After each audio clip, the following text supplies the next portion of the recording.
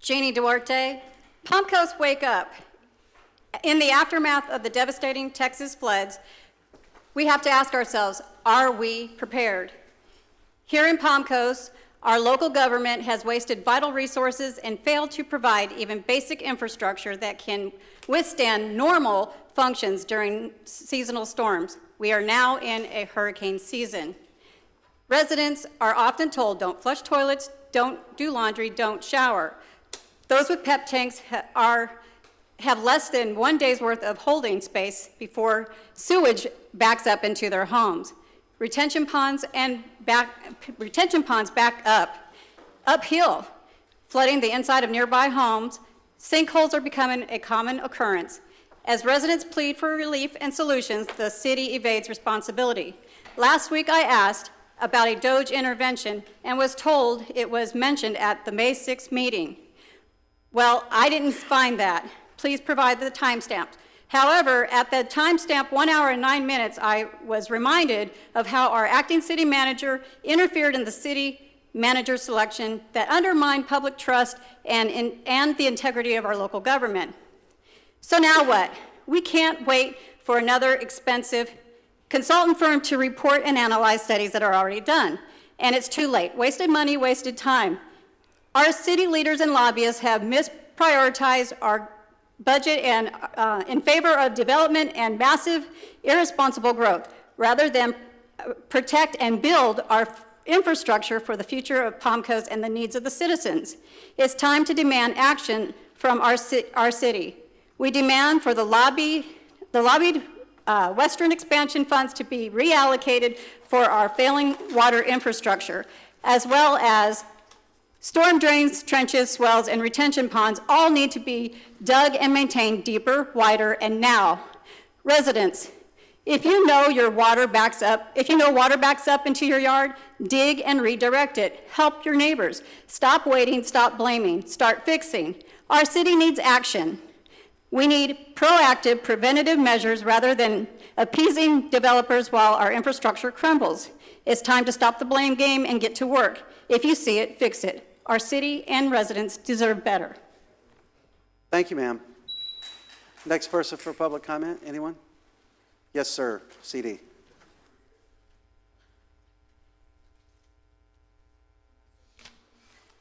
CD Roselle K section. I have a thing on InfraGard. I think I talked to you about that before. Please pull the mic closer so people at home can't hear you. That better? Yeah. Okay. I have a thing on InfraGard, which I'm a member, which is protection of the infrastructure, critical infrastructures.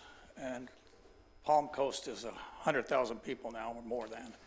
And they should be a member of that because that gives you a lot of information on the protection of infrastructure, including water, sewage, all the infrastructures that the city has. And it is a private-public partnership with the FBI on that. I can give you the information. Can I approach? I'll give it. You can just give it to the clerk, the CD. She'll get us all a copy. Thank you, sir.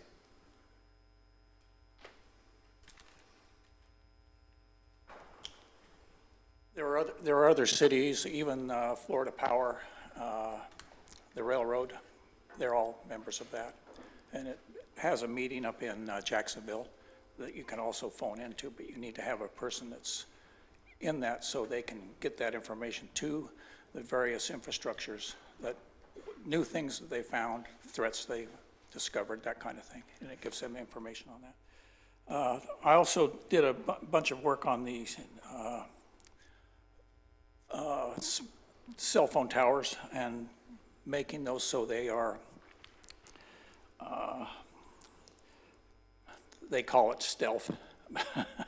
It just kind of disguises them. You can put them into like clock towers, that kind of thing. And I gave the information to Doug, and I'm going to work with him. But they make it so that people that have to live next to it don't feel like they have this big, ugly radiator panels and all that looking at them. It makes it so you, which we want to go into as a smart city, can put that as our backbone, and that will be something you can see as a smart city, that we are a smart city and we're doing things not only for the technology, but for the people themselves. And I gave him some information on that, and I'll work with him on that as well. And that's it for it. I didn't want to grumble today. I just wanted to come up and do some positive stuff. Thank you. Thank you, sir. Anyone else for public comment? Yes, Mr. Stone. How are we doing tonight? Yes, sir. Seminary Woods area and the traffic lighting system that Councilman Ray Stevens did a lot of looking into. Almost every street in Palm Coast, you can wait 20 minutes for the lights to change. A lot of people are trying to trigger the lights to get over. So is there anything going to be done with this? I mean, you guys spent a fortune to hire Greenwald, and Tyler Gibson's not doing anything. So who's taking care of it? There was just a woman last week that was killed in a car accident right by Palm Coast Parkway. One thing also, city manager, when you did the study on safety of the roads, it wasn't 100,000 the city put money into. It was 200,000 because you did free studies. You know, for a city that's broke, you guys waste a lot of money. We don't come up with solutions. Thank you. Thank you, sir. Yes, ma'am, Ms. Carroll. Carol Stoughton, Palm Coast, Florida.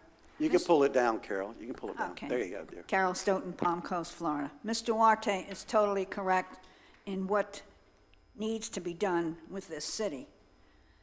Our stormwater is slowly getting taken care of. However, years ago, the last city manager was fired because she didn't do what Mayor Alphen wanted, and that was to play politics. She wanted the water treatment plants and the sewage system plants taken care of. But no, that was not going to get him politically elected. Off of that subject, when are we going to address those situations and get the treatment plants and water systems taken care of? Also, I notice, I don't know if it's since the sheriff's officer came in, but I see in the Observer that Palm Coast cuts 3 positions, and all of this amounts to $800,000. Thank you, whoever decided that we don't need these positions. Raises were given out to Alphen's people as far as finance director, development personnel, many positions that were given raises up to 156%. I feel that a lot of these jobs, they're overpaid, and what do they actually do to promote our city and the handling of their departments? Do they pass any criteria for the work that was done for $177,000 or $156,000? Director of Human Technology, all these raises were given, like, way out of the salaries of many towns around here. We have to have a moratorium on hiring and giving these salaries. We do not give salaries out like they're jelly beans. Here, a little bit for you and a little bit for you. And all that raises our taxes. Someone has to check in to the need of the positions of the higher-ups in the Brown building. Thank you. Thank you, ma'am. Yes, ma'am. Mayor, Council, thank you. Wendy Tremarchi, Flagler County, and 12-year current board member of Indian River County Humane Society. To begin, you have an efficient and well-run animal control department, and they should be commended. They do an awesome job. The county animal control, on the other hand, is being run by a non-viable, poorly directed shelter, as witnessed by the cities and county over the past year. The many ongoing issues with animal control and the shelter itself, including not picking up animals, no AC in the kennels, and continually overcrowded with no plan and no money. The shelter itself, the county wants to move forward with animal control under their control, or with possibly Palm City, taking care of that with them, and getting a shelter, because we only have one. If they stop taking our animals, where are they going? The recently needed, so the county commission went to the city asking for how much that would cost for the city to take over. They come back with a question, county goes back for another question. All this takes at least 1 to 3 months to come to you and get back to them in a timely fashion, and then if it's the day after their meeting or the day after your meeting, it has to wait at least another month. That's ridiculous. I understand the sunshine laws, but there must be a way for your animal control and someone in the budget department to be able to sit with someone from the county, not the council, but someone in their budgeting department to come up with these answers without waiting for each answer to take a couple of months' time. I asked if there's an answer coming from you, that there could be a talk with a joint meeting. Well, it seems that next meeting with you all is not till the end of August, and it's full. So does that mean this waits another several months? This is a very time-sensitive area. The county attorney said that they can stop the contract with the shelter with 120 days' notice. But why? This city went to the county and said it's like thousands and thousands of dollars to train an animal control officer. It costs $1,000 each at the college in Daytona. Yes, there needs to be them to have time with one of your animal control officers to see exactly how it's done out in the field. But it can be done much, much cheaper. This doesn't just help the county. Those animals don't know a county boundary. They come here, they go there, and they go back and forth. You all know the issues. There must be some way around the sunshine laws to let everybody just sit down for an hour and figure this out. Thank you for listening. Thank you, ma'am. Yes, sir. Cameron Orr, ARF, Animal Refuge Flagler. My wife and I are gone for a couple weeks on vacation, so we missed some important meetings, but we were able to dial in and listen to some while we were out. And one encouraging note is back on June the 23rd, the county had made an attempt to estimate the cost of a new shelter. It needs a lot of tweaking. They had asked for detailed plans from what Putnam is doing, detailed budgets. I was able to go off and acquire those plans from their director of county development up there. We provided that. The county still came up with numbers that were about twice what Putnam is able to build for today, and they're going to come in there under their budget at $1.8 million. So we've got some continued work to do in dialoguing with the county administrator yesterday and one of the commissioners today. I know one of the frustrations is just like Ms. Tamarchi just mentioned, is the process of getting together. They want to work with the city and find out, are we going to work together on this? Are you in or out? But we find out that we can't even get together till the end of August. We've been at this for 18 months. The problems continue. They're not going to go away. We want to see some decisions made of who's in, who's out, who's going to take responsibility for this. And we'd sure like to see the city and the county cooperate, perhaps better at the staff level, to get some of these things bubbled up so we can actually make decisions at these meetings rather than kick it down the can to the next meeting. So again, we get encouraged and then we get discouraged, but we think we'll find a solution for this as we go forward, and we hope Home Coast is a part of that. Thank you. Thank you, sir. Yes, ma'am. Good evening, all. Kathy Saris. I want to thank you all because I know you are helping us to get another shelter.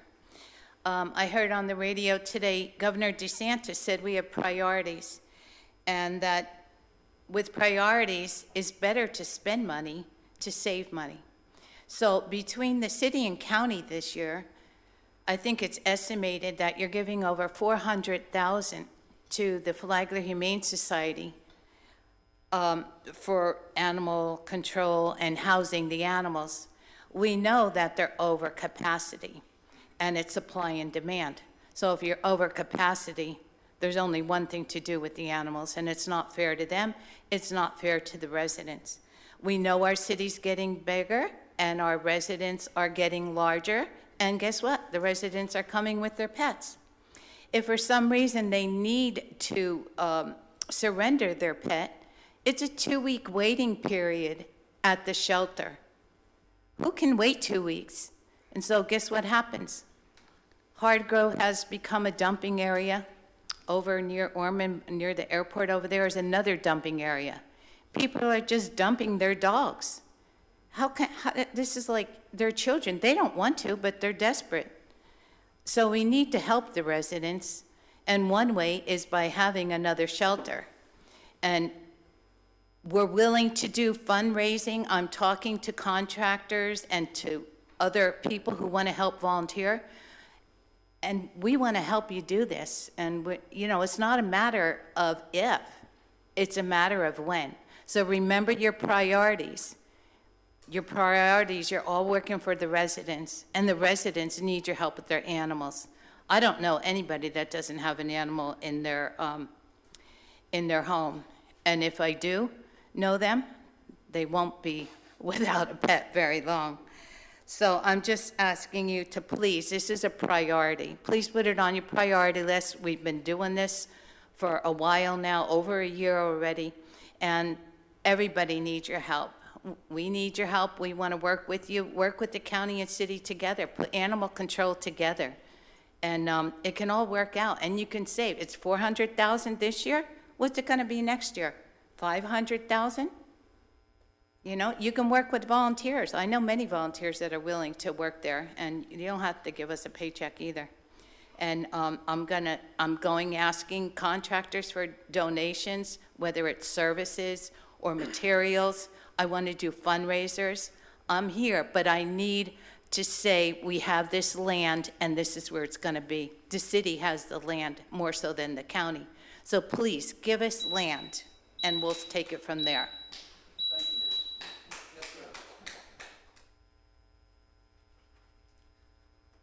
Jim Blecken, C-Section. A couple months ago, I came in here and spoke to you guys regarding the building and the allocation of 17,000 new homes coming online and what it was going to do to the market and saturate it. At that time, there were 1,200 homes for sale in Palm Coast. The update is we are now up to 2,400 homes in Palm Coast for sale, and we have over a 2-year supply at the rate that homes are selling. If we continue to flood the market with new homes, as is proposed, it's going to spiral the market down even further. People can't afford to be competing with the new $200,000 homes and think they're going to be able to sell their market when they're upside down. The homes are going to continue to sit until we pause releasing the new builds and we get the market stabilized so that the existing older homes start selling. Because if all that's selling is the new stuff, you're going to create a HUD home system for all the old homes, and they're all going to go through foreclosure. And we know what happens. Look historically, when a market crashes, it's going to bring all the values of all the homes down. And we're on the precipice of it now. So please, go back, rethink about putting moratorium on single-family homes, infill lots, maybe you let that go, but any new developments, where tract homes are coming in, it's killing our market. I really hope you guys start to think about taking care of the people, the citizens of Palm Coast, the existing citizens of Palm Coast, before you put bringing in new citizens to help out the developers. We also need to think about our stressed out infrastructure and drainage. I know we're going to hear some of that today, so I won't go into that too much. But if we keep putting more houses on and we're having troubles with drainage, stormwater, we're going to lose control. We've got to get control before we expand, and expand reasonably and smart. Not just as a quick fix to get more tax base out of vacant land, because now we can have the tax base of 248 homes. So please think about the existing community before we expand. Thank you. Thank you, sir. Yes, ma'am, Ms. Johnson. Can you hear me? Hi, I'm Leslie Johnson, Palm Coast, and I'm going to read this to you. Good evening, Mayor, council members, and members of the public. I rise this evening to express a serious concern regarding the concentration of influence and overlapping roles among certain individuals in city leadership. This issue extends well beyond City Hall and into nonprofit boards, civic associations, and private committees that quietly shape policy, allocate public resources, and steer the public narrative in Palm Coast. I would like to bring specific attention to Ms. Lauren Johnston, also known as Alyssa Bennett, Alyssa Brown, Alyssa L. Johnston, Lauren Johnston, whatever name is going on today, who currently serves as our acting city manager. In addition to her official duties, Ms. Johnston is also listed as the 2025 treasurer of the Margarita Society of Flagler County. All of this is documented and made public. Alongside her is Jason DiLorenzo, former chief of staff here, onward to Palm Bay, also made public and is documented very well. If you need any of that, I can supply anything. Yet this affiliation has not been disclosed by the city or state as required by Florida Ethics Form 1. Furthermore, Ms. Johnston holds positions on the boards of Flagler County Education Foundation and the Chamber of Commerce, again, alongside Mr. DiLorenzo. These overlapping associations are deeply concerning, particularly when individuals entrusted with the direction of public affairs are simultaneously engaged in external roles, and others who hold financial or political interests in land use, zoning, and municipal funding. While these roles taken independently may not constitute a legal violation, together they form a network of undue influence that compromises the integrity of this board and this city. We see the outcomes, development decisions, and rezoning activity that consistently benefits a recurring group of insiders, including Klein Construction, the Chimento law firm, developer Jeff Douglas, and notably the former publisher of the Palm Coast Observer, John Walsh, who walk with Ms. Johnston in all of these particular organizations. Florida Statute 112.313, Item 7, is unequivocal. No public officer or employee may hold any employment or regulated by doing business with the agency they serve. I'll end here on this. I am requesting that the City of Palm Coast do an ethics investigation on all of these people above and see how it fits into the city, and perhaps file an ethics complaint. Thank you, ma'am. Yes, sir, Mr. Davis. We're running out of time, brother. Hurry up. Good evening, Jeremy Davis, Parati Lane. After hearing from Ms. Johnson tonight, I want to make one thing crystal clear. What we're talking about is not just one conflict of interest. We're looking at a full-blown culture of coordinated control, one that's been allowed to fester under the radar for years, while residents like me were left dealing with the consequences on the ground. Leslie just laid out the names: Lauren Johnston, Jason and Rebecca De Lorenzo, the Margarita Society, the Chamber, the Education Foundation. You've heard how they overlap public roles, private boards, developer ties, and media influence. What I want to highlight is what happens when this network operates unchecked. You get development that outpaces infrastructure. You get culvert systems collapsing while staff writes glowing recommendations for the next subdivision. You get driveway failures, backyard flooding, and residents being told it's their responsibility, while insiders profit from their very system causing the damage. This isn't accidental.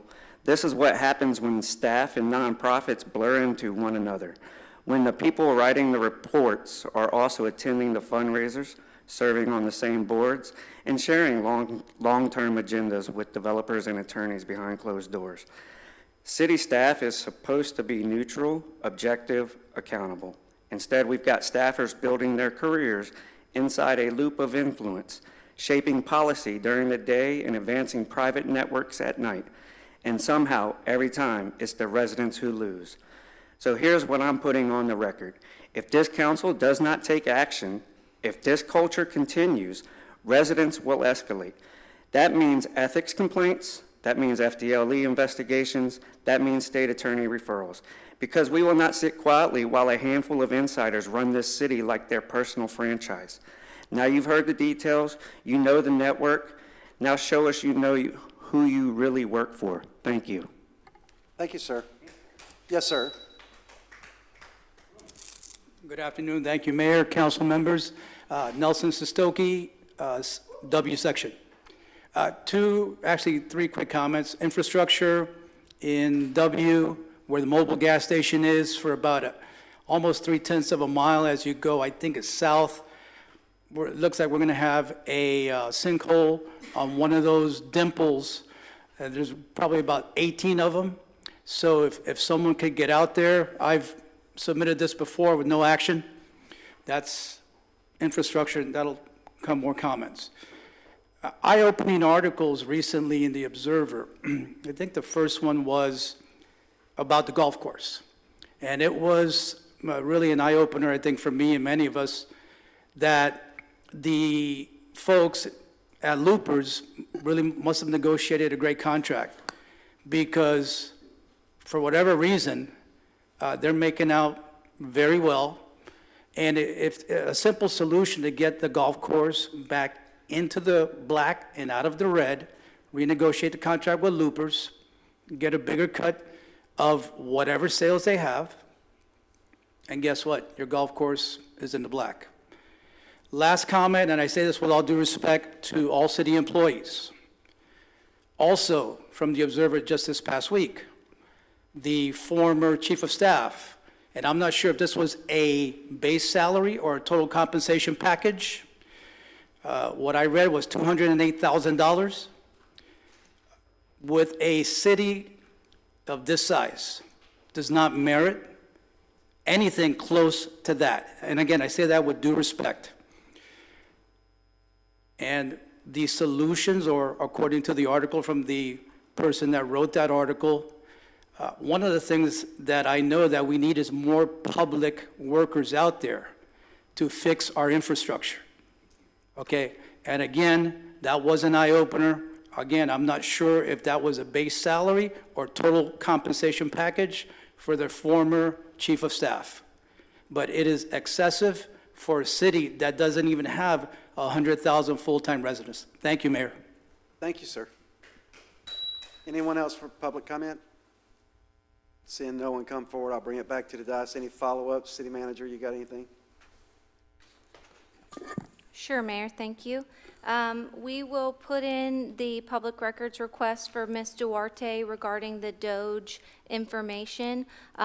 City Council, if you have a different direction regarding the city manager search, other than the application window closes on August the 15th, and it's scheduled to come before you at that next workshop. If you have any other direction, I would be happy to take that and follow through. Okay. Just as a reminder to the public that infrastructure plans are discussed as part of the city's capital plan and budget presentation. So we did start that process back in April, where you outlined your strategy and vision for those. So if we're looking at utility, stormwater, roads, all of those priorities and projects are discussed in April. And then you'll see the necessary funding associated with those at your August presentation when we go through the 5-year CIP. Mr. Stone, we will look into the lights being synced up. State Road 100 is still under construction, so whenever it's finalized, then we will make sure that that process is completed. In regards to the animal control, we are actively working with the county. We have email correspondence that goes back and forth on finalizing some details. Staff's been in and out of the office just due to the holiday and some sick time, but we have been actively responding to the county. And that joint meeting is actually scheduled for early August. It's August 6th at 5:30 p.m. But City Council, just as a reminder that the public is right, animal control services, a shelter, that is not a part of your strategic action plan, and it's not included in your CIP as of now. So if you have different direction that you want to identify, we'd be happy to follow that direction. In regards to my personal commitments, the Margarita Society raises money and gives gifts to kids that do not have Christmases. So we have a fundraiser and we provide needy families with gifts and opportunities. So I'm sorry if that's a conflict, that I'm trying to give back to the community that I serve. And I have no voting rights on the Chamber of Commerce. And again, as far as the Flagler Education Foundation, my son goes to Old Kings, and I'm a mom, so I want to participate. Anything else? Any other council members? You got anything, Councilman Miller? Yes, Mr. Mayor, thank you. Just wanted to reiterate about the meeting for joint city-county and animal services that, and, you know, thanks for the ask in terms of direction. I think probably out of that meeting, we'd be in a better spot to give direction there. But I do want to find, and I think it was a miss on my part to not try to include that in the strategic action plan. But I think we need to look at a long-term funding plan for this because, as was mentioned, it's not if, it's when. And if we don't have a plan for it, you know, it's going to be worse for us. So we need to plan for it and get that done with the county, I think, as partners. InfraGard, CD, we just went through a infrastructure risk assessment. It's not made public because obviously it's kind of the weak points in our system, so we don't want to publicize it, but what it does is allows us to identify those points and try to make those stronger. So I'm sure that Mr. Tyner, maybe we can get that information and look into it. And then I think you touched on everything else. Doge, I know we're still waiting. Have we heard anything back, City Manager, on that? No, sir. I let the council know while you were gone. We had an update as of June 16th that they will release best practices soon, but that's the last update that I have, and I emailed that all to you. Yeah, so we gave them all the data. They asked for a ton of data. We scrambled, got everything to them within their timelines. And so we've just been waiting kind of patiently for them to tell us what the results of that are. Looking forward to getting that information so we can try to implement some of those best practices and create efficiencies within our government. That's it. Thank you, sir. Councilman Gambaro, you got anything? I do. Thank you, Mr. Mayor. You know, I expect executives in any organization to be involved in their communities. All right? Some people view it as a bad thing or something that's a conspiracy. Others see it as being involved in the community to develop a network to help us all move forward.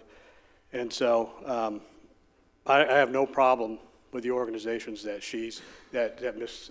Lawrence Johnson's a part of. And I think she's doing a fine job as our acting city manager. Some of you in this room might disagree with me, but this is where I stand. Thank you. Got anything, Councilman Sullivan? Yeah, just on the animal control, couple of points. Number one, we do want to separate animal control from the actual shelter. They're two different things. They're connected right now, not so much here in the city, where we have our own clear animal control operation. I watched the county meeting on this last week. They really didn't get very far. They know it's a problem, and sometimes it gets confusing. I'm worried that a meeting on August 6th, unless some things really change, we're not going to get very far, but it's never a bad thing to meet. I just don't see much resolution at this time.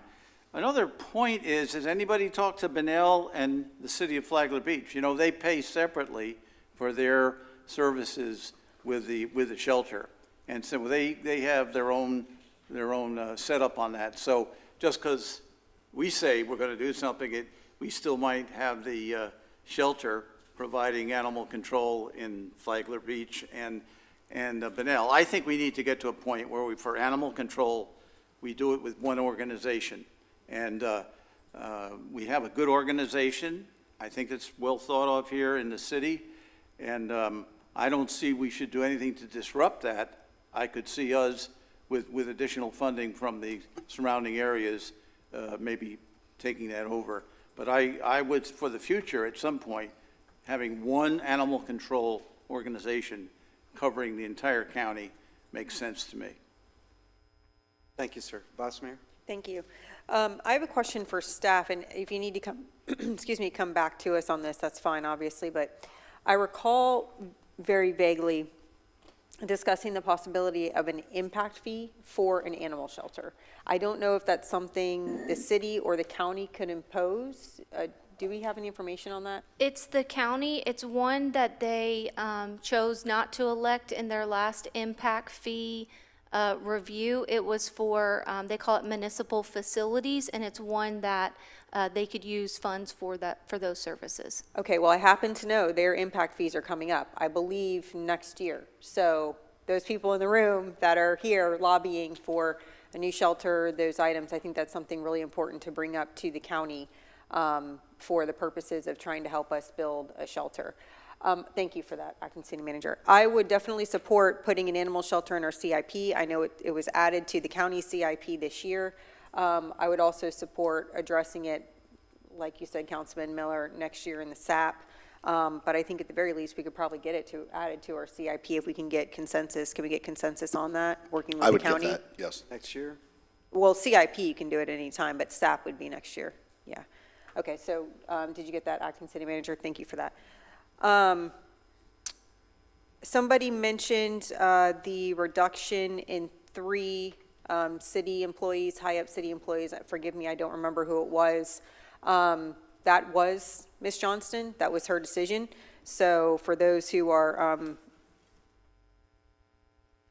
a little critical as to what she does to give back to our community, that was her decision. She makes those types of personnel calls, so she should get credit for that. This board has no decision-making over personnel except for city attorney and city manager. If we could, I know there have been multiple complaints about the timing of the lights. I field those types of complaints pretty often. I don't know if we have some type of survey, and I don't mean like resident survey, I mean like a technical survey, or some type of analysis that we can do citywide for the streetlights and the timing. Is there something that like that exists?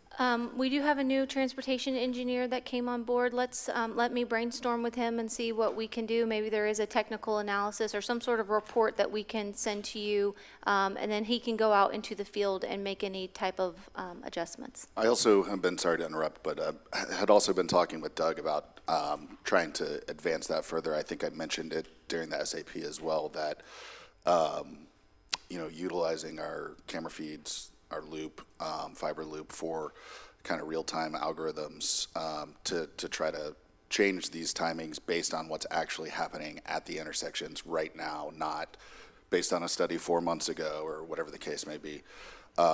So I've been working with him on that. We're trying to look through resources. The technology is kind of in its infancy, so it may assist with these types of technical reviews that can evaluate things over a month and then give us a better timing pattern that may help these things. So I've been working on this too as well to try to help that situation, because we're not going to be able to add a lane to every road anytime soon because of money and things like that. But so if we can invest in some of these technologies that make them more efficient, potentially we can ease the strain on the roads.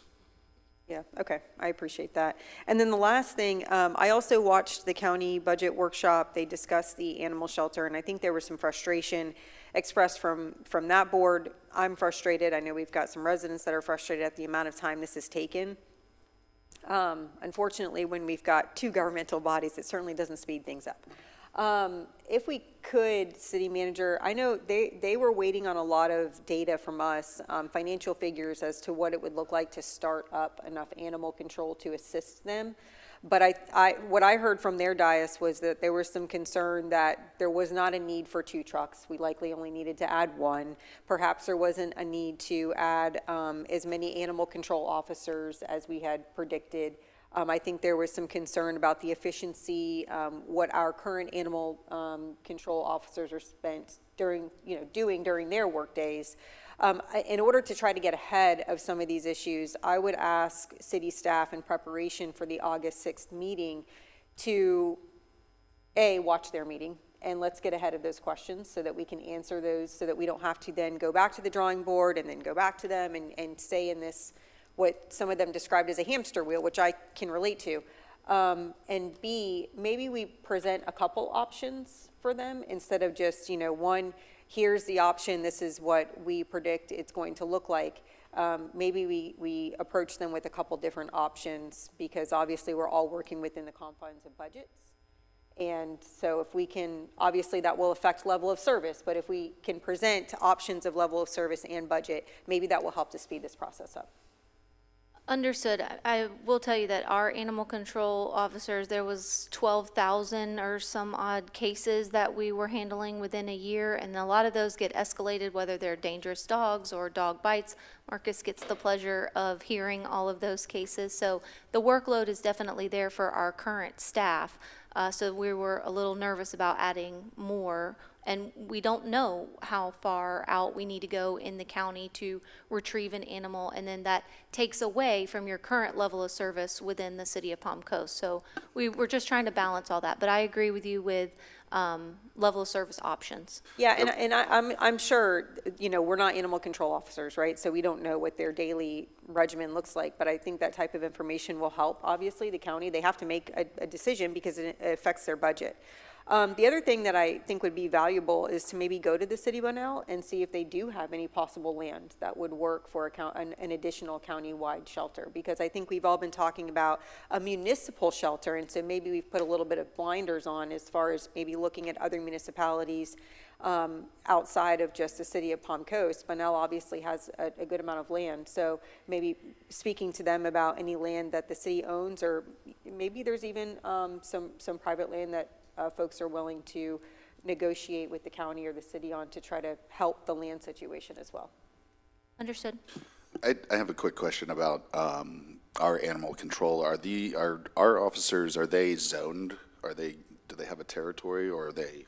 No, I don't believe so. They do have zones. Barbara's shaking her head. Yes, she's here for the next item on the agenda. I was just, wondering about the efficiency. So essentially what we're doing is we're contracting out services to the county, and they're choosing their level of service, right, by how much they want to spend based on their budget.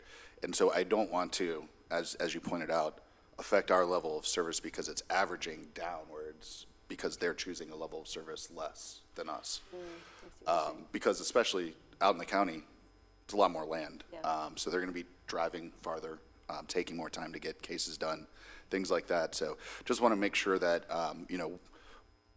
if we can provide it and they can decide on whatever course of action, then fine, but I don't want it to affect ours negatively as well. And since I brought that point up, I'm not saying that we take on the whole county without getting additional support from the people we're supporting. Obviously, And that's part of the staffing process and the possibilities, is how much would it cost to consolidate it in one spot? Maybe that doesn't make sense. I do know that the cost of a new truck that they were complaining about at the meeting at the county, we just buying one, it's $55,000. It's not like $10,000 secondhand truck. It's $55,000 to get one. You guys good? That's it. Okay, Ms. Stevens or Matt, have we had anybody check on that Pine Lakes sinkhole, if there's a possibility of one out there? Is there any way you can follow up on that, Lynn? Nelson brought it up about the south of the mobile station. Maybe he can give you a specific location just to follow up, see if that's going on. This is headed back to Mother Seton? Yes. Yeah. Heading back towards Palm Coast, Belterre, heading back towards Belterre. Thank you, Mayor. All right, thank you, sir. Yeah, we have to come to something on the animal control. We'll see what happens on that, in that meeting on the 6th. But I can tell you, it's gonna cost a lot of money to stand up a shelter. And 45 cents of every dollar that comes in our city currently goes to county. And I do think because of our county, it should be a county service, but that's not my choice. We'll have to figure that out. But we do need to do something. The people that mentioned about fundraising, I'm all for that. I really am. If you can get some type of foundation going, you know, it would ease the burden on the city and the county if we have those funds that come in to support whatever we do. We have a lot of people that are concerned. We just need to find the right answer. And I know it's government, it's bureaucracy, it takes time. But I'm personally, myself, I'm not happy with the Flagler County Humane Society, and we can do better. Last thing I'll cover real quick is the city manager search. We've been getting those resumes, but that's completely out of my hands. I don't have any say. If we consensus among the council what they want to do, but I voted for the last two guys that came before us, so I have no control over that. So it's up to the council if they want to move forward in that. So with that being said, we can move on to E, presentations. City Attorney, please, E1. Thank you, Mr. Mayor. We have a 2025 resolution approving the nuisance abatement initial assessment.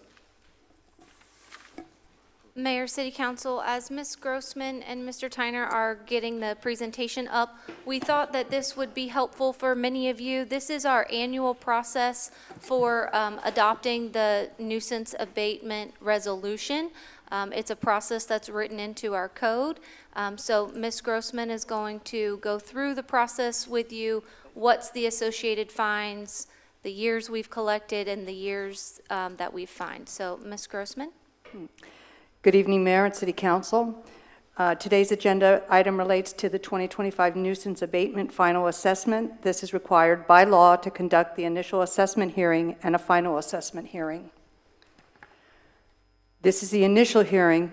In 2010, City Council adopted an ordinance for the creation of the assessment area to authorize the imposition of nuisance abatement assessments to be included on the annual non-ad valorem bills sent through the county tax collector where the city abated the nuisance. Every year, the city is required to prepare the preliminary assessment and the final assessment rolls. Today's item is to present to council the initial assessment roll. After the adoption of the initial assessment resolution, payments may still be made on abatement invoices. The final assessment roll will then be updated for council's consideration on August 19th, 2025 at the business meeting and thereafter provided to the county tax collector to be placed on the tax roll.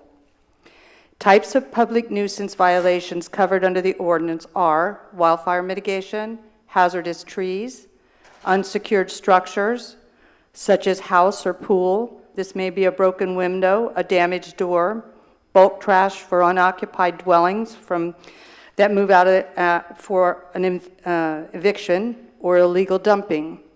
An example of illegal dumping would be yard waste accumulations of some type in unoccupied lots or commercial parcels, where they can go and do their thing at night, and then we get the surprise in the morning. So then we have to go out and abate it. Since 2012, the city has collected $1,266,596.52 from the Van Loren nuisance abatement assessments. The total bill is greater as there are times that the taxes are paid in different years or the tax deed occurs. When a tax deed occurs, depending on the amount of surplus the city may receive after applying in the tax deed situation some of the amount owed. We received an update from finance for the amount collected in 2025 for the amount billed and paid. And you can see the amount in 2025 billed is $128,005. We actually have 264 parcels that were issued notice of remedies for the nuisance abatement. If you have any questions? Anyone on the council have any questions? Yeah, just one quick question. Just for clarity, in layman's terms, essentially, we're taking the fines associated with certain public nuisances, and then we're converting them into liens based on this list. Is that correct? No, Tax liens? what's happening with these are unoccupied properties for the most part. So what we do is we have other contractuals, we have a contractor, so if we have a complaint of overgrown, it wouldn't be going to the code board because it's a vacant lot, well, not unoccupied. So we would go ahead and use the contractor that we have for the city. They would abate the situation. We would bill Okay, the so this is property the owner. cost of the abatement. Right, and then at this time, we would, if they're not non-payment, they would go on the tax roll. Right, so if we have a tree that's leaning a certain way, something like that. fire Yes, of course. mitigation. If there was any type of hazardous tree or something and we didn't get a response from the property owner, then yes, we would go ahead and do it. Thank you. Mr. Mayor? Yes, sir. Go right ahead. Thank you, sir. Ms. Grossman, thank you for the hard work that you and your team do every day and making sure that our city looks the way it does. And so I appreciate this presentation and the timing of it because now that we're all five here, I think we need to have a conversation. I think some of us are kind of wrestling with it. We're at the crossroads of personal freedoms, as individual residents for our homes and our businesses, with what the vision is and what we want the future of this city to look like. A lot of people moved here, many of us up here included moved here because of how the city looks, of how it's maintained, of how things are kept in order. And so, what is our vision? And I think this presentation is a good place to start because, Ms. Grossman, you're only enforcing what the vision is and what the ordinances say, whether it's abatement, whether it's colors, whether it's, vehicles in people's yards, whether it's chickens. So I asked a question to my fellow council members, what is our vision for the future of this city? What do we want it to look like? And then how do we square that with personal freedoms? And so just want to open it up to see if there's any thoughts. Maybe look forward to public discussion on this as well. Well, I have, Go right ahead. in saying that, obviously we want the city to be beautiful, stay beautiful, and be a great place to live. But specifically on public nuisance abatement violations, that's a different group of things. It's not like a house color. It's somebody does something wrong, and it's as listed. And I think those are all important questions, but each of our ordinances and restrictions have their own basis, and I think we should treat each one separately. I think public nuisance abatement violations are different than many other things we do, so I think what we're doing here makes a lot of sense. I don't think anybody would complain that we're going after people who do these things that hurt the city and hurt the value of the property. So I look at it as, yes, we want to have the most beautiful city we can possibly have, but I think each one of these things that comes before us should be viewed as a special case, not as a special case, but as a separate case. So that's my feeling. Yeah, I think Barbara's doing a great job on this particular issue, and I think the report is very solid as presented. Thank you, sir. I would jump on to just agree that, this list specifically is more about public safety, whether it's, trash being dumped or whether it's wildfire mitigation. Obviously that still was a long time ago, but it still lingers, the fires that occurred in the 90s here. And, knocking on doors, I had several people that were still beating the drum about, all this undergrowth needs to go away because the same thing can happen again. And we need to be more active in enforcing those things. So there are people that remember that and know that that's still a public safety issue to ensure that there's not dead vegetative material, all over these lots that could turn into wildfires.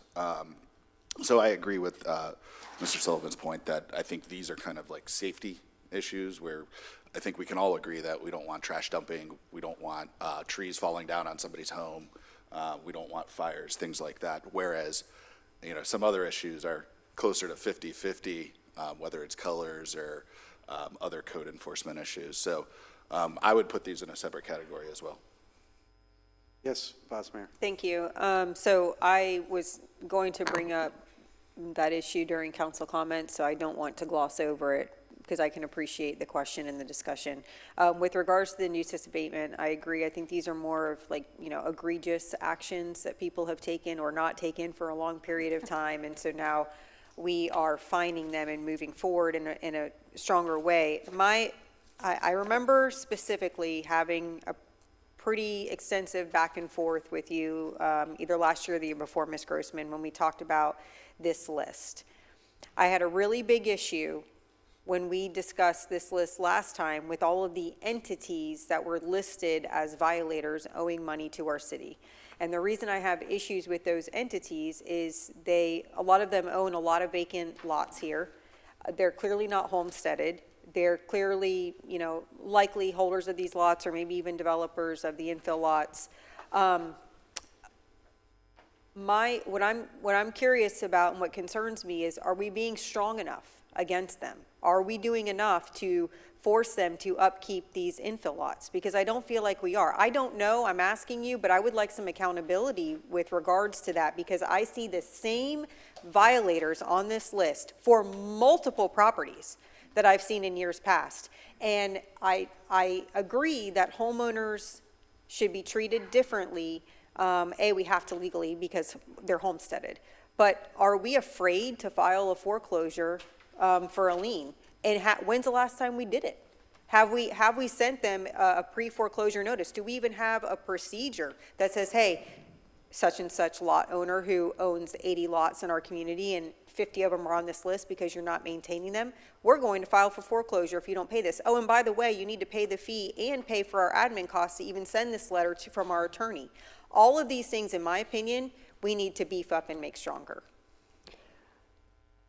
Most of the, and I can go through the list and double check, but a lot of times they are vacant lots and they're wildfire mitigation. And there is a criteria as per our code. If they don't meet that criteria, then they're not wildfire mitigation. So they stay in their natural state. So that's the perception that you see now on infill lots that are out there that are vacant. So as we go out and we map our, we have 3 inspectors, 1 landscape specialist and 2 inspectors. They map the areas so we continuously go around. And then if there's, of course, when we do get a call on a wildfire mitigation or they want, it's hurricane season now. So the 3 factors that they're going to go out there and look at now is, number 1, does it meet the wildfire mitigation? Number 2, are there any hazardous trees? And number 3, is there a fence abatement? Because there could be a lot that's next door to them that has a fence and then the vegetation is coming over. So when we go out there, we're looking at all those factors at one time. So then their notice is given to them as the due process through 162. They get a notice of remedy. If they don't correct the violation, then we schedule it for, it to be remedied. And then, of course, we can't make that, to go on the tax roll as per state law until we start now, and then it goes to the tax collector. But when I'm not faltering the process for the inspection. What I'm saying is, once we've decided that they're in violation, for whatever reason, first of all, when's the last time we increased the fees? I know that there's an amount of due process, there are limitations as to what you can impose for fees. But then my other question is, A, are there late fees? If they're not paying, are there late fees? Are we charging them for every single hearing that they're costing us, every single time we have to send a notice? I want to know that because this is why I say this. These are not one-offs. Here and there, people are violating. I am repeatedly seeing the same exact violators on this list year after year. And if they're curing when they get their tax bill, are we recovering all of that money that they're costing us administratively? There is an administrative cost of $100 on each violation. I can go back and I can research that because there are only certain things I can't use our time for once. That's not a part of administrative cost. So there are state statutes in there, but there is an administrative cost on every invoice. So if it costs $64.50 to mow a lawn on a vacant lot, it's $164.50 because there is a cost. That's our administrative cost when we go back out to them. Now, I can research again, but we researched not too long ago on administrative cost, and that was what it costs us, because it has to be actual cost. That's why when you see it going into the code board itself, you know, there's an administrative cost there too. There is for the, and I won't think of the word right now because I'm looking at you trying to think of it. Okay, if there's a fee, there's a fee. I don't There care is a what- fee, I don't yes, care there what is a the fee on semantics- every piece of property. There is a fee. We do not waive the fee unless it was a circumstance that we were, you know, not aware of.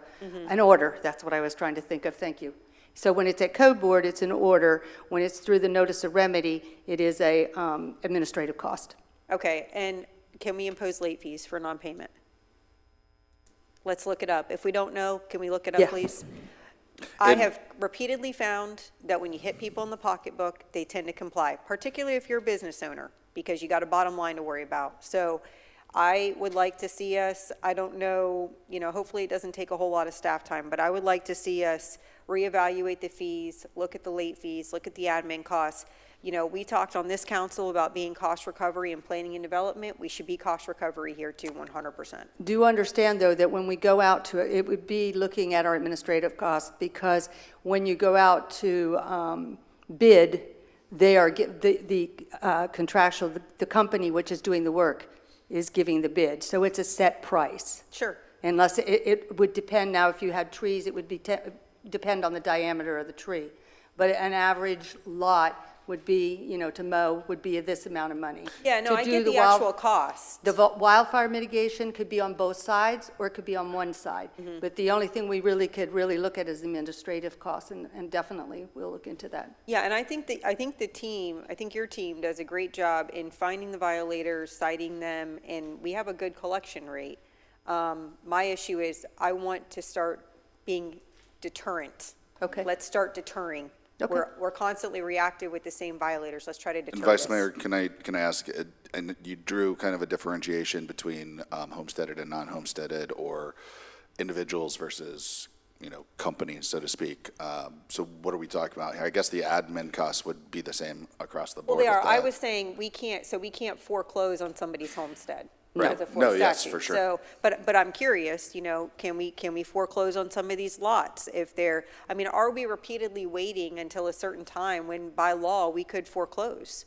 Why are we doing that? Or if not, is there something that we as a body can do to change the process for you? I guess we definitely can check into it, but it might be a cost factor in foreclosing, you know, more so. Have to pay that, and I'm pretty sure statutorily they would have to. The foreclosure route, then yes, you're correct. Yeah, Right.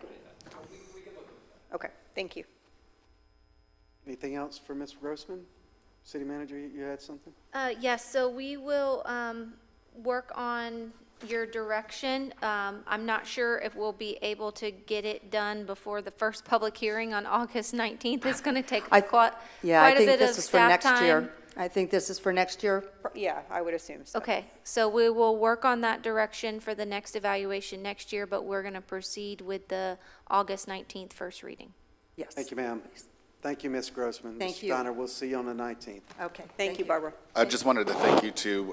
You guys have been responsive to several resident requests involved with trees and things like that, and very responsive, fixed the trees very quickly.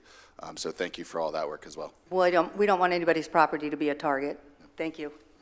Mr. Mayor, just friendly reminder, public comment for this as Oh, well. I'm sorry. Oh. No, okay, Barbara, stay there.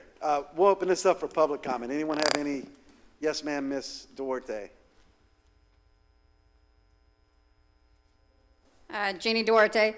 I actually lived in the B section, and I woke up to the property next to me being bulldozed just around the perimeter around my fence line.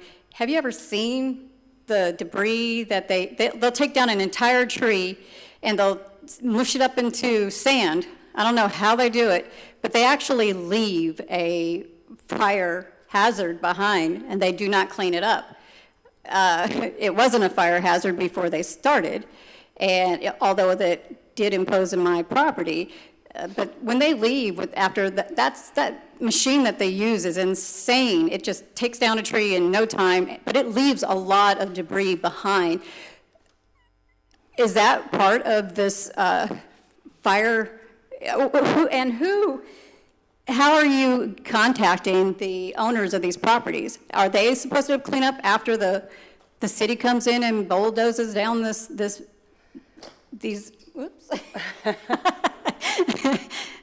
But what do they consider clean? What do they consider a fire hazard? Thank you. And people are out of state. People, like, say somebody has an emergency up north and they can't be around their house. Are you actually going to somebody's neighbors and saying, hey, do you know what's going on next door? Where do we draw the line of, we're going to bait them, we're going to put a lien against their house, we're going to, foreclose on you? What kind of time frame do you have before you start hitting people upside the head? I think that's all I got. Thank you, ma'am. Anyone else for public comment? Yes, sir?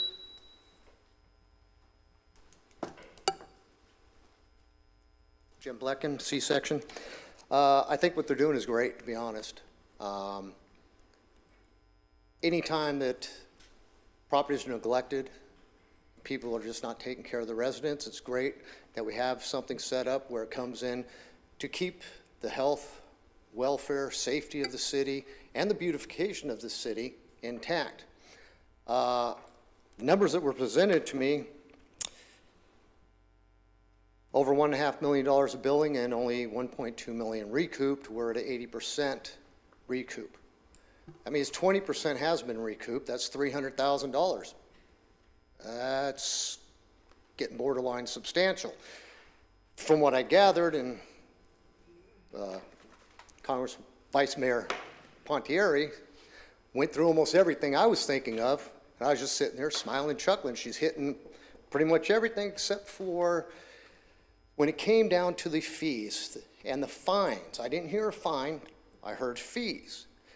If they're not doing it, do they get fined first?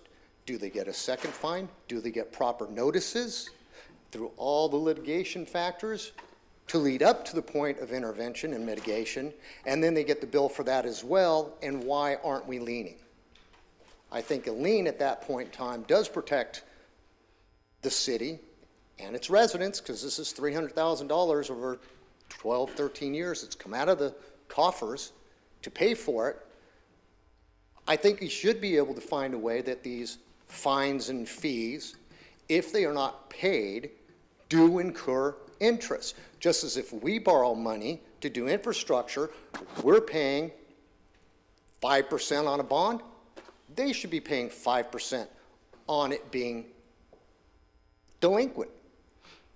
They were given plenty of notice. I'm sure legal counsel has made sure that all the proper processes are in place. They get a first notice, they get a second notice. If you fail to comply by this date, we will enforce mitigation procedures. They go and they do the procedures. Now we have a bill from a contractor. He gets paid out of our coffers. We're carrying that fee until the homeowner pays. We are entitled to interest on that. And I hope that the fine gentleman over here and our city attorney will look up into that, because the way I do math, 300,000 starting 12 years ago at 5%, Should be over 600,000 by now. Thank you. Thank you, sir. Anyone else for public comment? Yes, Ms. Henry. Denise Henry, P section. There's a lot, or a house, about 4 houses from mine, that numerous complaints have been put in, and then you get back, oh, it's closed because it's going in for closure in, I think the last date I saw was September 2nd, maybe. But here's the issue. The fence is broken. There's tattered covering in the back that covered, and the poles are bent, and the weeds, and now they're pine trees almost 4 foot high. And this has been, you know, I know my daughter complained about it last year, and so I put a complaint in this year, and I know the next door neighbors have, but how do we get that unsafe situation, especially with the hurricane coming in, because those are projectiles that can just fly. I mean, it won't be my house, but it'll be the houses behind or the houses beside. And, you know, like, yes, they're being fined. Yes, maybe you got to lean on the property, but that's not solving the issue. So how does that unsafe backyard, you know, become safe for the rest of the residents? And then across the street is an empty lot. And I put a complaint in about that because there's been a tire there for, well, now it's probably been 9 months. And the mosquito control had told me in whenever the housing expo was that you can bring tires one day free, and I was going to pick it up and take it. You know, even though it's not my lot, it's not even close to me, but it's just laying there in this vacant lot. So I went to do it, but there's a wheel, the wheel's there, and she said you can't bring it with a wheel. So it's still there, and I put a complaint in, and when the city guy came to mow, he just moved it a little further in on the taller weeds, but it's still there. And I don't know why the city can't just pick it up. I mean, I put the complaint in, it's sitting there, and I'm sure it's a mosquito hazard. So anyway, that's what I want to say about it. Thank you, ma'am. Anyone? Yes, Mr. Webb.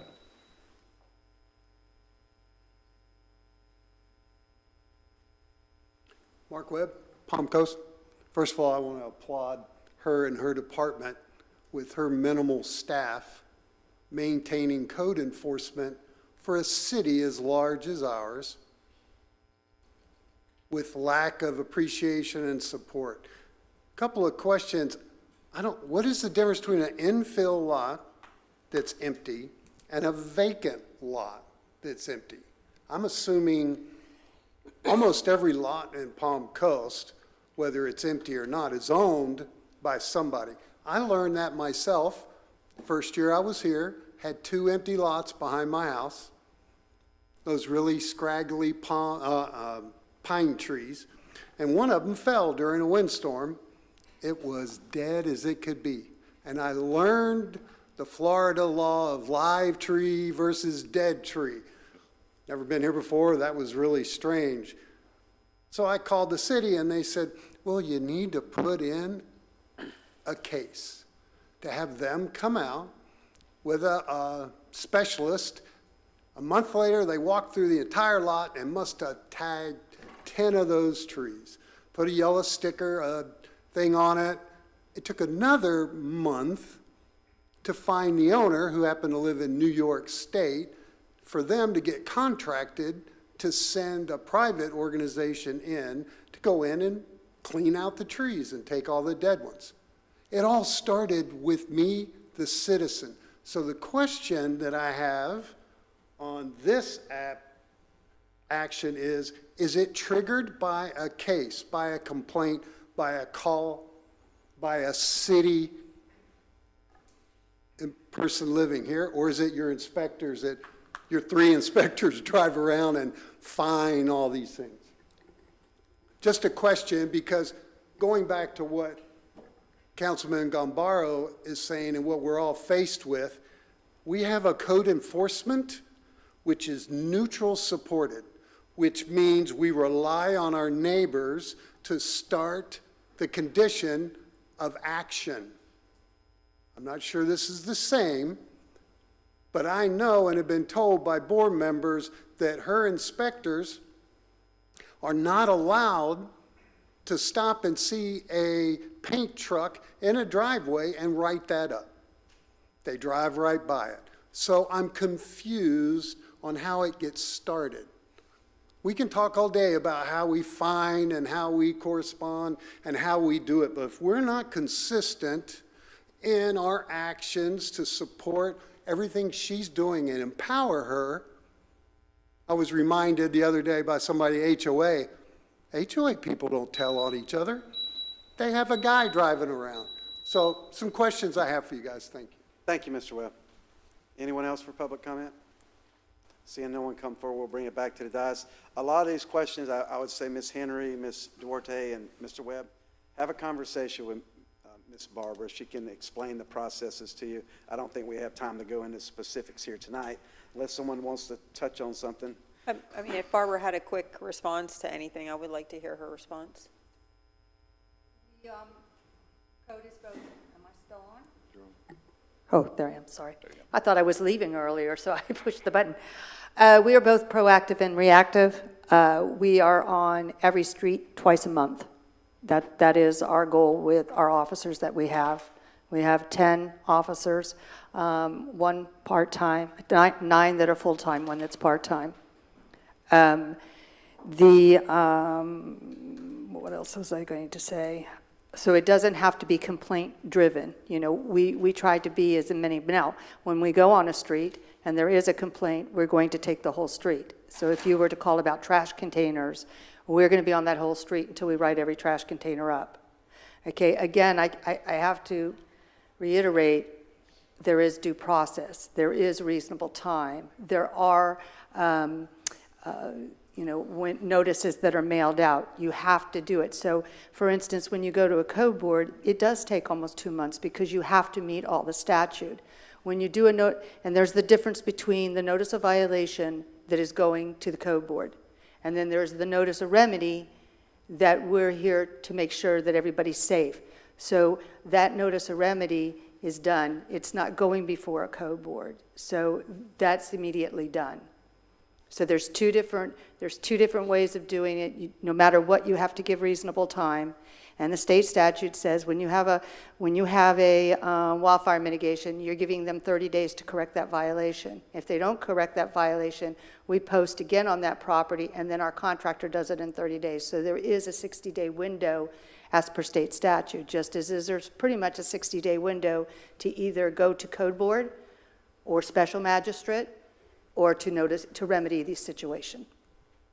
Thank you, ma'am. Thank you. Anything else from the dais? Yeah, just had one quick thing. Ms. Henry, can you get do you have the ticket number potentially for the specifics that you were talking to us about for us to follow up on that? And then for Jim, I don't know what the legality of it is, but in terms of the interest on the fines, I would assume that, and maybe someone can answer me, the gap in receivables is probably the homesteaded homes that we're not able to take those until it passes through probate in a sale or something like that. But in terms of interest, it would make sense if we can legally do that to collect that interest. We can. And as a part of that analysis too, he mentioned fines versus fees. I agree. If we're not doing both and we can, I think we probably should. So I just don't know at this point. So if I know we asked for information to be brought back to us, if we can just make sure that that's included in there, that would be great. Okay. Thank you. Thank you, Barbara. Thank you. Have a good evening. Thank you, ma'am. Thank you. We're going to move on to E2, City Attorney. I'm sorry, City Manager, go right ahead. Thank you, Mayor. Just wanted to go through a budget summary of what Ms. Alves and Ms. Ragsdale is going to bring for you today. So as we begin the fiscal year 2026 budget presentation, I want to give you the highlights before we get into the details. This budget is a reflection of responsible financial stewardship and thoughtful investment in our future. At City Council's direction, we do have an option of a reduction to the general fund millage rate from 4.1893 to 4.0895 3, while still delivering enhanced services, maintaining a strong fund balance, and supporting key city council priorities that directly impact our residents' quality of life. We are investing in neighborhood road maintenance, public safety with the addition of 9 new deputies, and we'll be opening 2 new fire stations this year, investing in critical infrastructure like the Maintenance Operations Complex, and investing into the initiative for our saltwater canal dredging, and economic development incentives that strengthen our local economy. I also want to take a moment to recognize what truly drives the success of our organization, and that is our people. Our employees are our greatest asset, and this year's budget includes a 2% cost of living adjustment and a 3% merit increase. At the same time, we're also making and taking smart, streamlined approaches to operations. We have eliminated and froze selected positions. We are reducing IT expenses and aligning projects with grant funding when possible. This budget that balances your strategic action plan priorities with long-term sustainability. Palm Coast continues to grow, and this budget supports our shared vision for a smart, vibrant, and resilient community that values both progress and people. And Helena and Gwen, I'll let you take it from there.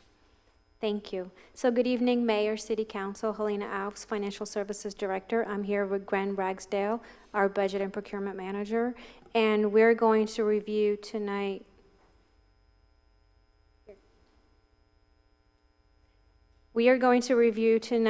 revenues, expenditures, and proposed personnel requests for the General Fund, the Facilities Fund, and the Information Technology Operations Fund, as well as review your proposed maximum millage rate options. So we're going to get started with the General Funds. This is an overview of general fund positions. We'll go into detail in the individual budgets, but you can see in administration, we are eliminating the chief of staff position, as well as half an FTE from the communications and marketing division. The fire department is asking for 1 FTE. Public Works is asking for 2 FTEs, and we are eliminating 1 FTE position in the Gulf budget. You will also see that there are 6 FTEs being transferred from the Stormwater Management Fund to the General Fund, and these are positions for the residential site development inspectors. We will start with revenues. This is big picture, overall change of approximately 7.8 million or 12.9%. Ad valorem is the largest revenue source for the General Fund. The city received the July 1st property valuation from the property appraiser's office, and our values have increased 10.34%, with approximately 5.49% attributable to new construction. Assuming the same millage rate from last year, a 4.1893, we would generate 44 million in ad valorem revenues, of which 43.7 would be to support the General Fund. The amount attributable to new construction is approximately 2.2 million, leaving the balance of 1.9 million attributable to existing taxable properties. The next category includes the state revenues that the city receives. We are still expecting revenue projections from the state to complete fiscal year 2026. They are scheduled to be released in July and August. The half-cent sales tax revenue is a portion of the state's 6% sales tax that is then remitted to local governments. The estimate has been received, and we will update for next week's presentation. The communication services tax consists of 5.22% applied to communications, video, direct-to-home satellite, and related services. We projected a conservative increase, but we are still waiting for the state estimates. The state revenue sharing revenue estimates we received keep the revenue almost flat for fiscal year 2026. The other taxes category is related to business tax, which has remained relatively flat, and the fire insurance premium tax that is used to fund the Section 175 pension. We don't typically receive those estimates until later in the summer. Next, we have permits and fees. This category includes planning and zoning permit fees as well as franchise fees. The projected increase is mainly due to the transfer of the residential site inspectors to the general fund. The community development is currently reviewing the assessed fees to ensure that they're set to be cost recovery for fiscal year 2026, and they should be bringing to you a resolution to adopt any needed changes later this summer. Fines and forfeitures, this category includes code enforcement fines and administrative fees, hazardous tree removals, fire mitigation, as well as Flagler County Sheriff's Office traffic fines issued. The next category involves charges for services. These comprise approximately $7.7 million. Of that, $2.8 million are related to parks and recreation activities, such as program fees, golf, tennis, pool, and recreation general. $4.3 million is related to internal services allocation for the city departments. These allocations are for administrative services and for engineering services that are funded 100% from the general fund. The main components to other revenues are EV charger fees, rents, any insurance settlements, and the opioid settlement that we receive annually. You will notice an increase in the appropriated fund balance for fiscal year 2025 from the original budget. Annually, and after the audit is completed and presented to council, we analyze the prior year's available fund balance as part of the budget process and identify uses according to policy for any amounts over the max. The details of the proposed usage will be reviewed later in the presentation as we go into details on the non-departmental budget.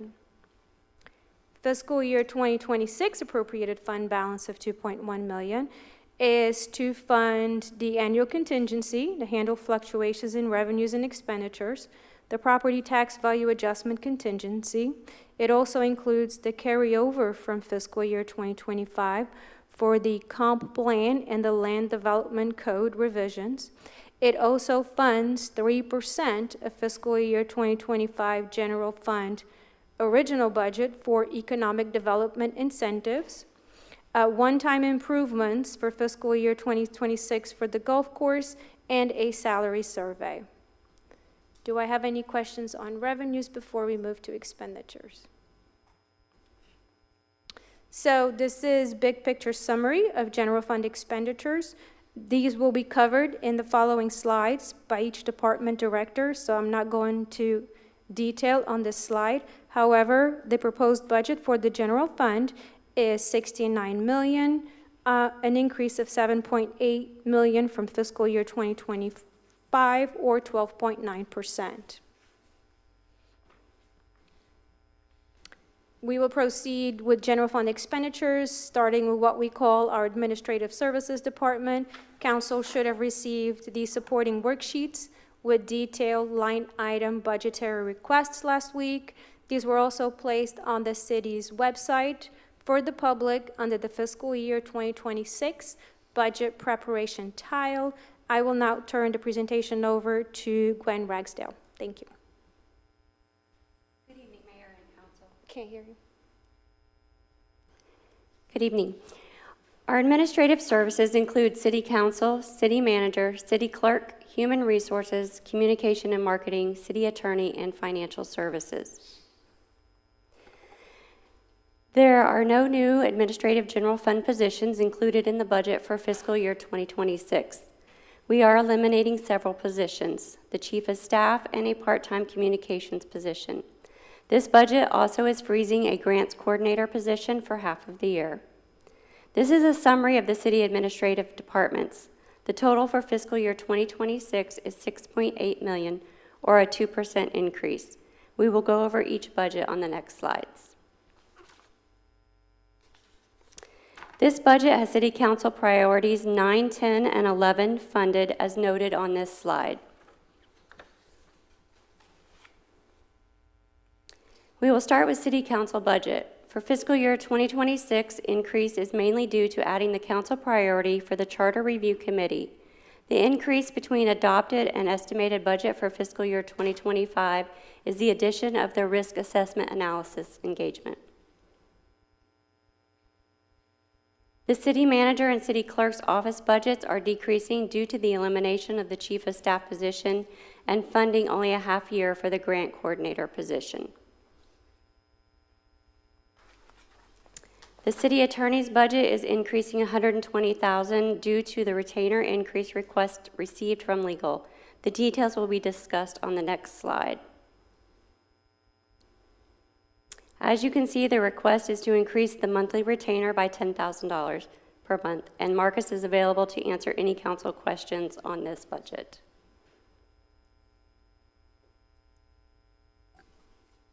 So I have a couple questions, sorry.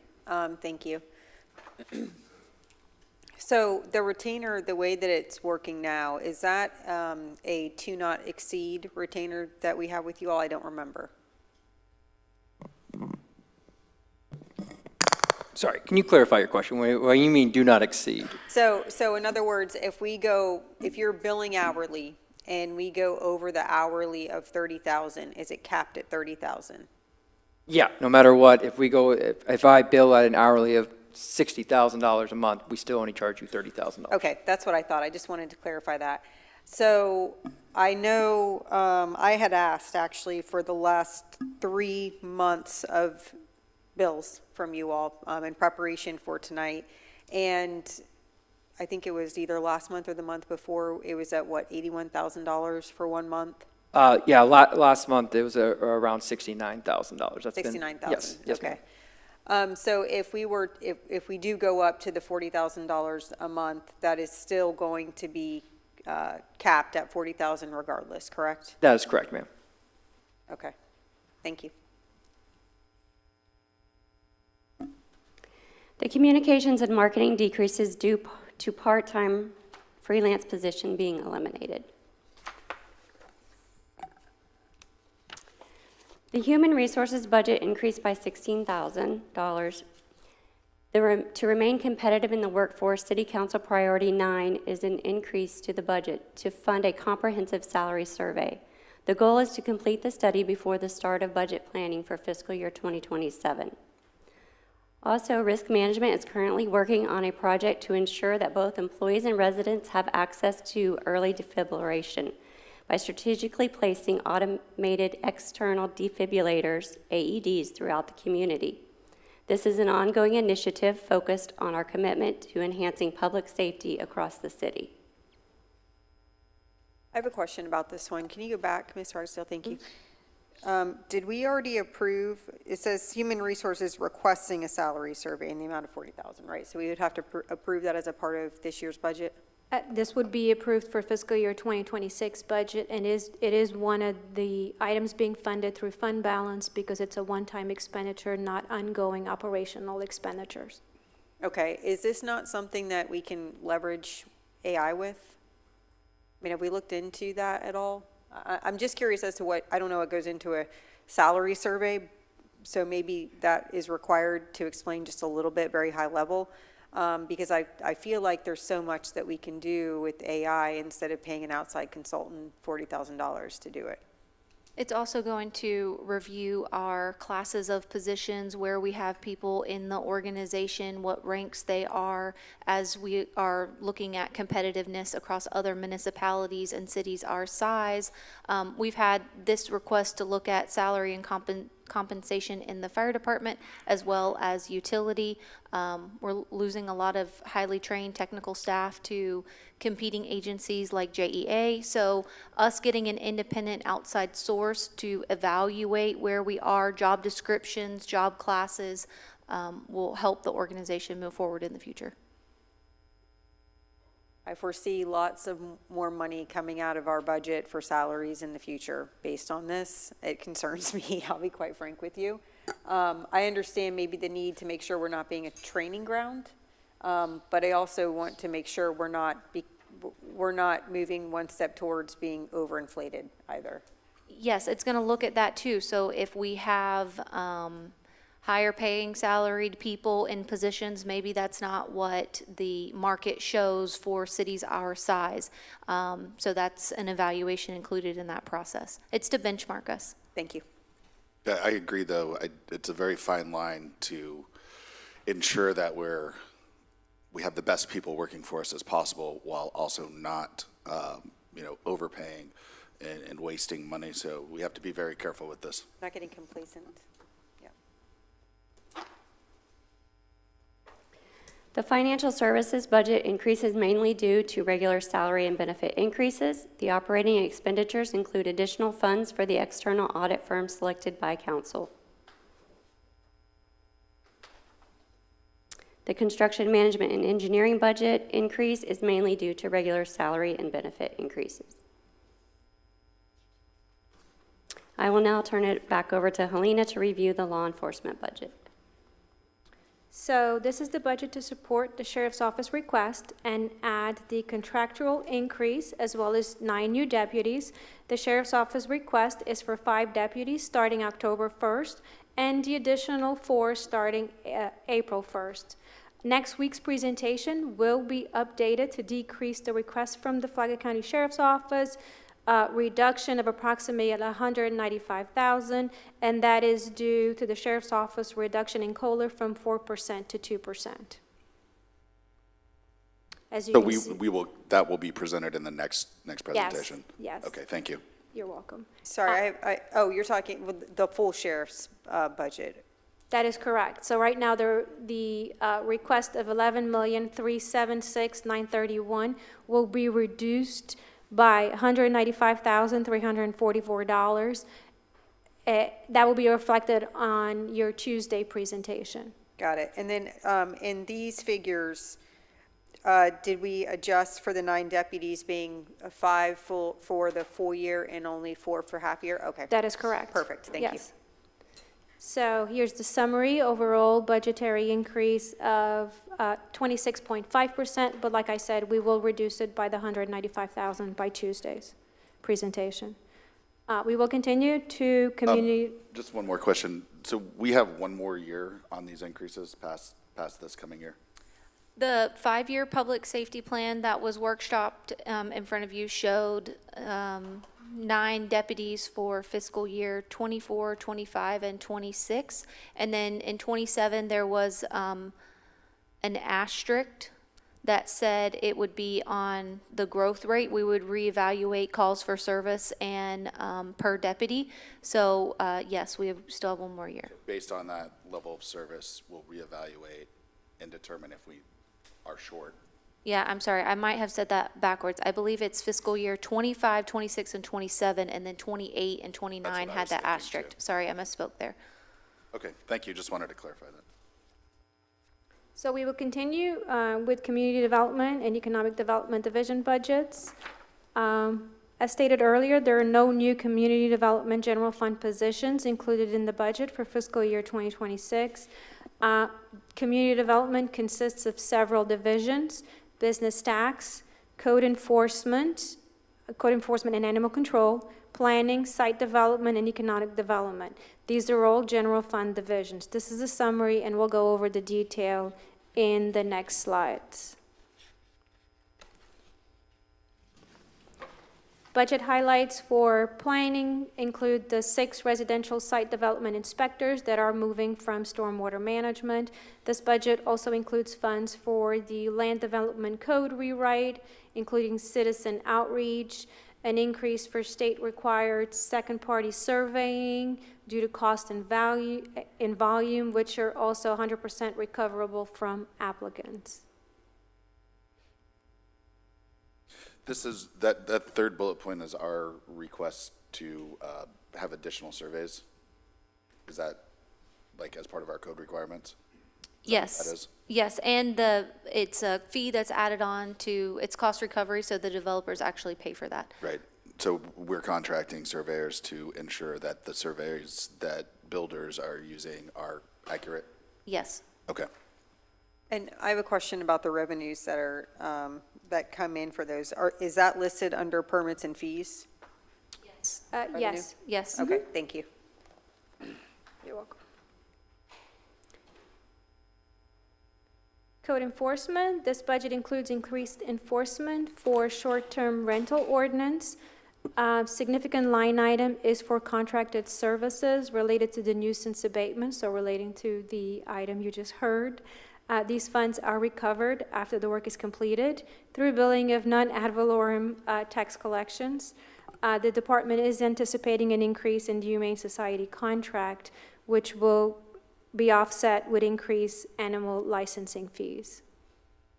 So Mayor, City Council, when we bring you the permitting fees for the residential site inspectors, we're also bringing you the animal licensing fees at the same time.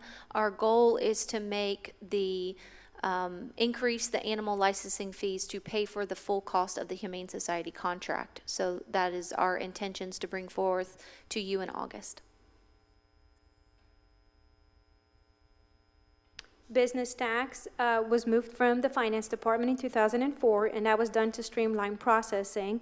So this year, the department made renewal processing online, which is an added convenience for business owner. It increased staff efficiency, and it reduced postage. The economic development budget was increased at City Council's direction to account for incentives totaling 3% of the fiscal year 2025 original general fund budget. This budget increases proactive employer recruitment and advertising, a pool for incentives as needed, and funds to continue moving Track 17 towards a pad-ready site. Mayor, City Council, the only thing that is not included in this budget is the entitlements for Track 17. So just wanted to make sure you were tracking that.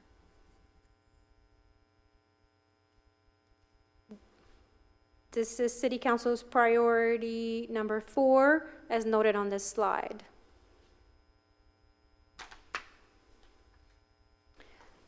I will now turn it over to Chief Barry Hill to present the Fire Department budget.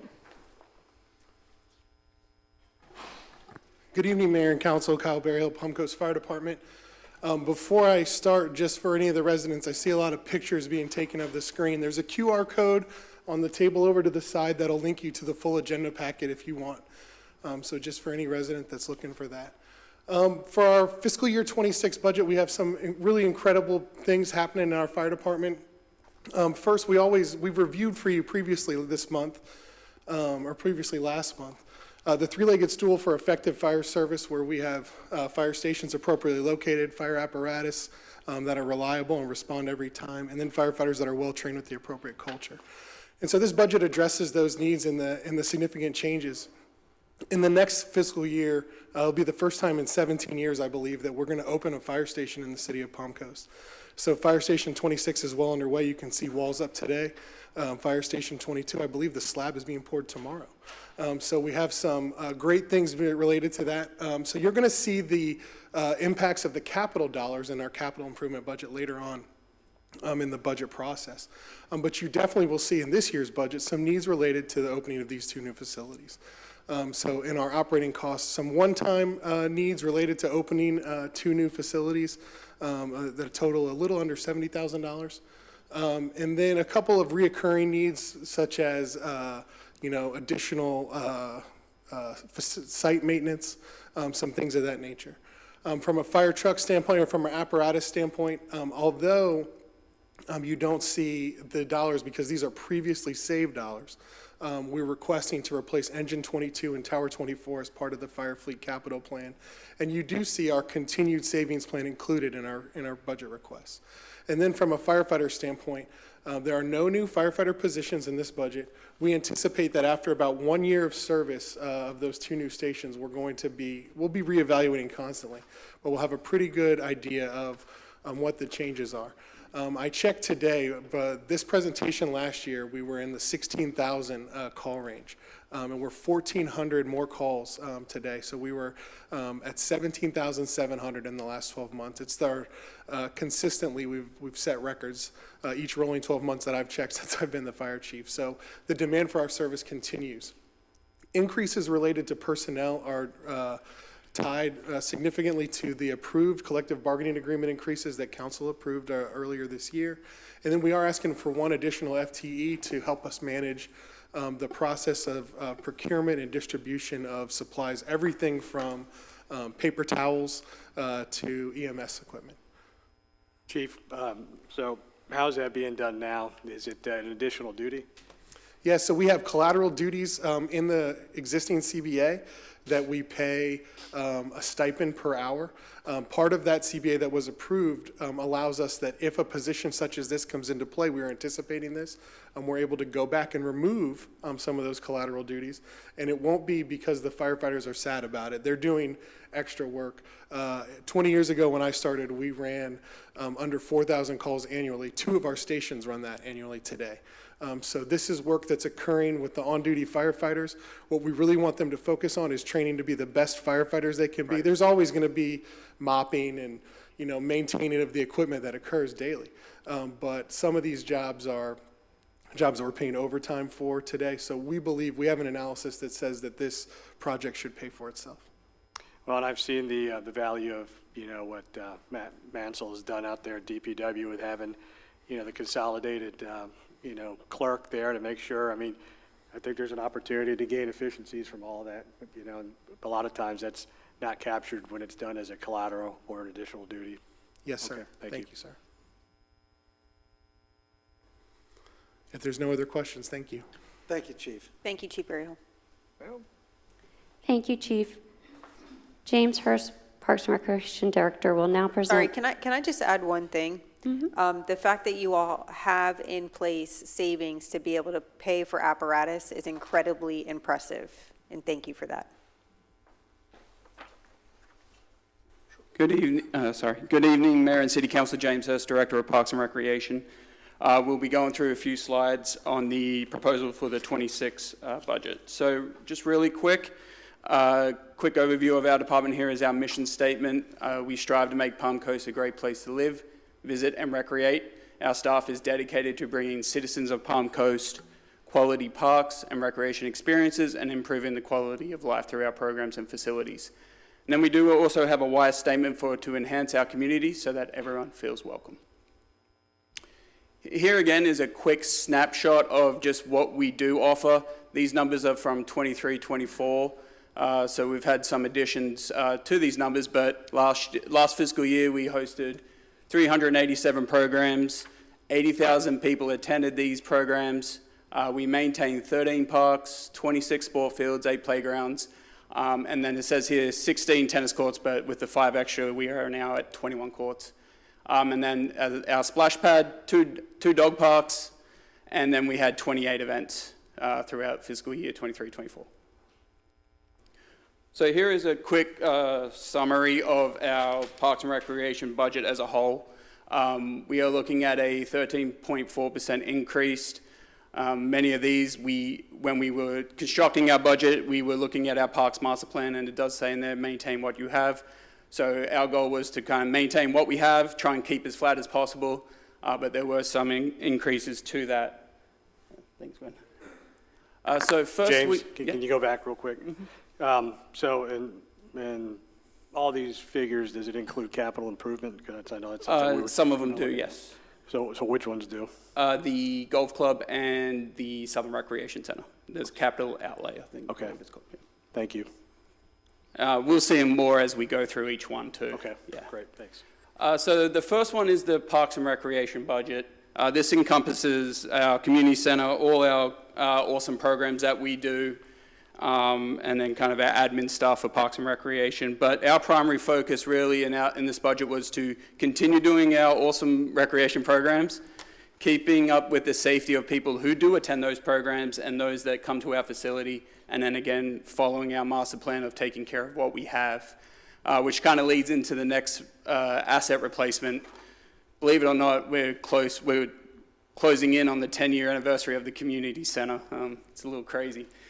So as the facility gets a little bit older, we kind of look at our tables and chairs that get used quite a bit. So we're kind of developing a small plan to kind of replace those throughout the next few years, so we don't have anything broken or anything like that for our residents when they come and rent out the facility. And then kind of going off with some other departments as well, we're doing the ADA accessibility. Civic Rec is an online registration program that we have through Parks and Recreation, and so we're just looking to get some ADA compliance software with that Civic Rec. So just a quick snapshot again of just Parks and Recreation.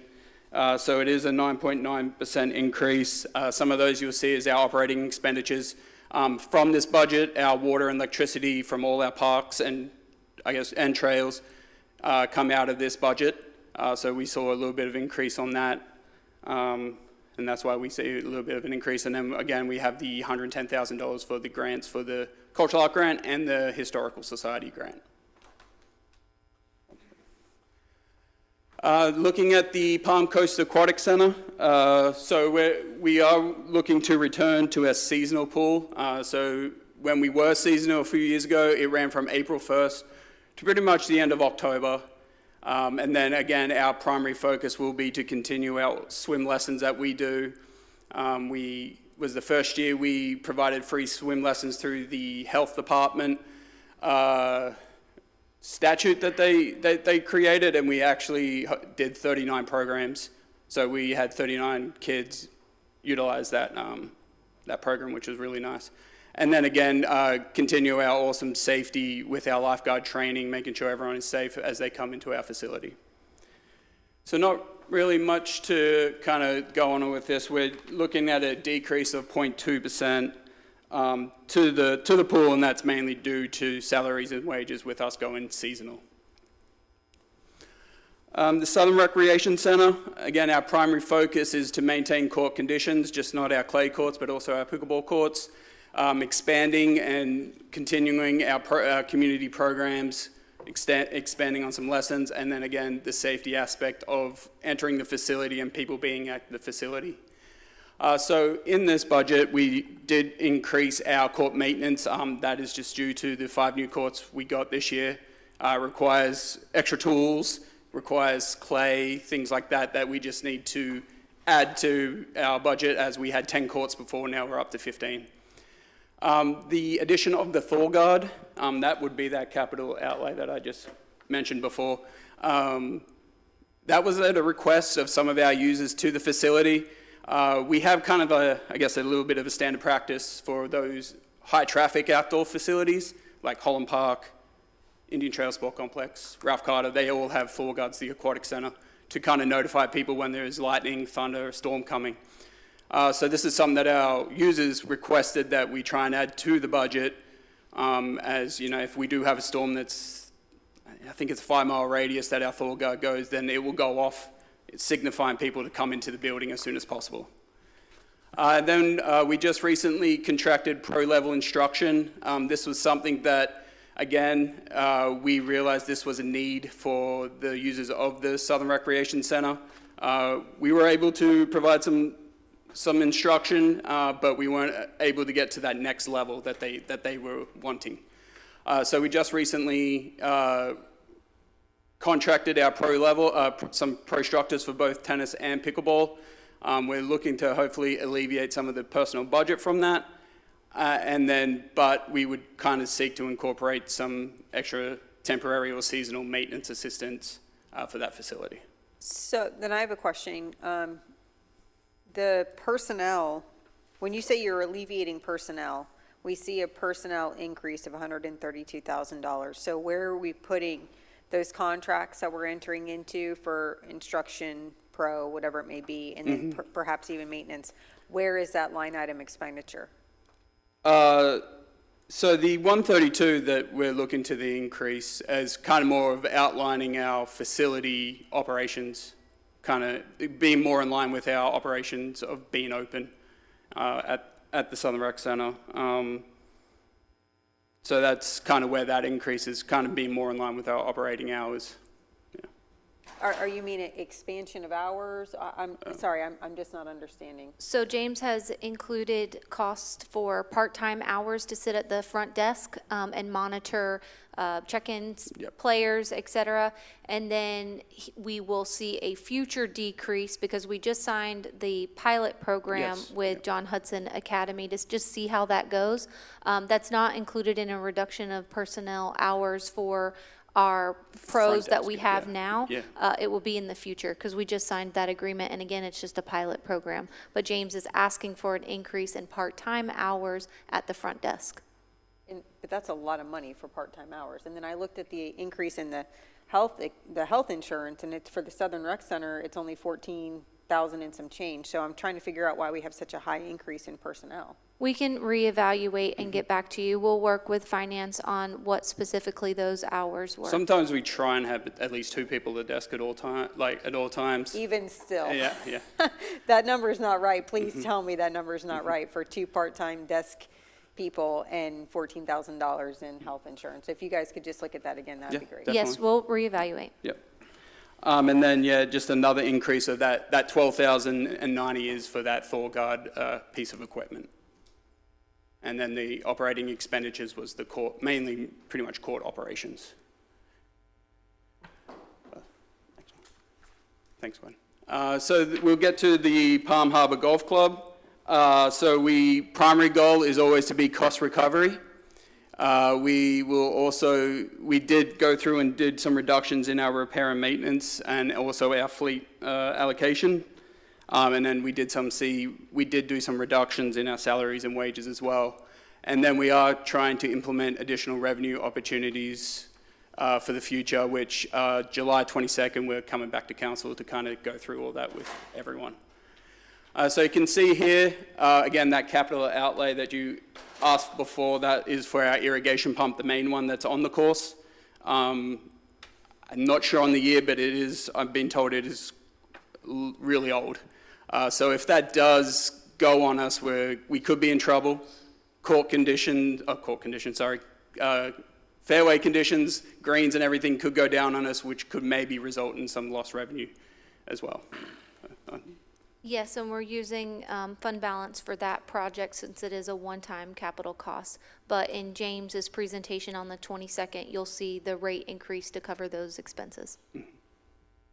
And just for the public benefit, I know we've had a lot of discussion and discussion up here too, for my colleagues' benefit, on the expenditures and the revenues of the golf course. Mr. Hurst has worked with me over the past few days to get me some figures on the revenues. I emailed some questions on some things just weren't really making sense to me. So I know we are still working those out. We're still trying to dig into those. So for the people who have been very concerned about what the future of the golf course is going to look like, I'm almost daily looking into something to try to figure things out for this golf course. And then lastly, we have parks maintenance. So again, going off our parks master plan, our primary focus is maintaining what we have and prioritizing the safety. So for parks and trails specifically, again, we're looking at asset replacements. I think, pretty much all our parks are close to 20 years old. Some of them still have the same trash cans that we had back when it was open, so they're starting to kind of not be in the best condition. So we've kind of developed a plan where we would like to try and replace these trash cans and benches and those playground sets, things like that, equipment, hopefully on a yearly basis to just try and make it safe and not have anything unsafe for the kids or anyone who's using the parks and trails. And then we're also looking for an additional vehicle as well. On our sports fields, we do have many field requests for the amount of sport fields we do not have.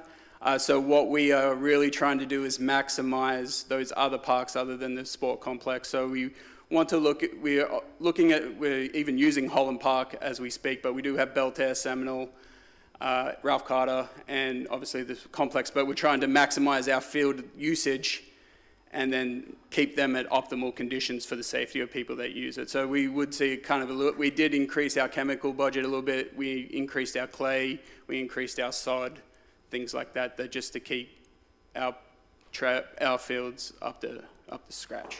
So the growing demand of sport utilization, we're using fields that were typically in our parks that were available for pickup games or kids playing, but now we're programming and utilizing spaces at those facilities, so that's why it's an increase in cost.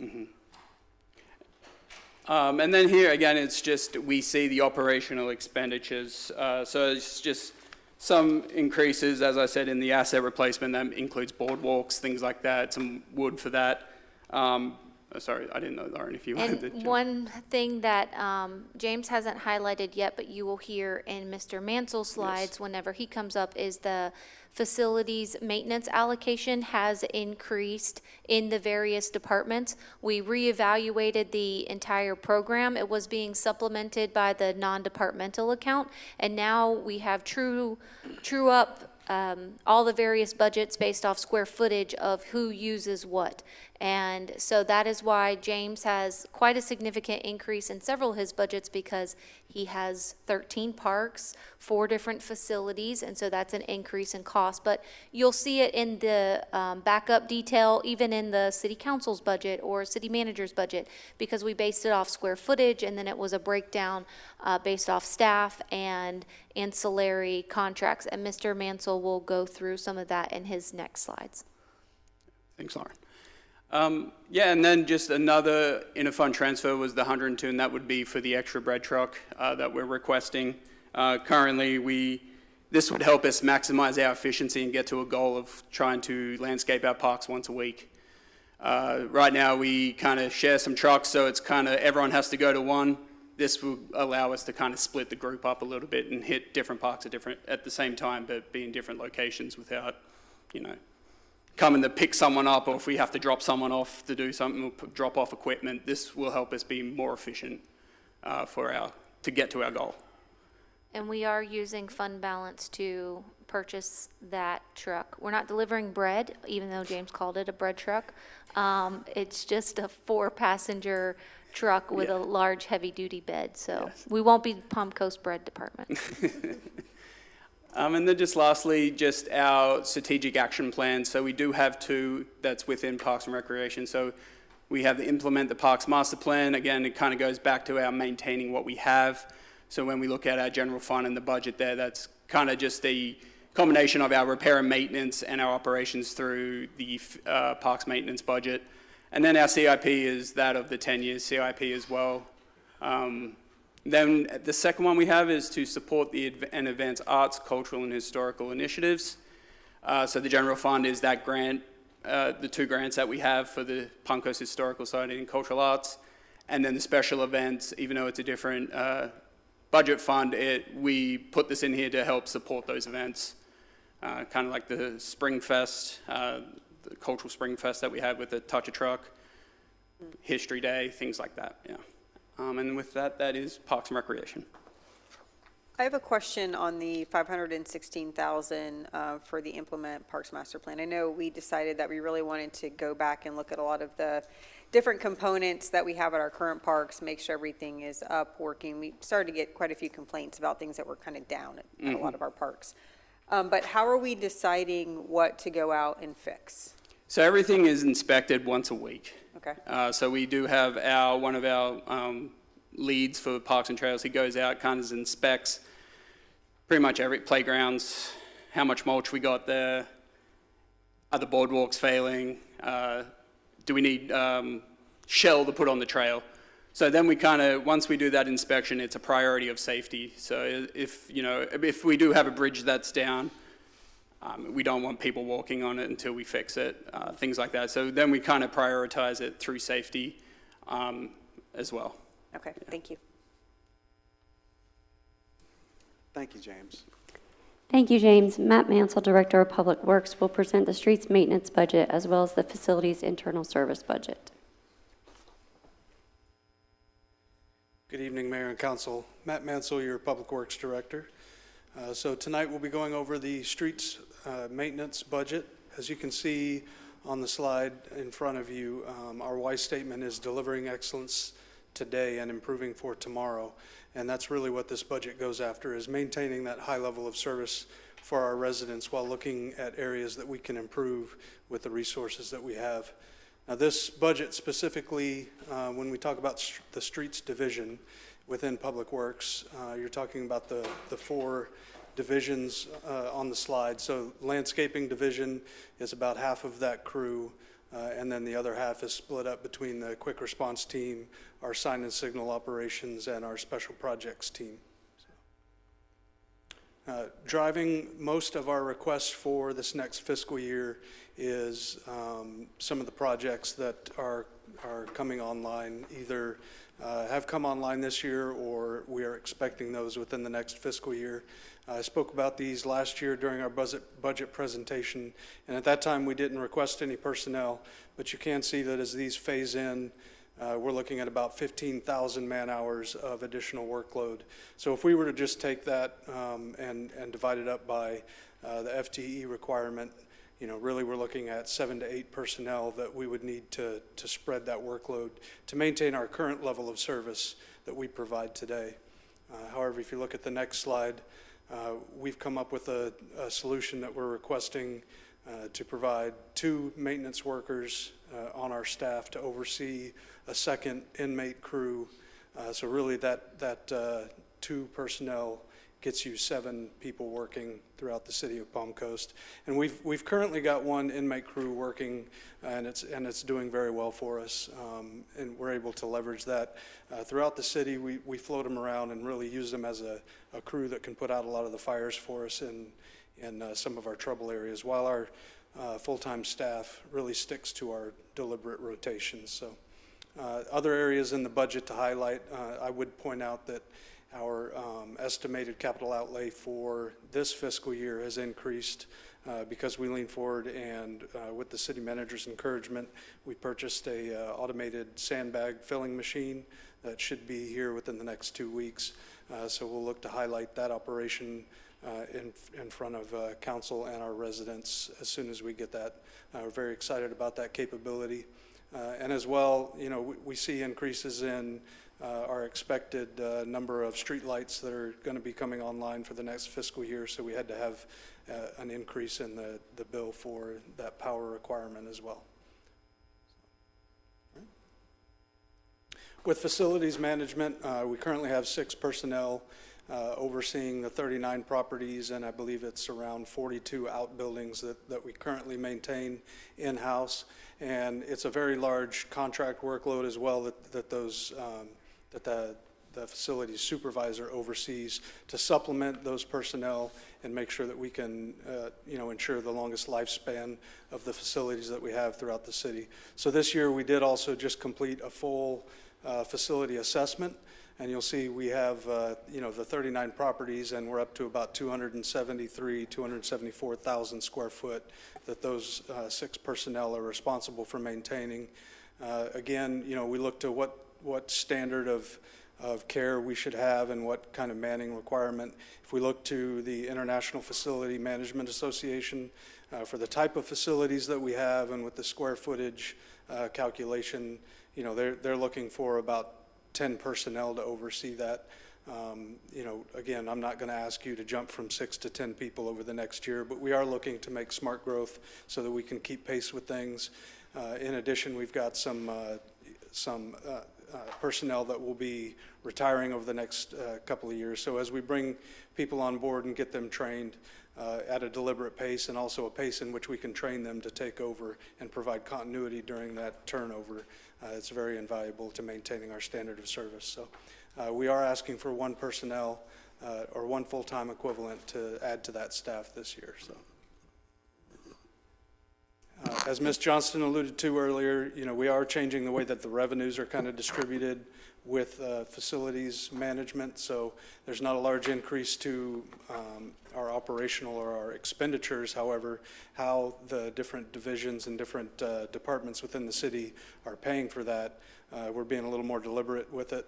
It used to come kind of supplemented out of our general fund non-departmental area, and now we've taking a look at what is the fair share is coming from the different departments, and they're getting a more true up bill. So you will see that increase throughout their their budgets as well. But for facilities maintenance, it's about a 4% increase that we're looking at, even with bringing on the one additional trades worker. So, all right. I believe that's my budget, pending your questions. Any questions from the council? I don't have a question. I just wanted to let you know that maybe a week or two ago, there was a sidewalk in disrepair, really bad disrepair from some heat expansion. Yes. Unfortunately, we had a child fall around 5 p.m.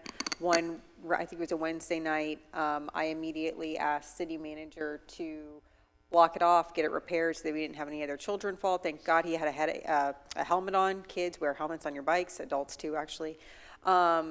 Because he was really banged up. Thank God, nothing worse. But that night, I think within maybe an hour and a half, maybe 2 hours, your department had it blocked off, and the next day it was fixed. So, excellent job. Your guys, or I shouldn't say your guys, your men and your women are wonderful, and I greatly appreciate the work you all do. I appreciate that. That was specifically our special projects crew, and they take a lot of pride in making sure that things are safe and serviceable. Yeah. You have something, Council? Yeah, just, I asked this once when we were doing some pre-briefs on this. For our facilities, how do we handle just insurance, basic insurance? So if we have damage that is, caused by, a natural disaster or anything like that, or an accident, we do go to risk management and file those claims with them and seek it through reimbursement. Most of the time, we're making the repairs and then working with them on the reimbursement on the backside. So, Okay, so where is the cost of insurance?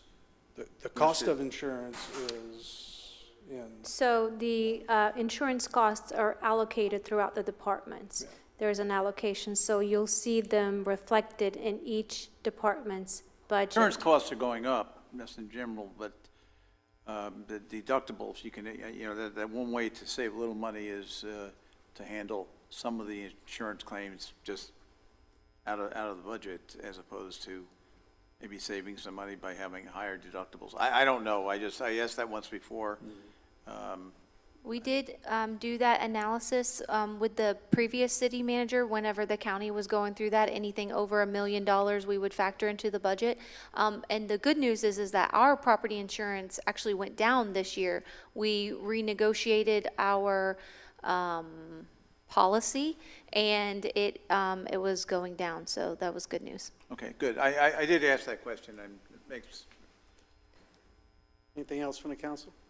Just more commentary, echoing the vice mayor's words that, when we look at the, the numbers that say how many people you should have doing to provide that level of service, and, the numbers say that you should have more, and you guys routinely make a concerted effort to be fiscally responsible and,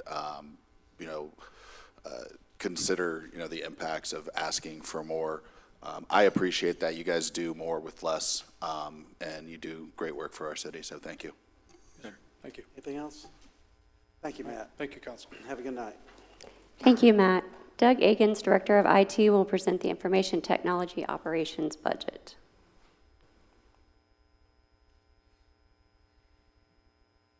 Good evening, Council. Doug Agins, IT Director. The IT department plays a critical role in supporting every city department by delivering secure, reliable, and innovative technology services. We maintain the infrastructure, applications, and devices that keep the city operations running effectively and securely. Our team provides everything from service desk support and GIS mapping to software development and cybersecurity. Through these efforts, we enable collaboration, data-driven decisions, and digital transformation across the organization. Go to the next. The IT department currently has 22.5 FTEs. This is a reduction of 1 FTE due to the freezing of a position. There are no new positions being requested for IT in the upcoming fiscal year. Expenses for the current fiscal year are projected to finish at or under budget. The proposed budget for the upcoming fiscal year is an increase of 0.2% over the current year's budget. This budget includes reductions through the elimination of select software platforms, decreases in consulting, training, and operational expenses, in addition to the previously mentioned frozen position. One-time costs included in this budget include technology equipment needed to outfit the 2 fire stations under construction, as well as costs associated with the upgrade of the city's record management platform. This budget also accounts for ongoing software costs previously approved by council, including the annual price increases that often come with maintaining licenses and support. Lastly, just over $70,000 is allocated for a strategic analysis and long-term plan for our GIS program. This funding is contingent upon receiving the Community Planning Technical Assistance Grant from Florida Commerce, and the project will only move forward if the grant is awarded. So the IT department has a primary role in Strategic Action Plan Priority 6, to design and produce a technology improvement plan. $11,200 of this year's budget directly supports this priority. These dollars go towards software utilized in the design, development, and testing of the city's mobile app, as well as smart city technology consulting in support of technology solutions for traffic optimization. Are there any questions on IT's budget? I just have a question, since we talked about the traffic optimization earlier, and then you just mentioned it again. So how much of this would be for that, and kind of what stage are we in trying to determine, what the options are, what the timeline for that looks? Yeah, so of the funds here, $10,000 is set aside for smart city consulting. We're looking to move forward with a pilot program through that consulting that'll help us evaluate a software platform that does analysis on traffic. So it'll give us a time period of looking at the Palm Coast Parkway corridor, about 8 intersections there. So that's coming up in the next month or so. Okay, thank you. Councilman Gambaro, you have Yes, something? thank you, Mr. Mayor. Doug, I just, on the GIS mapping system, it serves multiple purposes across the board, but what I always remember is, after I was appointed to the council, and 3 or 4 days later, we had the hurricane hit, and I remember riding in the back of a pickup truck with Lauren, and she was actually going through and saying, our crews have gone through and they've cleared this, and these are the houses that are identified. And for me, as an Army general, looking at a common operating picture, I thought it was just an incredibly powerful tool for us to immediately be able to engage and help our residents. As DPW is also, we could track what they were doing on there. So, hopefully we get the additional grant funding that we need for that. But I just want to make a comment on how important I think that tool is. Thank you, sir. Every year they are improving those maps during hurricane season, and I'm incredibly proud of the work they do. Yeah, absolutely. Thank you. Anything else from the council? Thank you, Doug. Thank you. Thank you. Thank you, Doug. We will now review the non-departmental budget. So there are several components to this budget, and we will review them separately. We will start with the fiscal year 2025 estimated budget. The increase in interfund transfers from the original budget of $1 million to the proposed budget of $3.5 million is to transfer funds balanced in the amount of $1.5 million to capital projects, $1 million assigned to the maintenance operations complex, and $500,000 assigned to the saltwater canals, as well as a transfer of $1 million to the Streets Improvement Fund to support streets resurfacing. For fiscal year 2026, you will notice a decrease in operating expenditures of $1.5 million. This is what Matt was talking about. This is a reflection of removing the facilities allocations from this budget to be directly reflected in each department's budget. This allows for better alignments of cost and provides a better tool to determine total cost per function. As far as contingency, we are proposing the contingency for revenue and expenditure fluctuations, as well as value adjustment board value changes, as we have done in the past.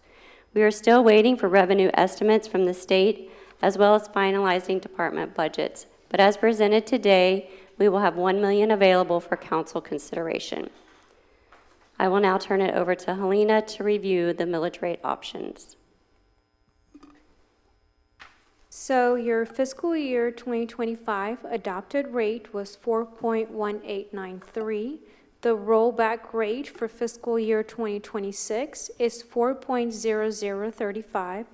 The majority vote is 5.6629, and a 2/3 vote would be 6.2292. Your options for maximum proposed millage rate are highlighted in yellow. To maintain the same rate at 4.1893 as presented today, or the City Council requested reduction of 1/10 to 4.0893.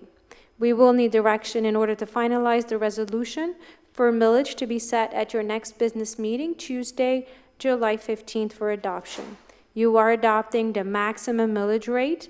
The rate can be reduced, but it cannot be increased beyond the rate you establish next week.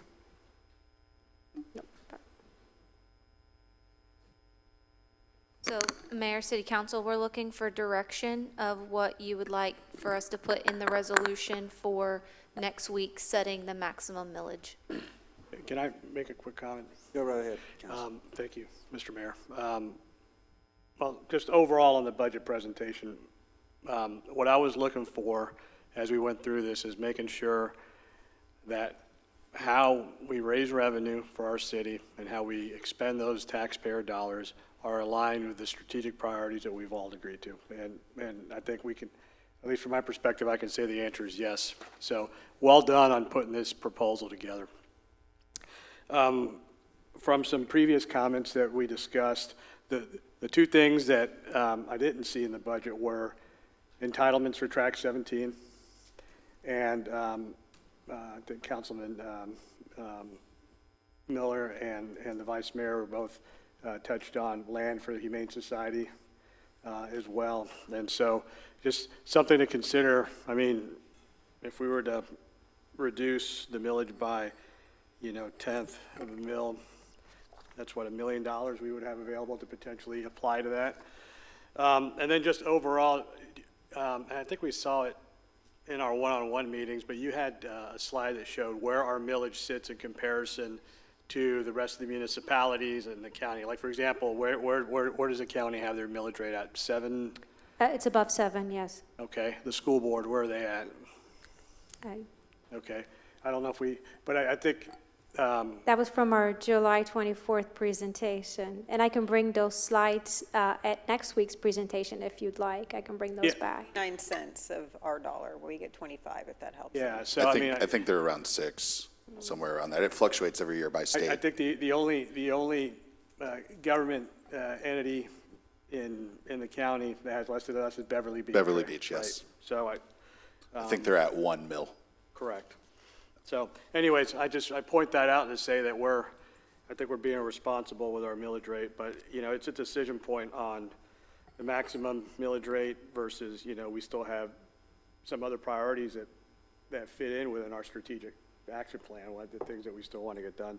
So, but overall, I'm very happy with the budget that you presented, especially with the pure alignment to what we've asked you to go do. So thank you. Thank you. So what do you need from us? You just need us to set the max? Yeah. That is correct. Consensus to go with the max at a 4.1? I have a couple questions. So would you mind going back to the slide before this? Can you repeat again? I know you said there was $1 million for the street improvement fund, the $500,000 for the canals. What was the other one? $1 million for the maintenance operations complex. Yeah. And so at this point, it seems to me, and correct me if I'm wrong, if basically the decision is to reduce by that 1/10 of a mil, or decide to put money towards shelter or entitlements. Is that Yes. pretty much it? That is correct. Okay, so my position, obviously I made my position clear during the last meeting. I would like to go down the 1/10 of a mil for a couple reasons. One, we don't know what the entitlements look like on Track 17 right now. We haven't gotten any commitment from the landowner. The price that they're asking for right now is not something I think the city wants to pay.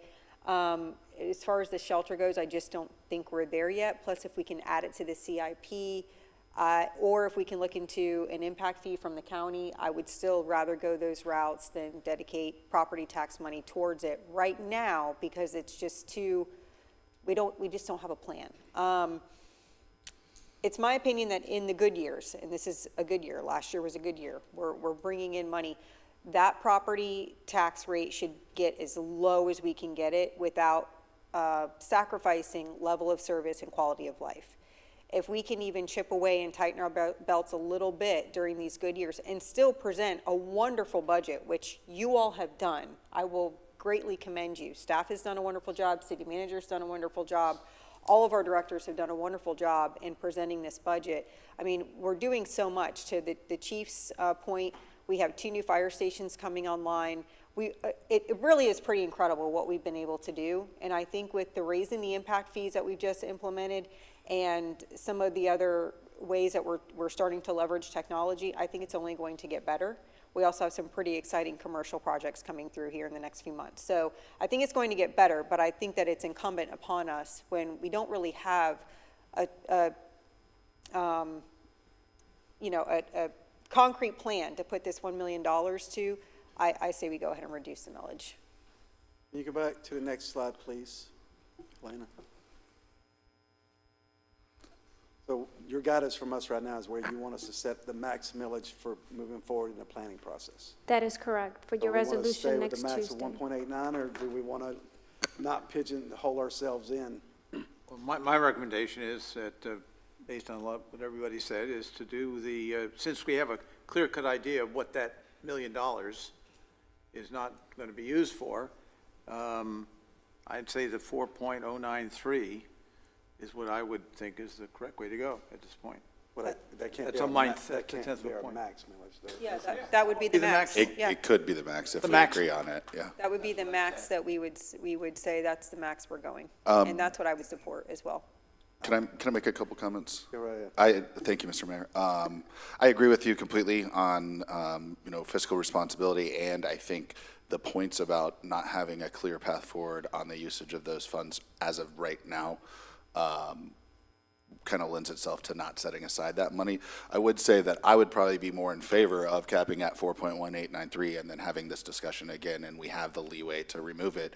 And that way, we know, the residents know, we're not raising the tax rate at all. That's the max it can be, which is the same tax rate as last year.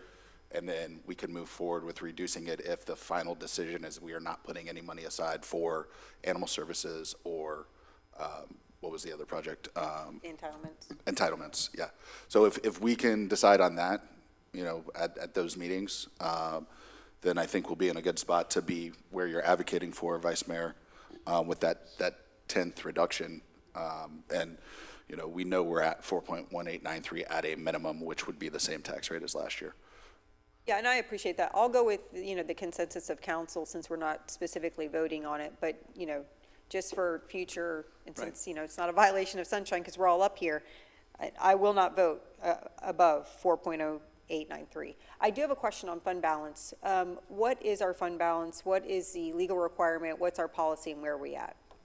Okay, so our policy is 10 to 20%, but FGFOA recommendation, auditors, and our level of comfort is more than 25%, just because we're subject to hurricanes here, and the general fund does supplement the disaster recovery. So we were at 21.7 million at the end of September 30th. So we are proposing to use 3.5, if you go back to the appropriated fund balance. Go back to the beginning where we have, sorry, I have to go back in my notes. To the beginning. Hmm? To the beginning. Yes,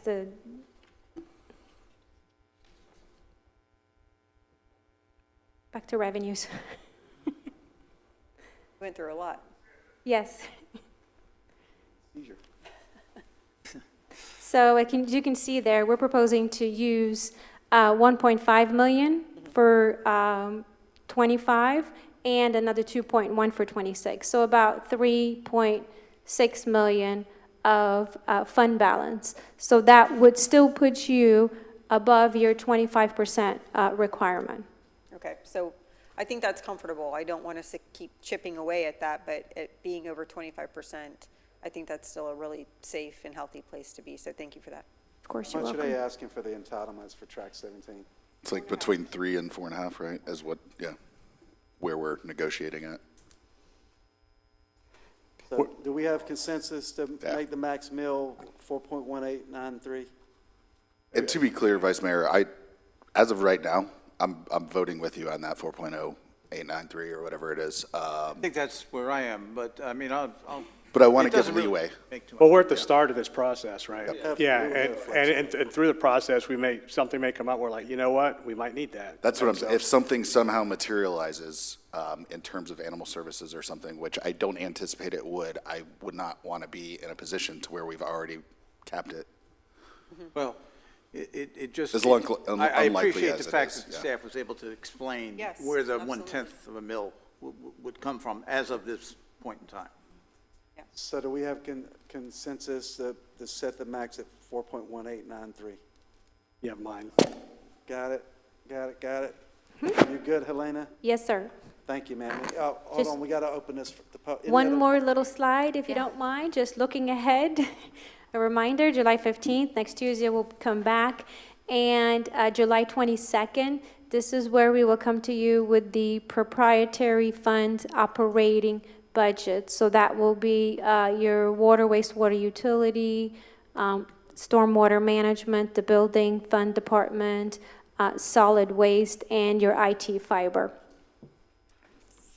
Is that it, Helena? Yes, sir. Thank you, ma'am. You're welcome. Anything else from the council? We'll open up the public comment. Yes, ma'am? Hello. I just want to say kudos to Chief Barry Hill with the fire department. With 2 stations opening and not asking for funds for new firefighters. he's Ms. Duarte, I'm sorry, can you announce your name again one more time? Huh? Oh, Your Jeannie name. Duarte. Thank you. Thank you. It's impressive that he's running a well-oiled machine, having saved funds in the past. He's definitely a contender for the city manager position, for sure. When he asks for something, he's taken serious, and it's well-deserved. Our first responders, they deserve respect. The men and women are our first responders. They don't deserve to be sandwiched between 2 5G cell towers. So we need to definitely take that in consideration as well for them. Thank you. Thank you, ma'am. Yes, ma'am, Miss Carol. Carol Stoughton. I didn't hear, unless I missed it, how much are they allocating, the girls did a great job here, for the maintaining of, from what has been told, it would cost $10 million to update our water and sewer treatment plan. How much money has been put into that, which is the first thing that should be on the agenda? This has been going on in need for over 10 years. We are way beyond the time that this should have been fixed. It has been let go on the past mayor's reign and council. Nothing is being done. And by the way, when was the last audit that was done on any revenues that come into this city? I'm not accusing anybody of anything. However, we should have an independent audit, which I've asked for so many times. When was that last done in this city? And one last thing, I hear about animal licensing fees, and what is that all about? But the priority is the water treatment and sewer plants and all the monies that have to go into taking care of 100,000 people that live in this town, and especially those that have pep tanks. That is what you should consider, because that is the most important thing that is needed in this town. Thank you. Thank you, ma'am. Anyone else for public comment? Yes, Jeff. Jim Blecken, C-section. I'm sorry, Jim. Looking over there, you always forget my name, doesn't matter. It's okay, Jim. Just say, hey, you. His last name, it's on his shirt. Yeah, I know. I'm blind though, so. Overall, let me just hit a couple quick things. I did not see anything for infrastructure or dredging of the canals in this budget, so it's hard to really analyze an overall budget when it seems to be mainly for the personnel and maintenance. Some of the things that did stand out to me were Economic development increased, but specifically the planning department got a 33% raise. Might want to look at that one because planning department has got us a lot into the mess that we're in with the infrastructure, the sewer, the water, overdevelopment, under charging for it all. I'm not so sure they deserve 33%. Code enforcement, great job, 2.8% raise, fantastic, can't say anything bad about them. Parks and Rec. Parks and Rec maintenance went up $534,000, over 25%. Personnel was only 5%. Think we might want to look at the maintenance number there, might be a little bit high as well. The Southern Rec Center personnel went up 33%, $133,000 for one position. Aquatic Center is only going down 2%, but is closing half of the year. I see a pattern in the Parks and Recs that they're really heavy on their budget, their personnel end of it.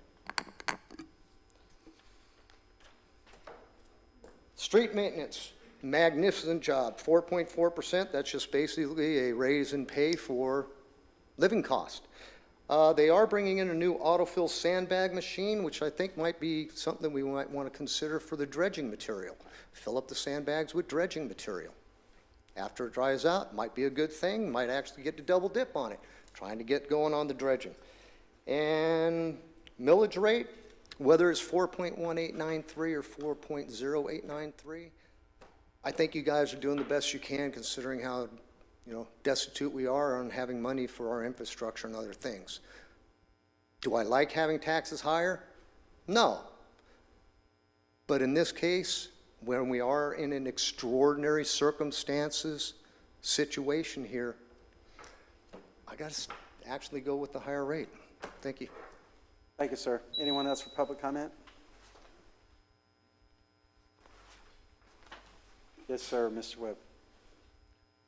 Mark Webb, Palm Coast. First, I want to acknowledge that as the citizens are paying attention and seeing all this, we need to be aware that all of you have been substantially briefed individually and have had opportunities to speak and discuss with each of these individual departments. This is the first time most of us are seeing this, other than I see it year after year. But I had a couple of questions, and I don't really understand. I've been paying a lot to the county efforts that they're having right now. Now, the county has right now a 7.99 millage rate. It's almost twice what we have. The county has a budget, an operational budget, as I know the council member up there knows, which is marginally less than Palm Coast. So I don't understand how a county of 130 plus thousand people has twice our millage rate and is going through operational efficiency adjustments. And yet we are not looking at a single reduction in anyone's budget other than the pool, because they're only going to be open half a year. I'm looking at it simply. I'm looking at it and trying to understand that you're hoping to get $43 million in property taxes. My house is down $28,000. Most of my neighbors are as well.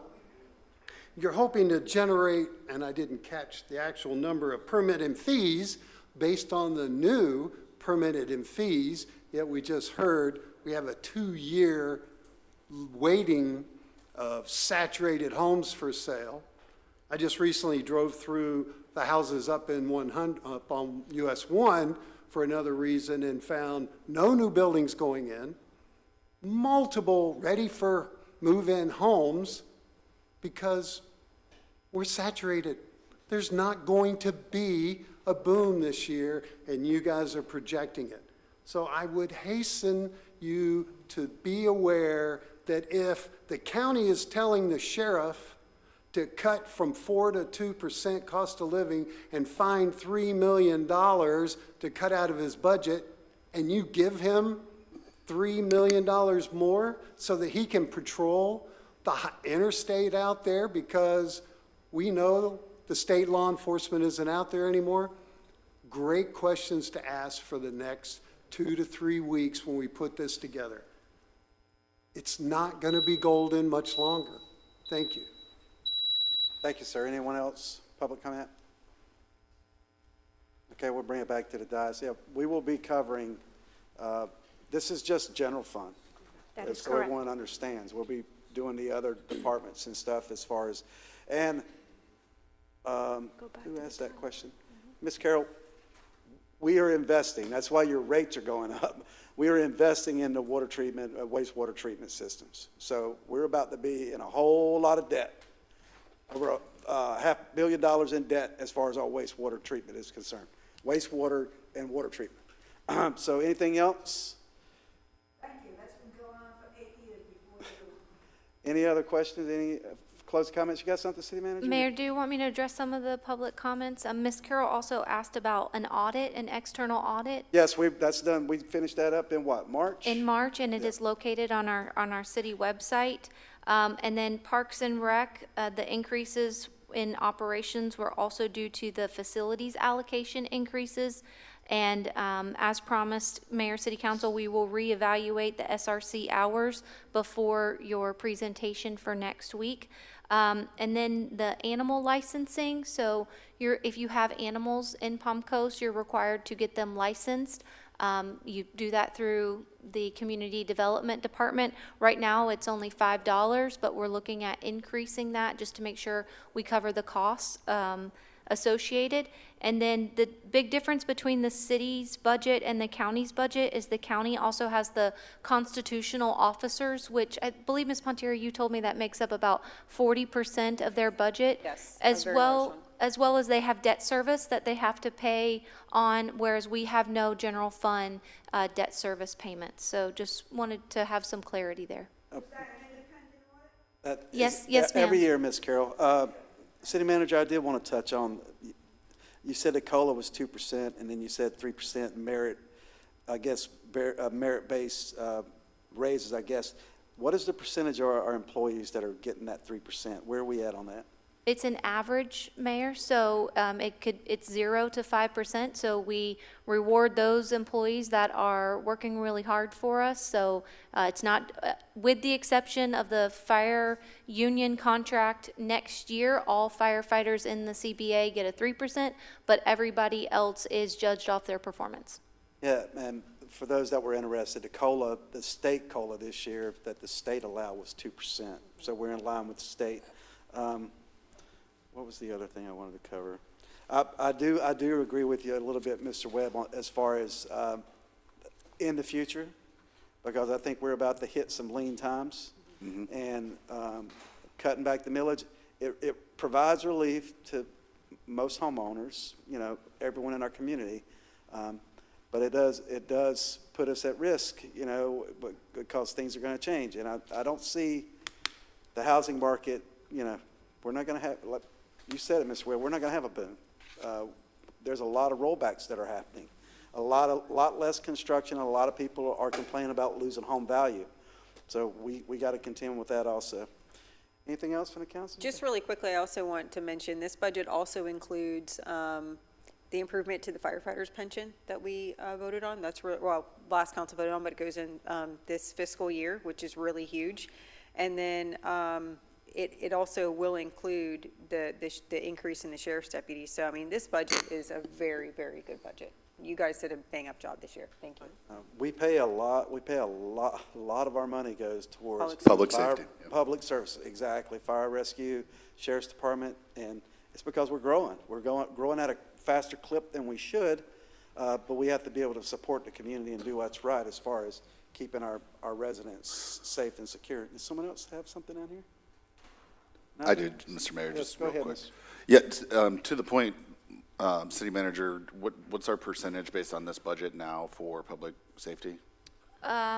The only number I know off the top of my head is that it's a 17% increase from last year Right. in public I safety think this year. I think it moved somewhere from the mid-40s to the upper 40s in terms of a percentage of our overall general fund. So we're investing more in public safety, and it's becoming a larger part of our budget every year. And we have that cool tool on our website that you can search your property and see how much where your tax dollars are going. So, That's through the county? no, the county has one and we have a one, separate so one. you can Okay. compare both. So, you can see, So of your bill, can what access percent that. goes to what department, basically? So you can Yes. see how much goes to fire, how much goes to police, all those things. So it's a pretty great tool to kind of get a snapshot of where your specific money goes to.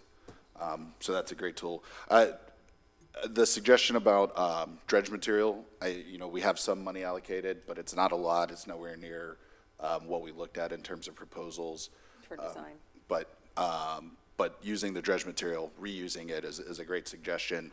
We do have the shaker boxes that remove other materials out from the sand and basically creates just sand, removes all those excess materials. So combined with that, we could potentially create a lot of sand that can be used for other projects as well as sandbags and things like that. So that's a good suggestion.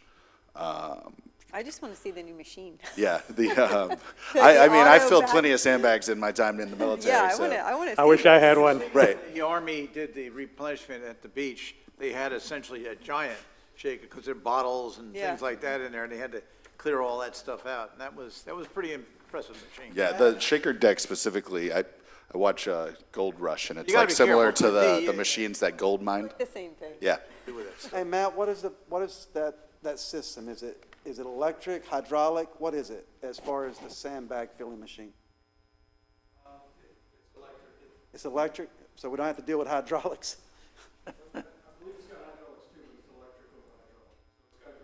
Need a generator. Okay, thank you, sir. Yeah, And then- hydraulics, you get into some money for repairs, so.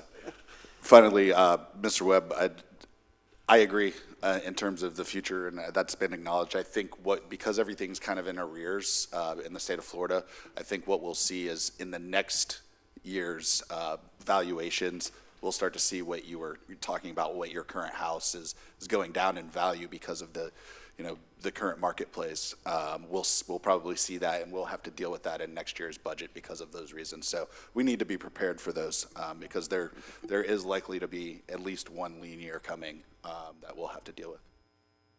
Anything else from the council? Elena? thank you. Ms. Ragsdale. Ragsdale, I'm sorry. Thank you, ma'am. Thank you so much. Thank you. Right. Okay, come up here, Miss Lynn Stevens. It's time for you to go to work. We're going to move it on to E3, City Manager. Yes, sir, thank you. Mayor, City Council, if you recall from your direction several meetings ago regarding stormwater, what we could do with some extra capital projects money for a loan, and then we had several residents inquire about various ways to look at maintenance for our open swale system.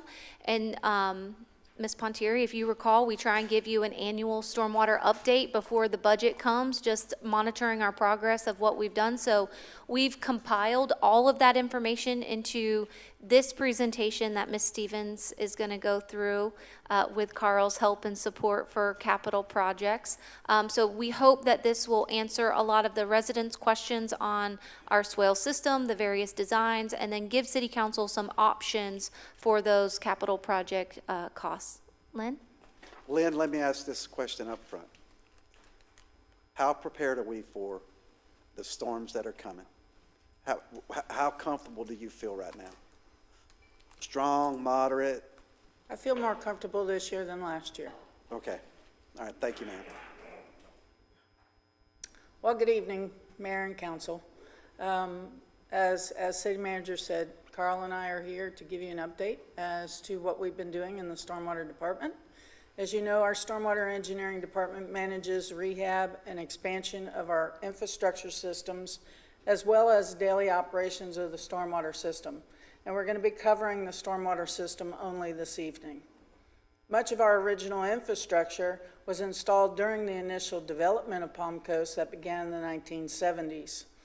We focus on keeping the operation of the infrastructure systems functioning by assessing and rehabilitating the aging infrastructure, but also completing projects to address our current and future growth needs. So we wanted to provide you, just to refresh, an overview of just how massive our stormwater system is.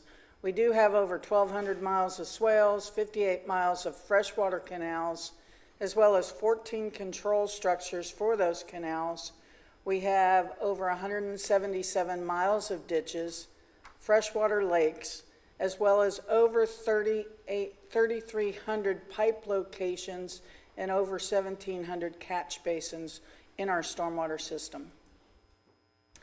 Again, just to reiterate that our system operates like an inverted pyramid. We pivot on our 58 miles of canals. They are our most important feature of our stormwater system. A failure of these canals affects our entire stormwater system. Ditches flow into the canals. Those are our next most important feature. And then the swales flow into the ditches. And just a reminder that the roads are designed to convey stormwater so that homes do not flood. Talk a little bit about the open swale system. It's important for residents to understand what an open swale is and how it functions. While the swale is located in the city's right-of-way, it is the responsibility of the property owner to maintain the property all the way to the edge of pavement as outlined in our Municipal Code 24-159. Culvert pipes are part of the driveway and the responsibility of the property owner to maintain, just as it is their responsibility to maintain the concrete portion of the driveway.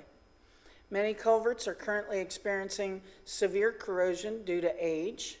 You have metal pipes out there that have been out there for well over 20 years. Anytime you have metal in an atmosphere, it is going to corrode. Many of the culverts in our city were installed prior to 2020. They're made of galvanized steel. We have changed the requirement for materials of construction for culvert pipes, and we require them to be aluminized steel instead of just galvanized steel, which gives them a little more protection. Many of the culvert pipes in our city have reached their life expectancy, and many need to be replaced. I have a question on that. When an infill lot is built, or property is built on an infill lot, who puts in the culvert pipe? The builder. The builder does. The builder installs a culvert pipe as part of the construction of the driveway to the property. Got it. Thank you.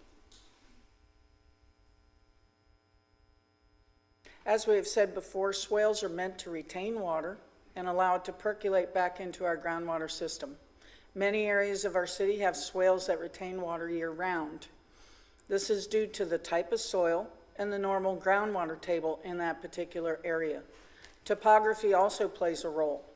While it may not look like it, we do have some significant elevation differences throughout our city.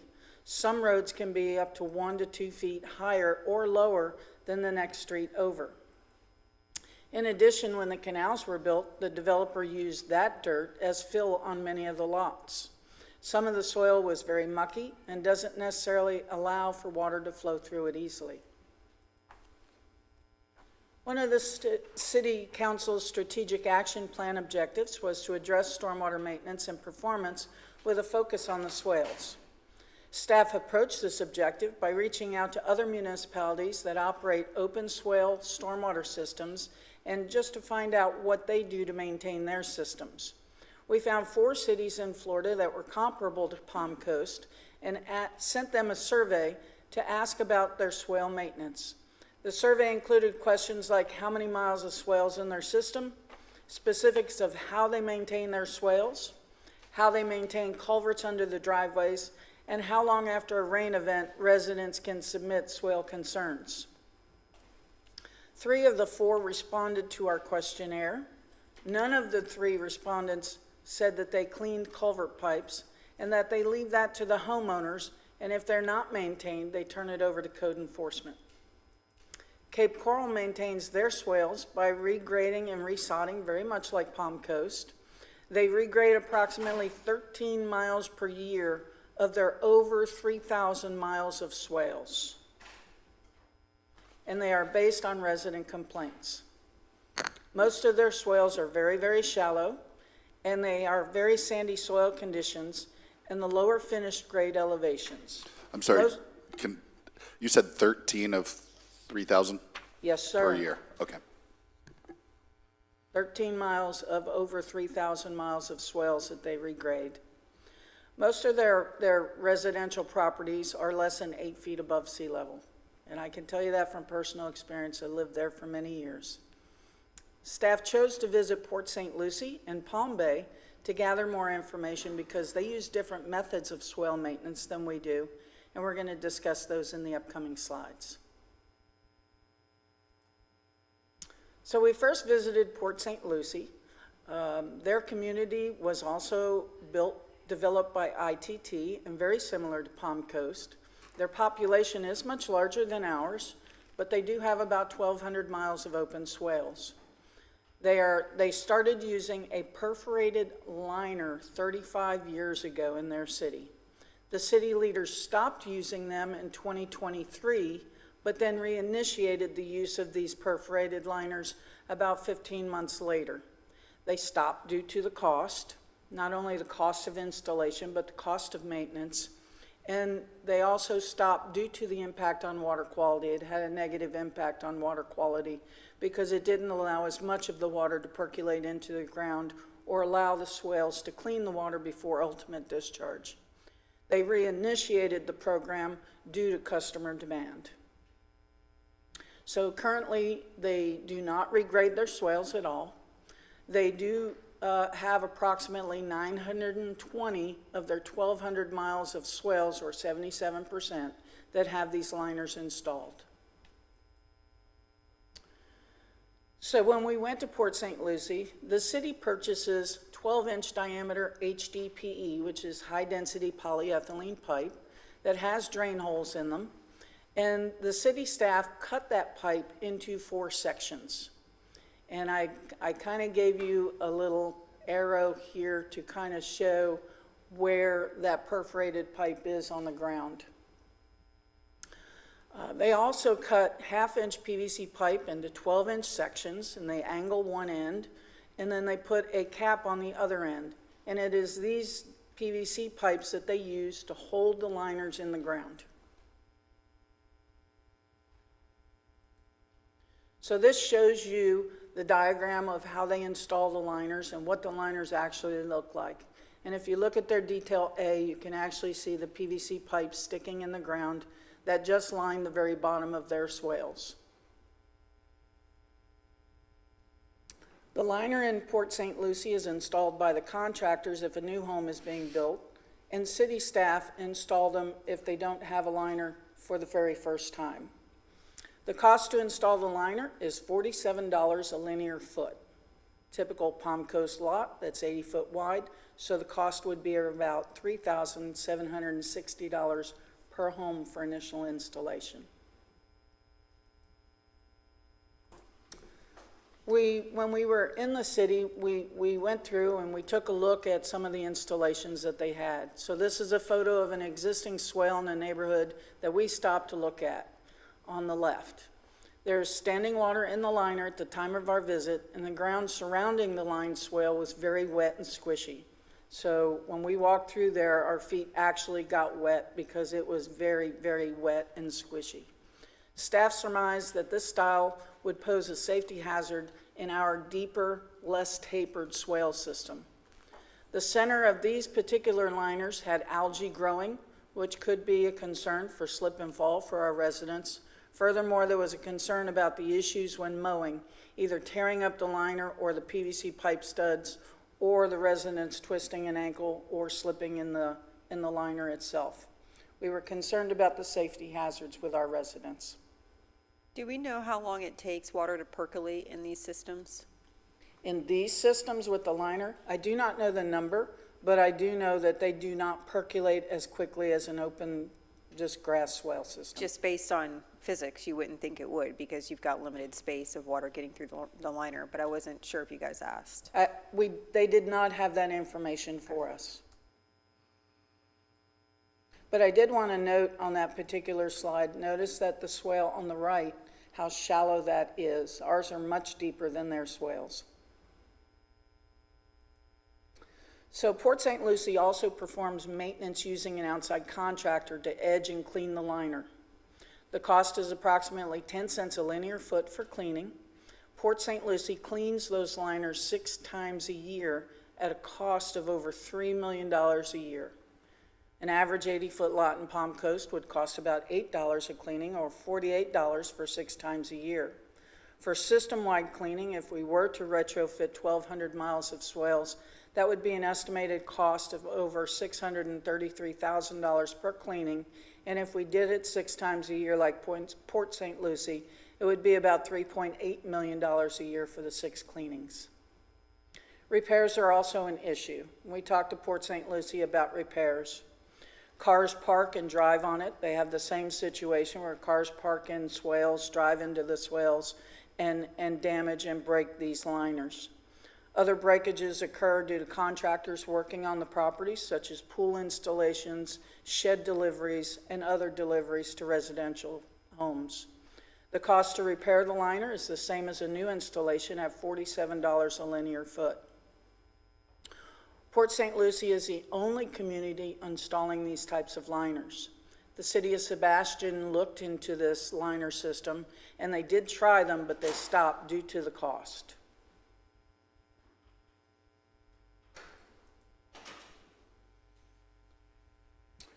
We then visited the city of Palm Bay. They also have an open swale system very comparable to ours. They do not regrade their swales. They use a trencher mounted on a tractor. They do not clean up the generated debris, and no sod is replaced when they go through and do this work. The city of Palm Coast apparently used something similar to this many years ago, but chose not to replace the equipment when it was retired due to cost.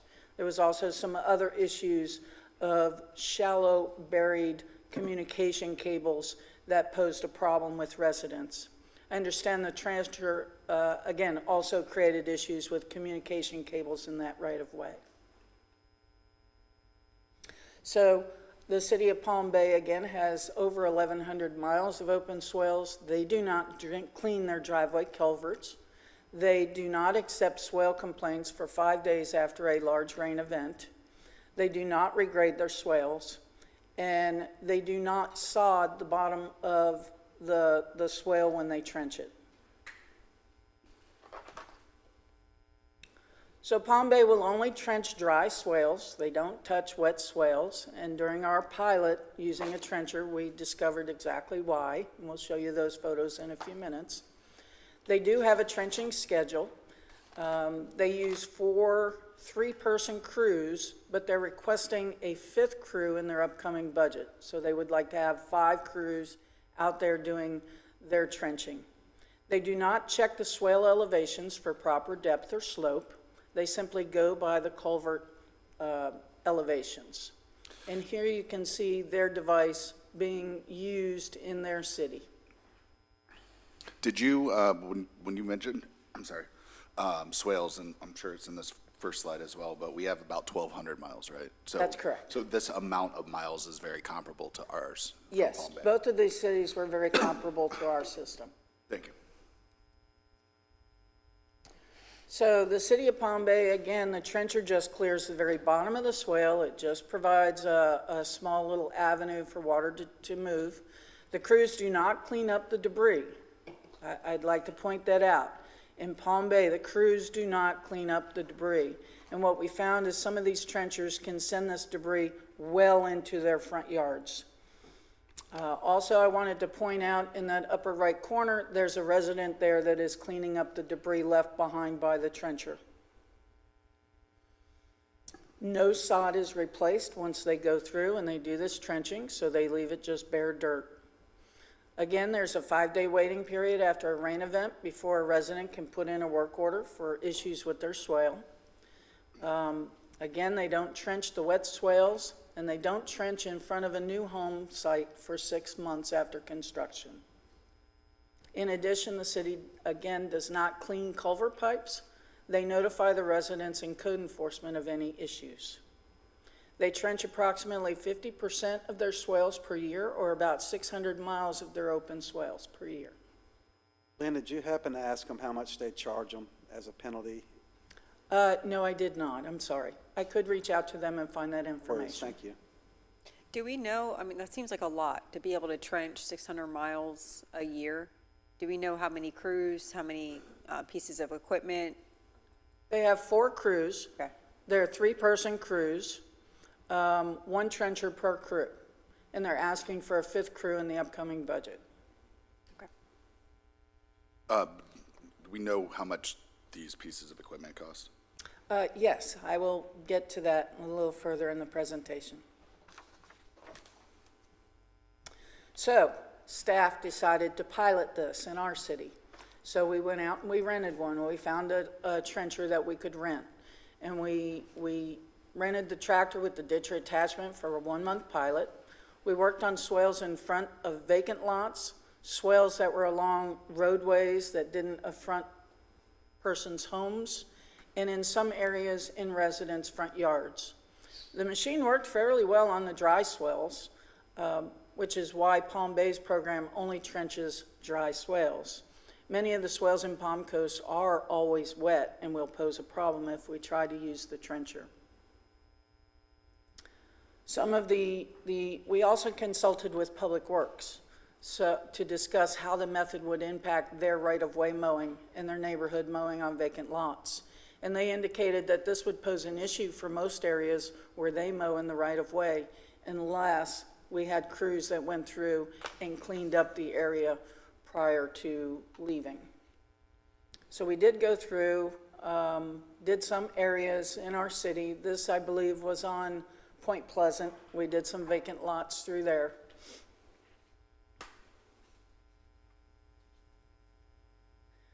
The other issue we encountered was how far the machine spread the debris we removed. There was no way to control that. We didn't think it would be an acceptable way to leave our residents' homes. At this address, staff spent hours cleaning up after the trencher. You can see this was a wet swale. You can see how far it pushed the debris up into the yard. The estimated cost of the equipment is $350,000. It would require a dedicated vac truck and crew to clean up after the equipment because we did not believe that our residents would accept us leaving that debris behind for them to clean up. At the end of the pilot, it was decided that the return on investment for the equipment, since it could only be used on dry swales, was not in the best interest of the city. In addition, staff could not control the elevation variances for the entire swale run, which could result in low or high spots, which also could result in the swales holding more water at the end of the work. So I was actually curious about that. So let's say we had a large run and part of it was wet, so you could not trench. What would you do in that scenario? Then we would have to go through and use the grade all. Okay, so you wouldn't be able to grade to the same angle and depth as the trencher? So the grade all is much wider. The grade all does about an 8-foot wide section, whereas the trencher does about an 18-inch wide section. Goes deeper. So it goes wider, it goes deeper, it tapers the swale much better, but it also requires sod. Okay. So it doesn't sound like if we were to trench part and grade all part that it doesn't work seamlessly. Well, it might, and that rolls into our next part of the presentation. So we looked at some alternatives to the tractor-mounted trencher, and we found that there is a walk-behind trencher. So we rented a walk-behind trencher. And after a trial and error period, it was discovered that where St. Augustine grass is present, a stick edger was also needed to cut the grass. So what we were finding is that it was really creating more problems in the neighborhoods than it was resolving where they had that St. Augustine grass. But with the stick edger, we could cut the grass, which gave us a nice cleaner trench that we could clear through there. The trencher is very useful in tapering the swale from the culvert. So a lot of times our problem is right at the culvert pipe. We have those big humps. When we go through and we clean a culvert pipe, it leaves the dips And so we found that the trencher works very, very well to taper that out for the rest of the swale. It's also very useful in high spots of the swale, especially where two properties meet. We find that those are also high spots. And if you recall, last year we started doing some spot regrading. So the trencher seems to lend itself very well to spot regrading. However, it's not beneficial on a full swale run because staff, again, can't control the depth of the entire swale run since a trencher floats on the top surface of the ground. So if the ground is uneven, the finished swale too would be uneven. And also the overall time it would take to do an entire swale run versus using the grade-all in those particular situations. So we found that the method significantly improved the overall swale run. So by taking out some of those high spots using the trencher, we can do it faster than the grade-all, than mobilizing the grade-all in a full crew. In addition, since it's such a small width, no sod would be installed at the bottom of the swale where we're doing the trenching. The style of swale maintenance cannot replace the current method of using the grade-all for full run regrading, but it would be useful to supplement the program and enable us to cover more ground. It is especially beneficial in tight workspaces where the heavy equipment has difficulty working, such as cul-de-sacs, or where driveways are very close together, or we have telephone poles. We have quite a few areas where we have to hand dig it because the grade-all just cannot get into some of those tight areas. So we worked with staff and we came up with the pros and cons at the end of the pilot study. So we have used it for 2 months, and we believe the walk-behind trencher was the most effective for our needs and would definitely benefit and help us cover more swale work in our city. We evaluated the pros and cons of each using the walk-behind trencher. So we found that the walk-behind trencher's cost is about $17,000 each, as opposed to $350,000 for the tractor. What? Thing looks like a tiller. $17,000? Yes, sir. I thought it was a tiller. That's have you looked at the cost of lawnmowers outside of Home Depot? Yeah. It's gotten crazy. So again, some of the pros are that it's good for the high spots between culverts and for tapering those culverts when we go through and clean them.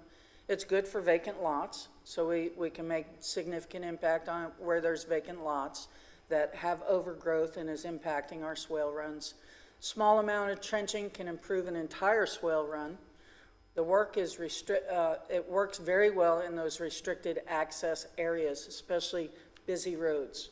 We're on a lot of busy roads where maintenance of traffic and safety of our staff is a concern. It also reduces the cost of sod, since where we use the trencher, we would not be sodding those areas.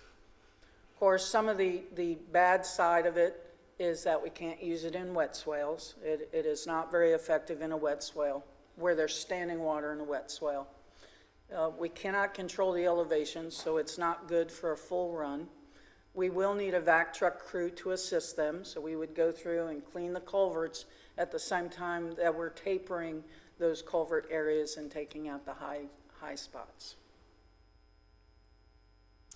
So at the end, this is a comparison of the last 3 years of the linear feet of swale improvements that we have done. You can see that in May and June, those numbers went way up. That is a direct result of the walk-behind trencher that we have rented for 2 months. The month of April is when we used the tractor-mounted trencher and did not do very well for us. So we believe that at the end of the pilot, the walk-behind trencher is going to significantly improve more miles of swales in our system. So we will be, at the end of the presentation, recommending purchasing 2 of those walk-behind units.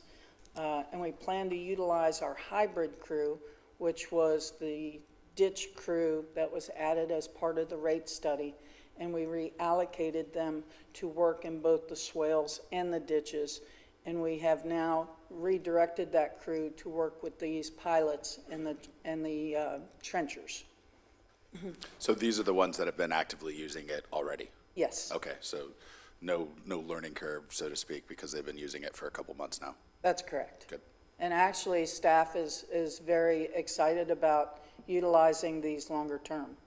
So we did meet with our staff that have been running these units, and they speak very highly of the utilization of them. Lynn, what about the feedback from the residents where you use that walk-behind trencher?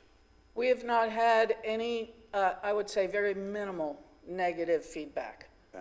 And most of that is just asking us, are we going to put sod back? Or are we doing the rest of the run in front of their house? And once we explain to them what we're doing, to give them that relief of that swale, they are very, very happy with it. Are we still doing the spot grading as well? Yes, Okay, is that now going to be a permanent practice? yes. Okay.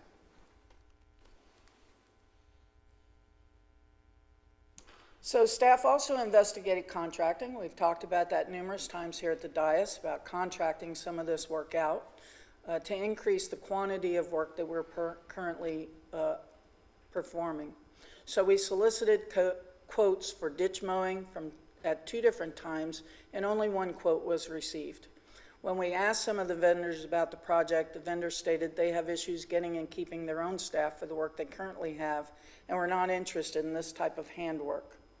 So many of our ditches require manual work with weed eaters to maintain and cannot be accessed by equipment.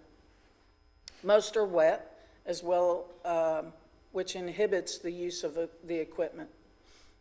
These are ditches that are along the roadways, between homes, and this is also where we're using the inmate crews.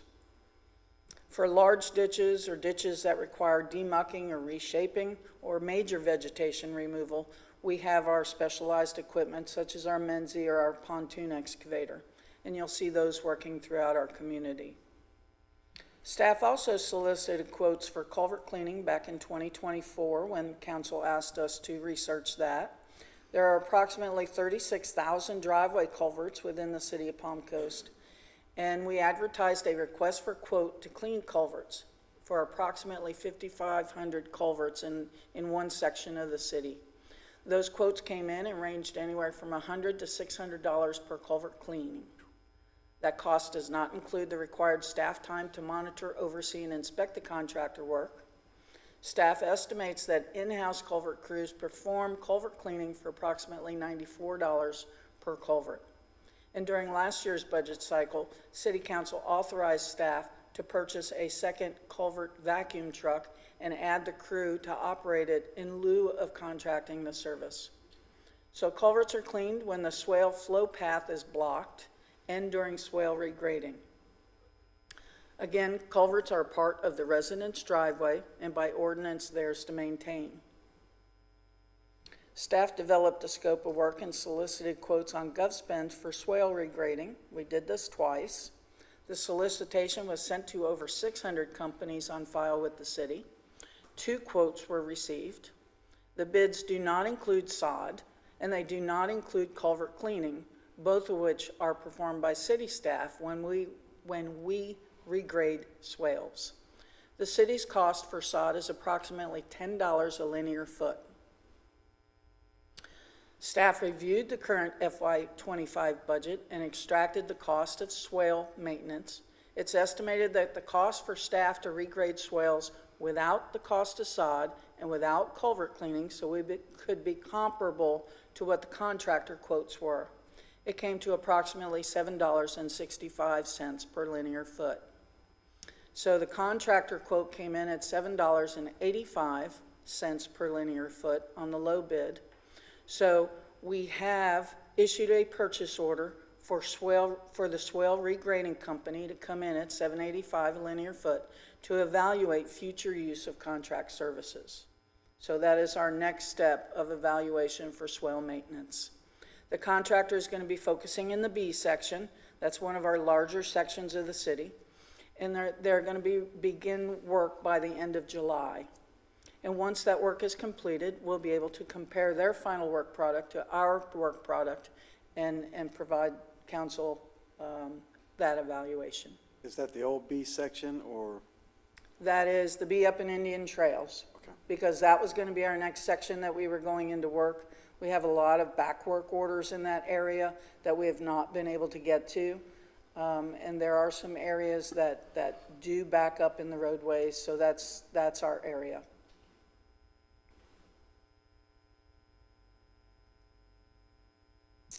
So this is an overview of some of the pros and cons of the swale options that we looked at. The lining, some might say they look pretty, but they only look pretty when they're clean, and they tend to gum up very quickly. So that was the most costly, and we did have some safety concerns of using those liners. And also the time it would take to retrofit 1,200 miles of swales. Again, it took City of Port St. Lucie 35 years to get to 920 miles. Trenching, we felt that more areas could be impacted, especially using those small trenchers. That saves a lot of money on sod. The only disadvantage to that is that it's only useful in dry swales, and it is not a replacement for full regrading of our swale system. Contracting, of course, one of the pros is that we would get more work completed. The disadvantage, of course, is the cost, and it may take more time. We need to evaluate how long it takes them to do 100 homes versus how long it takes us to do 100 homes. So while the cost is pretty comparable, we need to look at the timing it takes for them to do it versus us, because they're coming in with little mini excavators. They're not using great alls. We also provided the contractor a place to dispose of the debris where we currently dispose of the debris, so that's not an expense to them either. Staff also evaluated some other options for maintaining swales. As you recall, we did initiate spot regrading last year, which increased the amount of our work performed. It did benefit us. We also evaluated French drains. Sometime in the past, Public Works installed some French drains along some of the roadways in the F section, specifically Fallwood, Fallon, Fallen Oak, those areas. However, when they were installed, the 8-inch drain pipe was left open-ended at the culvert pipe, and the drain pipe quickly filled with dirt and blocked all water flow. Earlier this year, staff had to remove some sections of that drain pipe because it wasn't working, and we had to reestablish the open swale system. At approximately 2021-ish, staff installed a French drain pipe along a section of roadway that did not have any culverts or driveway access. That pipe was connected directly to a catch basin to dispose of the water. That pipe appears to be working very well, but again, it's only in an area where there were no driveways, so it wouldn't benefit all residents in the city. It would only benefit those areas where there are no driveway accesses. We also looked at concrete. We couldn't find much information on the poly resin, but I wanted to talk to Mr. I think it's Bletchen.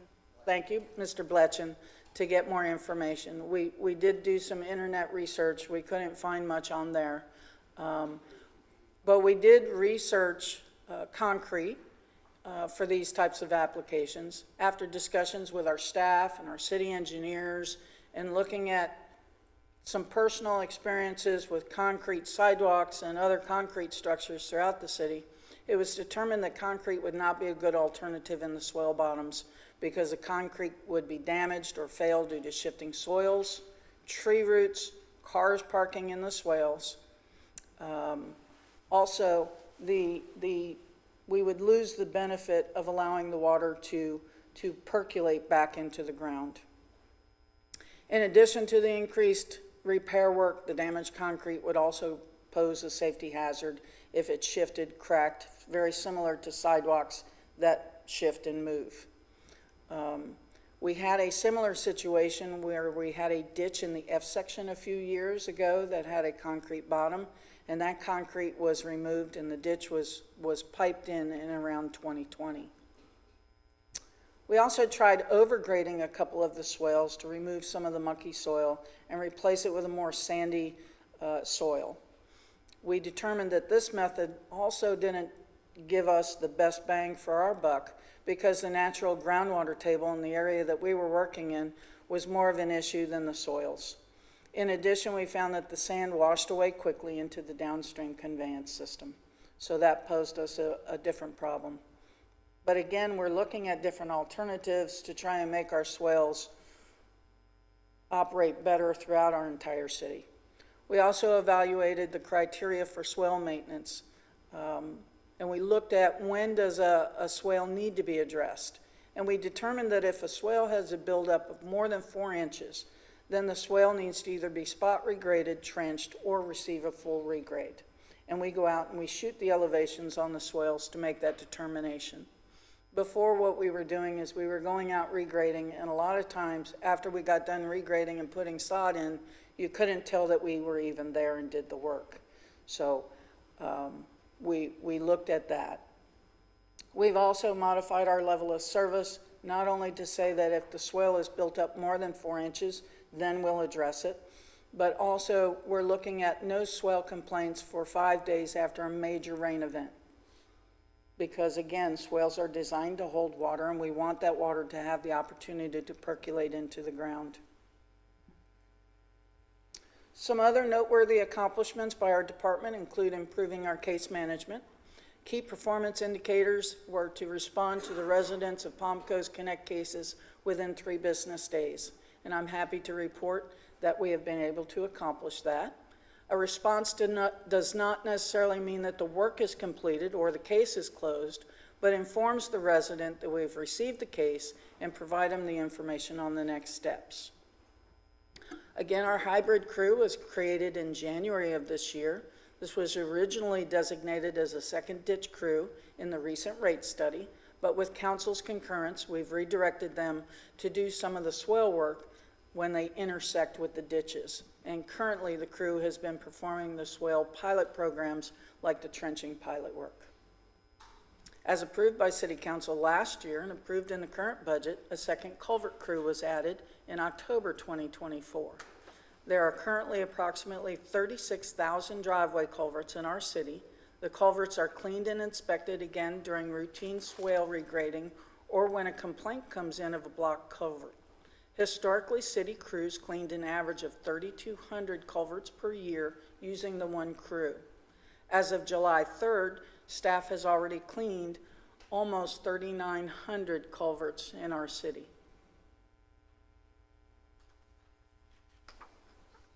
In addition of the new, we also added the new freshwater canal crew this year. That was a major accomplishment. This is the first time the city's had a freshwater canal crew. The crew was recommended and approved as part of the recent rate study. The 5-person crew has been inspecting freshwater canals, repairing some of the access points. They are now responsible for mowing and maintaining the weir sites, monitoring, repairing, and maintaining the weirs, as well as removing trees, sandbars, and other obstructions in the canals. This was especially beneficial during Hurricane Milton, where a lot of trees fell in our canals or on the banks of the canals. They have even removed a dock that broke loose during the storm. Other work has included clearing major outfall areas like the canal or ditch that discharges from the Woodlands all the way to St. Joe's.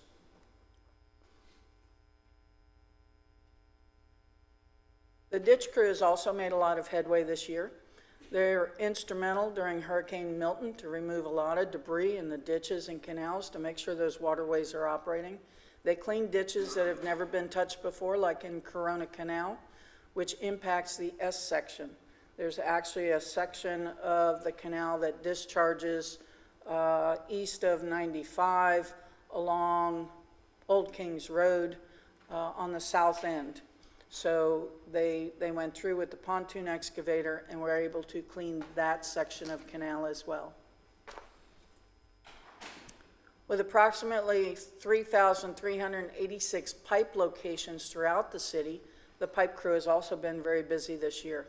They replace pipes that convey stormwater under the roadways. Most of the pipes were installed in the 70s and 80s and have surpassed their useful life.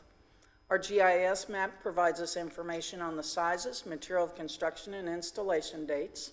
Some of that information is still being gathered by our crews. Crews inspect the pipes, but have performed more emergency replacements than planned replacements over the past few years, as you can see by this graph. The red lines indicate ones that were the emergency pipe replacements. Blue is the planned replacements or the proactive replacements that we've done. The green section you see there are still the ones that we have planned yet, and we hope to complete this year.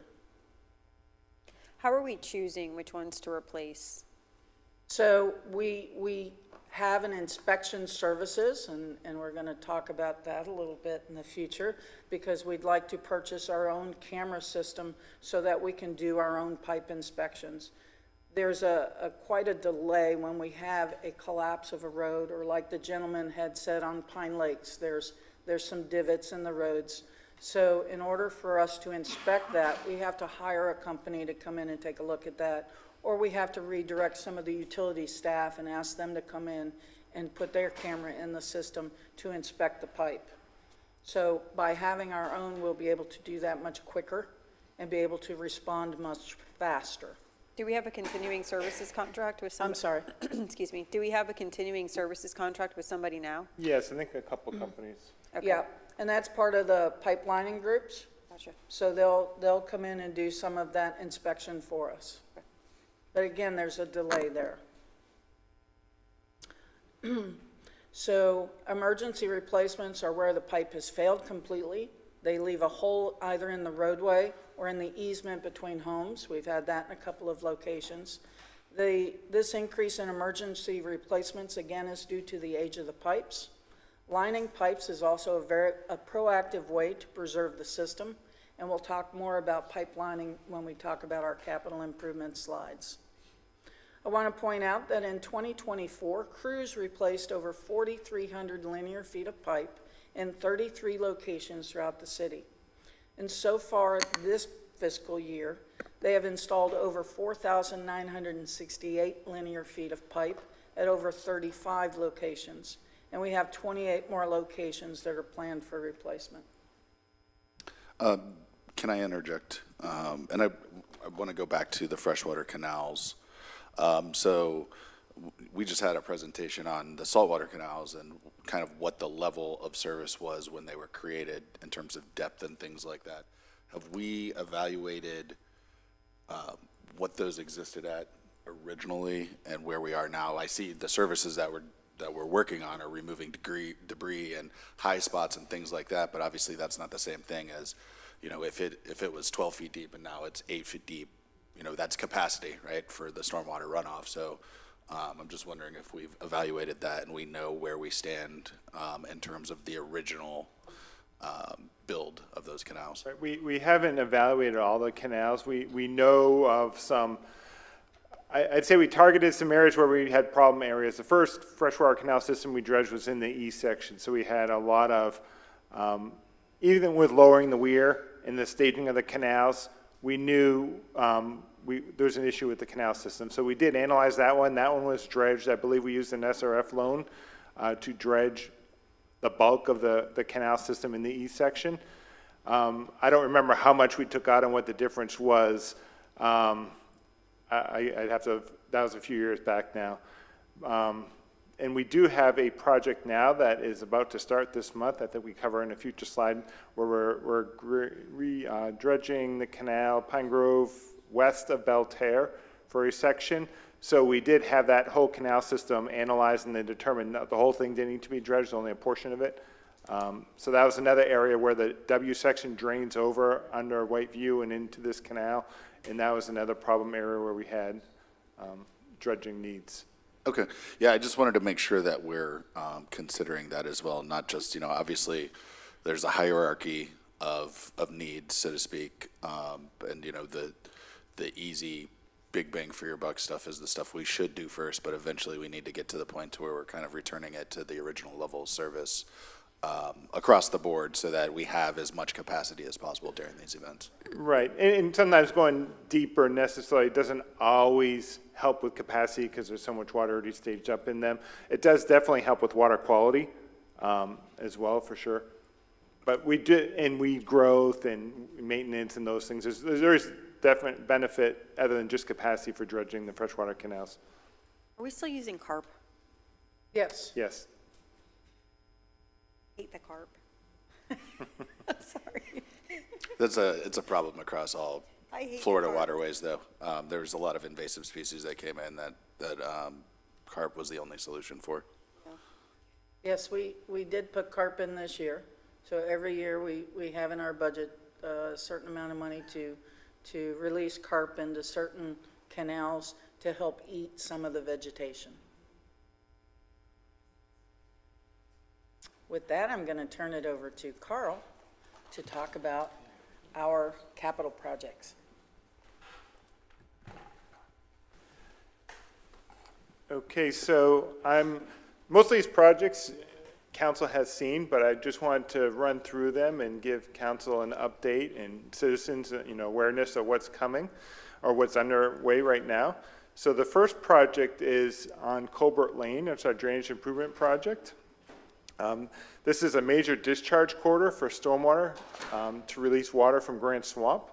Upsizing the culverts under Colbert Lane will significantly benefit the stormwater system. One of the major benefits of the project is to provide better flood protection to residential areas, specifically the woodlands, where Grant Swamp, days after the storm starts, the water stages up and starts flooding those roadways. So that's because the water can't get out through this discharge point. We looked at 3 locations. The primary benefit one was upsizing this location at Ditch 10 on Colbert Lane.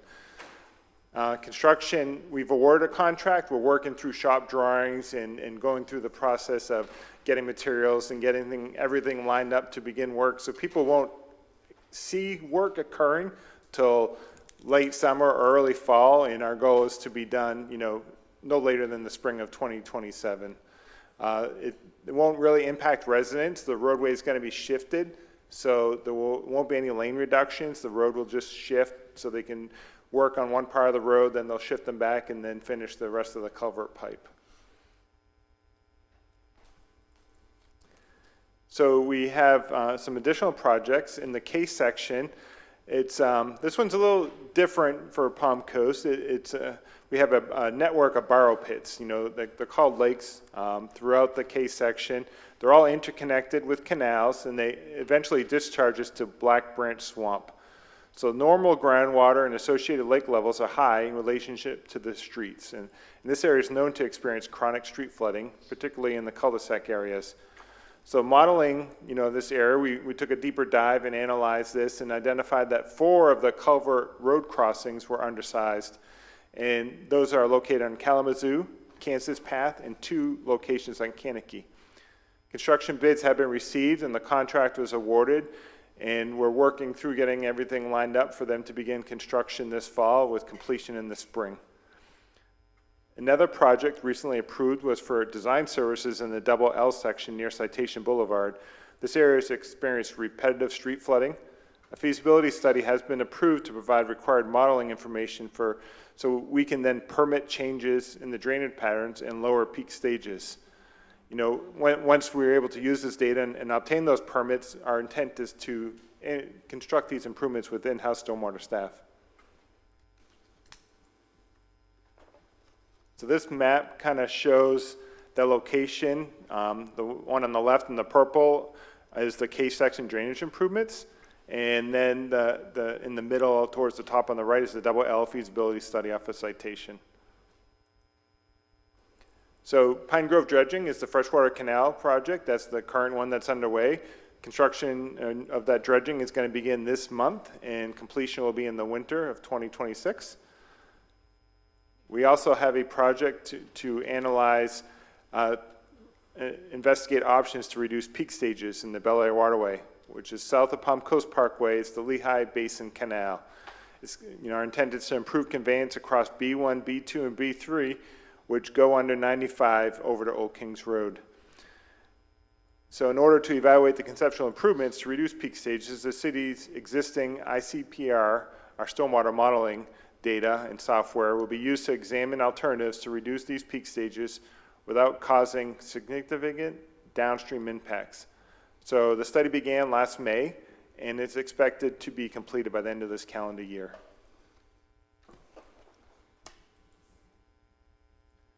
So this map shows the physical locations of the B1, B2, and B3, and the Pine Grove dredging with weir improvements, as well as the Colbert Lane project that we talked about earlier on. So pipelining, you know, it's a critical component of our aging stormwater infrastructure. Obviously, we can line pipes without having to detour traffic and dig up roads and deal with utilities, especially on our major arterial roadways. You know, it is a definite way to go. We continue to assess all our major pipe crossings using specialized consultants. You know, they usually have divers in these larger ones that go underwater and dive through these pipes and provide reports to us. It's an ongoing process. We still have more pipes to inspect and investigate. These projects are costly, and we aim to line pipes prior to the need of closing roads, you know. And although we have experienced numerous pipe failures, you know, over the past years, we've had some on Royal Palms, Belterre, Seminole Woods. You know, we try and stay ahead of these, but there are a lot of them out there, and they're all about the same age, and they're costly. You know, we do have a lot of dollars. In the 25-year budget, we included $4 million for pipelining. We awarded a lot of them up on Belterre. We have additional pipes out to bid right now to utilize the remaining of those the $4 million that is set aside for pipelining. We do have an additional loan in 27 for pipelining as well. Not as much, I think it's only $2 million, but we know we have additional pipes to keep on moving forward on these major pipe crossings. So, London Waterway Project, this is one of our recently completed projects. So this is going to provide a major impact to the northern part of the city, including the London Waterway, which, you know, also includes the Bird of Paradise Lake. The project's 100% complete. The project did receive 2 awards. The first one was from the Florida Stormwater Association Outstanding Achievement Award, and the second one is from the American Society of Civil Engineers Jacksonville branch for a Sustainable Project of the Year Award. So we're looking to see those benefits in the upcoming storm season here. So this is just a photo of the finished project. So in 2019, you know, as part of our 2018 rate study, we were in the process of completing a stormwater master plan, and it was finalized in 2019. And in that plan, they recommended 8 projects, which are shown on the slide. Lehigh Canal was designed to retrofit, and retrofit L4 was completed in 2024. And in addition, one of the side projects on that was upstream R1, which discharges into L4. You know, that we completed further analysis, and the return on investment for doing any improvements on R1 was not money well spent. The benefits were minimal. The main benefit was making those adjustments and reconstructing L4. We have the Woodlands. Its construction for the largest and most critical culvert on Colbert has been awarded. We talked about that one in here. There were 2 other culvert crossings, one on Blair Castle and a second one on Colbert. Those upsizing improvements had minimal benefit to discharging water. So they are in a future need, when those pipes are more in time to be replaced, we'll probably pursue doing those projects. But as of now, we aren't pursuing those due to the cost and the minimal benefit. There is an additional structure, which it's referred to as the Armor Channel. It's an ITT structure. The city does not have rights to that facility or you know, structure at this time, so we haven't done any work there yet. But that is something that's in the plan to look at. That's another point of discharge of Grand Swamp that is in disrepair. London Waterway, we just spoke about that one. That was a project that's been, you know, talked about. That completed 15-acre pond, but you can see in the study, you know, they recommended adding 64 acres of storage. So we did 15 acres. We're still evaluating additional sites and areas for improvements. So we still have more to do, but we've done some improvement there. I-95 box culverts, that's at Old Kings Road in Town Center. That is being analyzed as part of the road improvement project that's underway right now. So we'll be analyzing that. K-section work, that work's been awarded. We gave that update just recently, so that's underway. Lowering canal elevations was mentioned in the study, and lowering of the freshwater canals by dredging, needs to be done. So we did dredge 2 canals in the east section. The new canal crew is evaluating the canals and noting high spots for dredging. Pine Grove is just under a mile long that will be dredging. It's currently under construction. Staff currently lowers the canal levels at the start of any rainy season around mid-June and lowers the weirs all the way prior to an impending storm event. And we do have in a future budget a second pontoon excavator, a larger one, and a freshwater canal dredging to be purchased and operator in 27. And lowering the canal elevations would also require coordination with the Water Management District, and we'd have to get that approved. We do have a project that we may begin lowering canal elevations. It's going to be part of a dry lake partnership with a developer where they're going to make some improvements. We're going to maybe connect some canal systems, look at lowering those canal sections. We have some of the woods that goes underwater now. By lowering those canals, that's going to help reduce that occurrence from happening as well. So we do have quite a way. We made quite a bit of headway on this master plan. You can see a lot of the projects has been either completed or underway or moving forward. So we're proud to have such progress. So the 2023 rate study included 4 priorities. Priority 1, ditch crew was hired in January 2025, creating the second culvert crew with a vacuum truck, delayed the second pontoon excavator, but expect that equipment to be purchased in 2027. Priority 2 included some capital projects, many of which were outlined in the 2019 master plan. The B1, 2, 3 feasibility studies underway. And the rate study included construction in 2027 from a second loan for that project. An additional $2 million in 2027 is programmed for additional pipelining. And then the Colbert Lane crossing is under construction. So this slide just kind of goes through the 4 priorities, the description, and then the status of where we are on those items. So I think the last one, the freshwater canal, we just gave an update, and then the priority 4 was add in-house concrete asphalt crew. The equipment's been ordered, most of it's been delivered. Partial crew is added in April of this year, and the remaining will be in the upcoming 26 budget. We've already had one of our vendors stop performing work for us that does that work for us. So there are 2 under contract, and one of them already said we're not going to do any more work.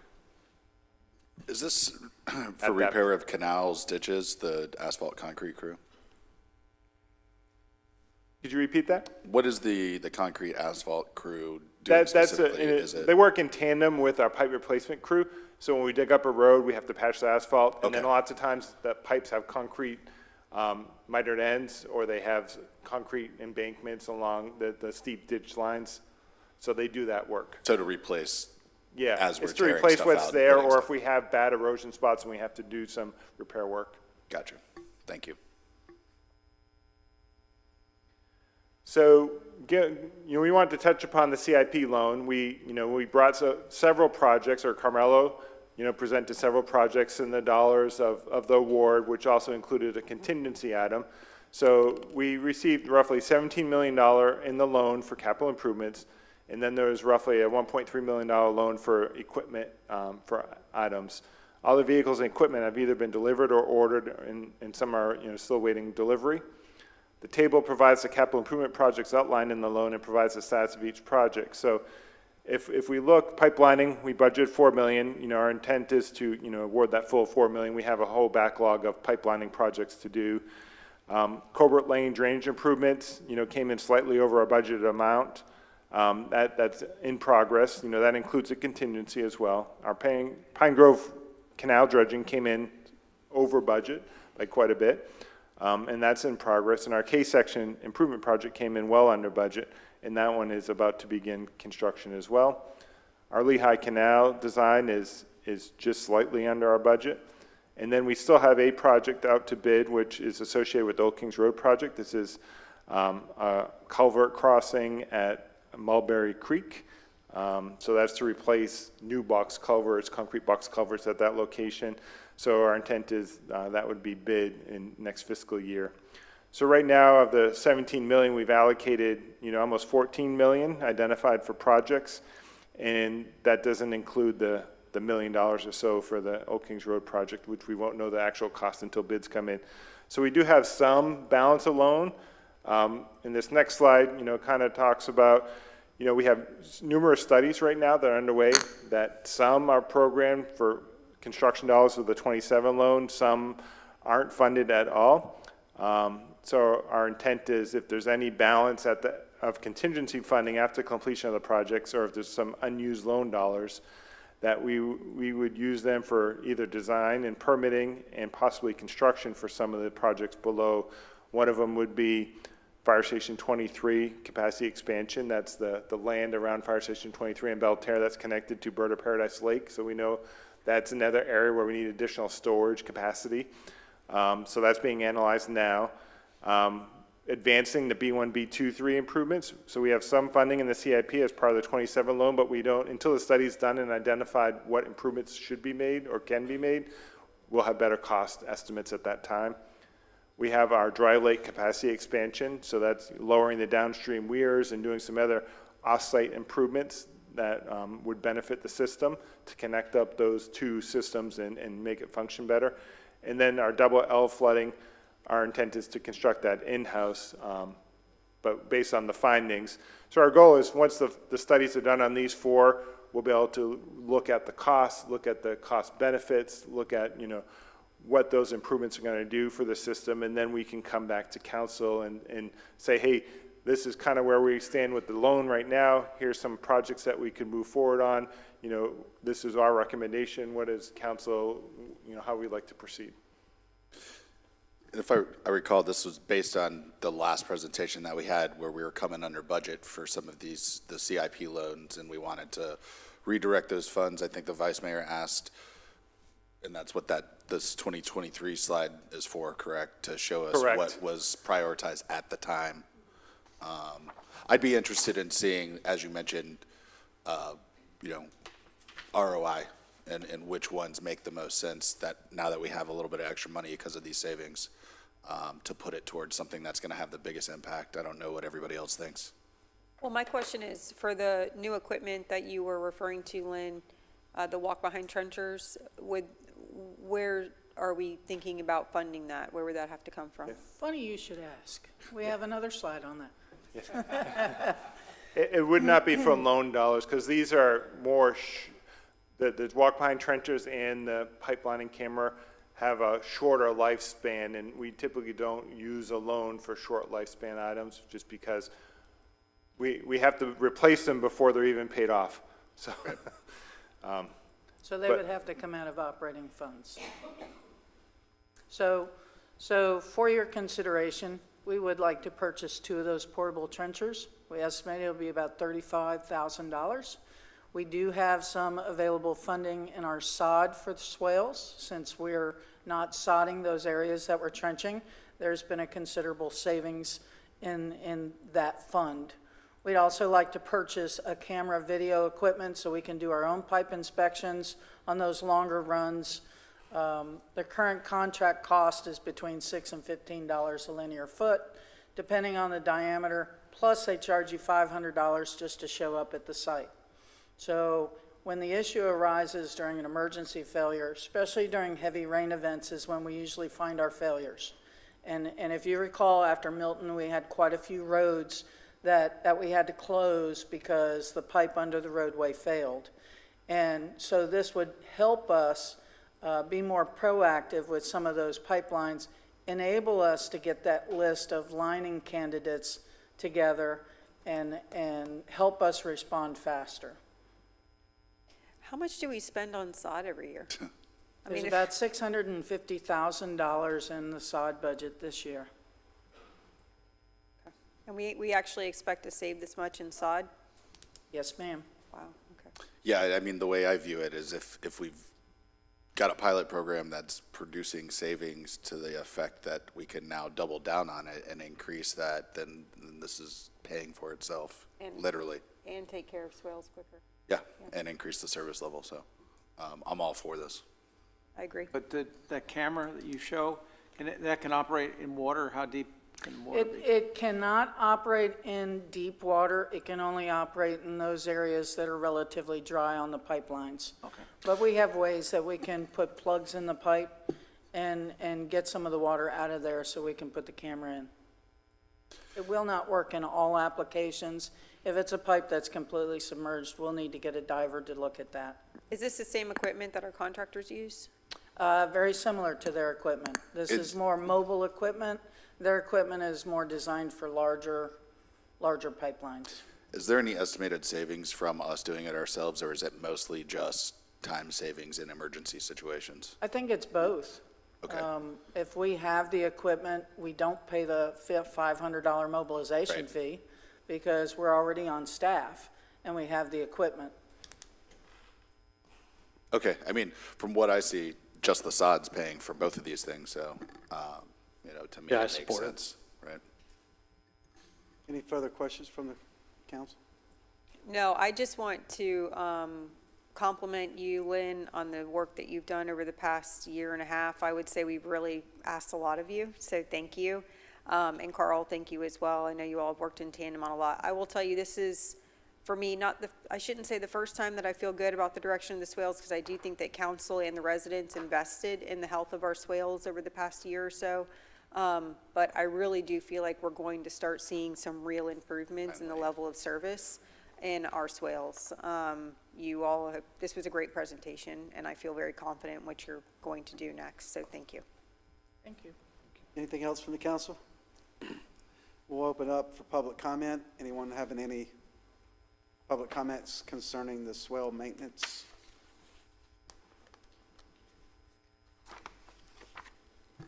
I Yes, ma'am. moved to Port St. Lucie in 1997. I owned 2 homes there, not both simultaneously, and we had no problems with drainage. We had minimal swales.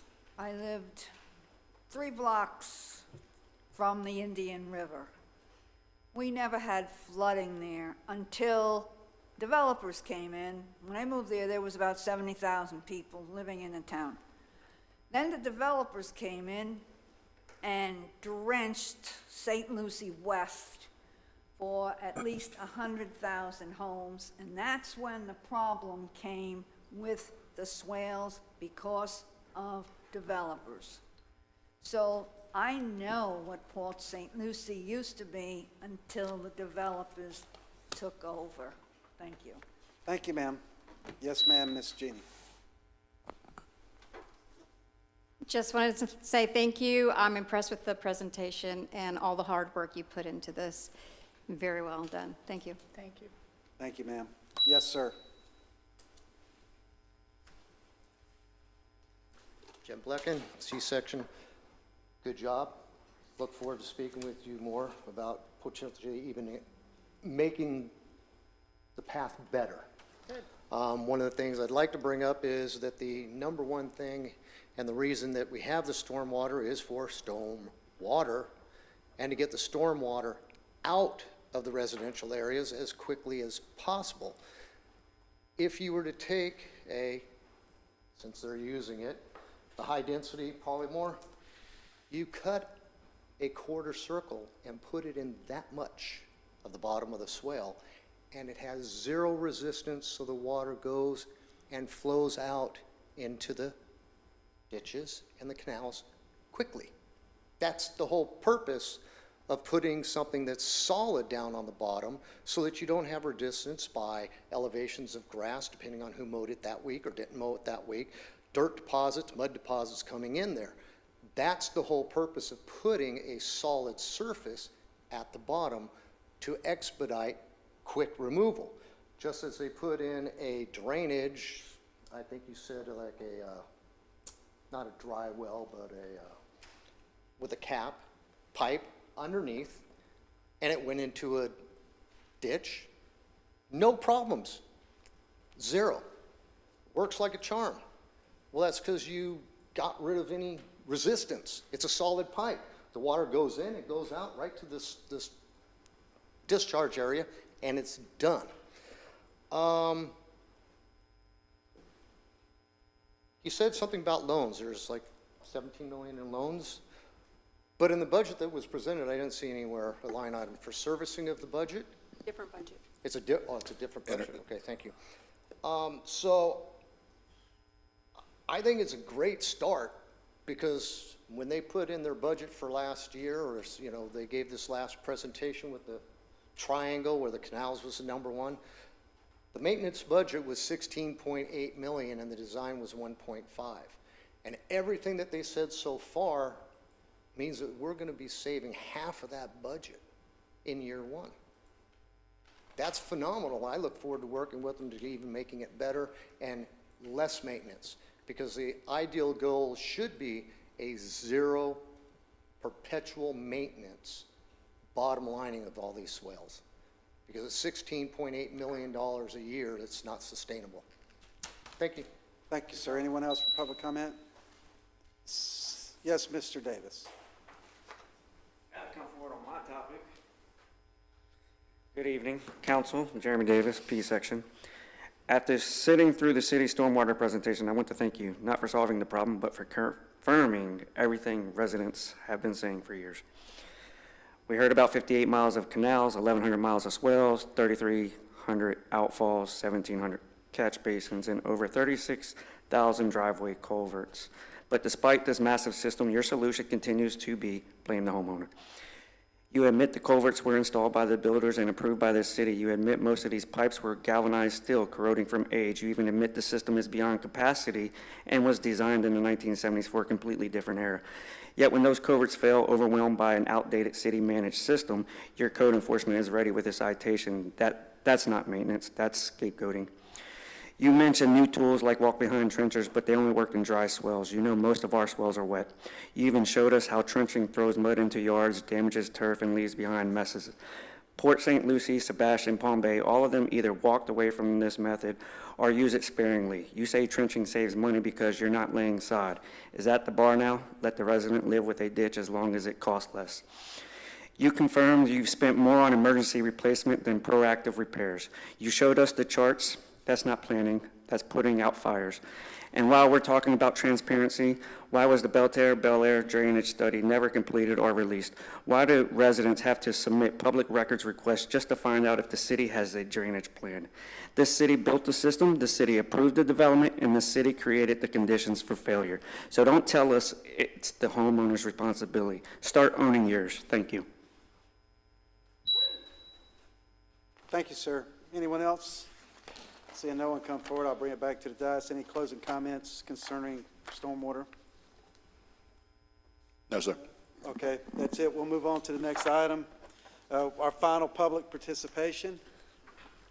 We did give a direction there, right? We're good? Or She we're was clear good? on that? I think so. I'm sorry, Lynn, thank you. Okay, final public participation.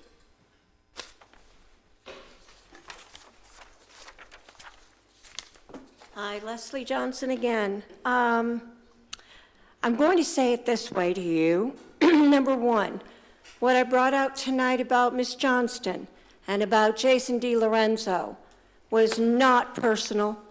It was not malicious. You've already covered that subject. I know this, And but I you- want to excuse address... me, ma'am, you've one- already covered that. You can't bring it up again. Well, I wanted to address what Mr.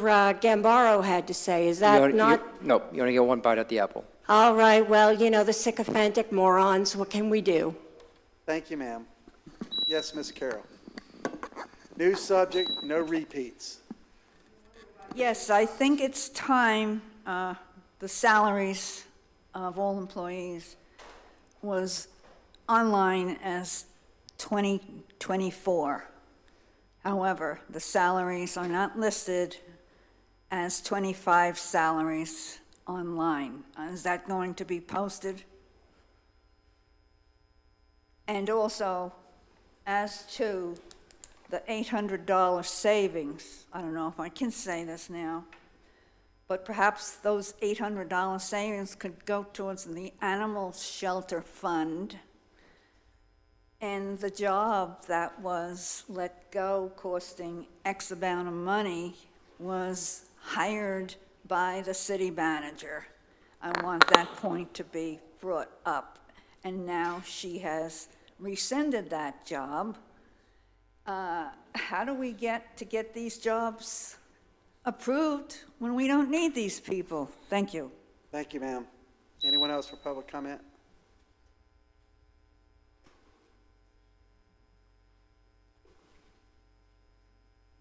Yes, sir, Mr. Webb. Mark Webb, Palm Coast. I'd like to get on the record and put out a request by the citizens here in Palm Coast. We desperately are concerned about the status of our library. It is one of the most used facilities, though I know that we would need an inter-agreement with the county, but the Palm Coast Library is used by well over 20,000 people a month.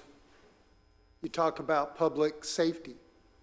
Young kids, very young kids, and kids going all the way up into after school use this library as a safe place to go on the internet, to do homework, because they may not have action or ability to do that.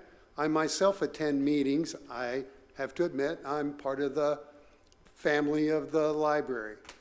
The extent and the fear of the cuts to support the other library facilities within the county far and away falls short of what that Palm Coast Library provides to us and our citizens. I'm almost 100% positive that every one of you have been contacted by one of your residents asking, what can we do? As we move forward with the budget, as we're able to do a interlocal election agreement, whatever it is that you want to call, we're partnering with the county in a lot of different ways. So I ask, be the hero, step forward, keep that library maintained. It's not a lot to keep those hours open because the citizens here will see that as a huge effort to meet their needs. Thank you. Thank you, sir. Anyone else for public comment? You've already been up? Jim? Oh, okay. No, you're going to like this one. During the budget process, I did skip over a couple important things that you guys did kind of thing, but I think it's important for the guys back there that wear the badges and protect us, first responders, fire department, sheriff's department. They're worth every penny. And without them, we don't have a city and we don't have civilization. So I wanted to really say that. I wanted to go one other thing is the IT department. Is there any way that they Mr. could Mayor, put- this is going back into the budget. As much as I love praising city staff, we need to be consistent. You're going back to the budget. We've already discussed the budget. No. Could the IT, when it's on the agenda, when you're going through the agenda item, could they put a link on that page to get all the documentation so we don't have to wrench our necks to see it and try to formulate what our opinions are at the last second? Because it's really hard to find the links to get the documentation of the presentations. And it was really good to see what I would consider to be a very diplomatic and well-run meeting today without any arguing. It's really nice to see a functioning city council. So thank you guys. Thank you, sir. Doing your Anyone else for public comment? Seeing no one come forward, I'll bring it back to the dais. Matters not on the, I'm sorry, first address any of the comments. You got anything, city manager? I didn't have anything on that. The agenda software was approved at the last meeting, and so that will allow ADA compliance of the agenda backup. So we're working through that process. It'll take us about 3 3 months or so for implementation. So we're hoping that at the October 1 start of the new fiscal year, that our public will have full access to the agenda, all of the past meeting minutes, all the past meeting records, all on one platform for your availability. Thank you, ma'am. Anything, anything else concerning the comments? Not concerning comments. All right, we'll move on to discussion of items not on the agenda by city council. Anybody got anything? Okay. So first, I want to thank everybody, residents, staff, all the electeds that came out to the 4th of July event at the airport. It was awesome. Staff did a great job once again. Really appreciate all of the community coming out. I heard actually that it was the best fireworks show that we've had, so that's really exciting. So thank everybody for that. Councilman Gambar, you touched on it a little bit earlier, the paint colors. You know, last week I said I just really had an issue with going to the extreme that we were going to, which was to get rid of the paint code in whole. I don't agree with that. I think that people moved to the city of Palm Coast because it's beautiful. They moved to the city of Palm Coast because there are certain regulations. I don't feel that it's, you know, obviously as strict as an HOA. I like living in an infill lot because I'm not in an HOA, but I also still appreciate reasonable regulation so that we don't create blight down the road. And I think that I've been very clear that I think that we need reasonable regulation. So I have been scouring comments on social media. I've talked to a lot of people about this issue. And I have to tell you, I really do feel that this is something that deserves to be on a referendum. I think that the residents truly are 50-50 on this. I don't think, you know, I think city manager made the comment, this issue has come back before us now 12 times in one way or another. It's been through us, it's been through last council. I know multiple PLDRBs. I think the beautification committee. Clearly, Everybody's had a bite. everybody's had a bite at this, except for the residents, So I cannot, I was in the yays last week, so council, correct me if I'm wrong, but I think I can move for reconsideration because I was a yay, but I would have to do that at a business meeting, which I will do next week, unless I can get consensus from this council to put it on a 2026 referendum. Question. How much does a referendum cost us on a regularly scheduled election? I don't know the answer. Is there any additional costs, or are we already paying that cost? Allison will be the one to be able to answer that. We're still working on the interlocal with Katie's office, so we haven't gotten to that yet. And it all has to do with page numbers. So the more So page if we numbers force we it have, moving to another page? exactly. And yeah. with the charter review, Yeah, I mean, we'll have there's going to amendments be as well. extra things on the ballot Yeah. anyway, but we won't be able to come up with a number I for think- a little while. I think that would be the most, given that we're likely to have charter amendments as well, then it would probably be the most cost-effective time to do anything in this next upcoming election. So if I don't get consensus, I'll move for reconsideration next week. That's fine. I don't mind doing that and making a case for reconsideration and either moving for a more reasonable change to the code or, you know, I don't know if, because we've gone back and forth so much, whether or not it warrants such a drastic change or a change at all. I just don't know. I just know that I think that the residents should be voting on this rather than us determining it. When we were talking about referendum, I would say that any changes to the city charter should be during a presidential election, not in 26. That's flat out.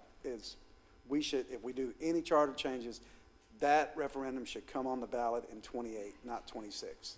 I am done with dealing with paint. I think we need to get rid of it. If you're going to have some spite, you can do a motion to reconsider if you want, but I'm still in the camp of paint your house whatever you want. We are in a free state of Florida, so you won't get my consent on that. I don't know about the rest of the council. I'm still with kind of saying paint your house whatever color you want with maybe the two colors and no you know, painting. Polka dots. Things like Yeah, that. we had already, that's already been Yeah, established. right, The right. three I'm states. still Yes, sir. agree to that position. What about you, Councilman Gambaro? Yeah, I'm the same way, but again, the prohibitive colors. But I don't know, you gave me something to think about, Vice Mayor, as far as referendum next week.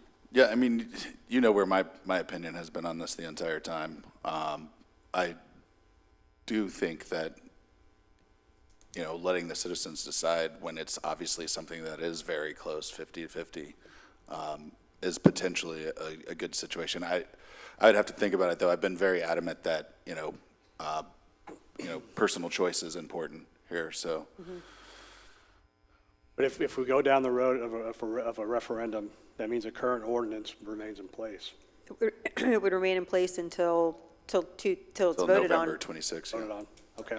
And I think that we can still make it to where, you know, anybody who is currently in violation of the current code is still on hold. We as council can decide that, so they're not continuing to be fined and all of those things. And then just, like I said, let the residents decide with how they want the code to read on this issue. We'll have to bring forward a motion to reconsider. All right, so I would just ask that council think about that and ask your own residents, because that's what I did all this last week, and I mean, that's why I'm here making this argument now, so. Okay, anything else from any other members of the council? Anybody got anything? Yes, sir, go right ahead. Mr. Duffy, so completely different subject. How much did we spend on this lawsuit that was adjudicated last Thursday? We are still waiting that invoice because our attorneys are still working on that, but. Ballpark? You're looking around the $30,000 range. $30,000. I mean, so we spent a lot of time talking about figures and dollars and, you know, efficiencies, saving taxpayer dollars. What's the council's position on perhaps asking the mayor to reimburse taxpayers for the frivolous lawsuit? Take me to court. Any other issues? Well, I'll respond to that. So I have a question for Mr. Duffy. Prior to Mayor Norris filing against the city and Mr. Gambaro, was there advice given regarding the lack of merit and the standing? Yes. To you? Was there advice given from our attorneys to him regarding the issues? In other words, walking through why it was the decisions were made and whether Mayor Norris had standing to sue the city? Yes, both myself and Mr. Blocker advised the mayor on those issues.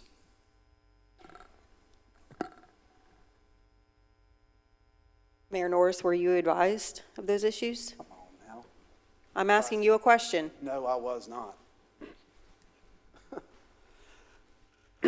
I mean, here, this is where I stand on this, and I'll tell you flat out, I blame your attorney in part. Because a basic tenet of your attorney's job is to tell you don't have standing to file a lawsuit. So I also have a really big issue with the city, because again, too, these monies come out of the general fund. So they come out of the very fund that affect property taxes. They come out of the very fund that we take for fire, police, parks and rec, street, all the funds that we talked about tonight. That money comes out of those, from those same coffers. So, you know, I have an issue with it. I don't, you know, I've looked at the legal grounds for pursuing attorney's fees. They're either grounded in contract or statute. So there technically are no legal grounds. And I don't think there's a mechanism that this council has to pursue attorney's fees. I really don't. But I will say it's frustrating for me as somebody, and it should be frustrating for the whole council. It should be frustrating for the residents. If in fact there was advice given that there really is zero, maybe little, if any, merit to this, and that there surely isn't standard and it was ignored, it's cost the taxpayers money, and that's frustrating. It's frustrating from somebody who works on a board and with staff who is really, really trying to make use of every single penny that comes through this city. So I'm frustrated, but you know, Councilman, I don't think there's a mechanism for it. I truly don't. You got anything else, sir? Yeah, Mr. Sullivan, Mr. Miller, where do you guys stand on this? My position would be that I think I agree with the Vice Mayor when I've looked into this, that there's no legal way to do this. It would more or less have to be a request on the part of the council that you consider repaying it some or part of the legal fees. But I think it would be a request that you do that.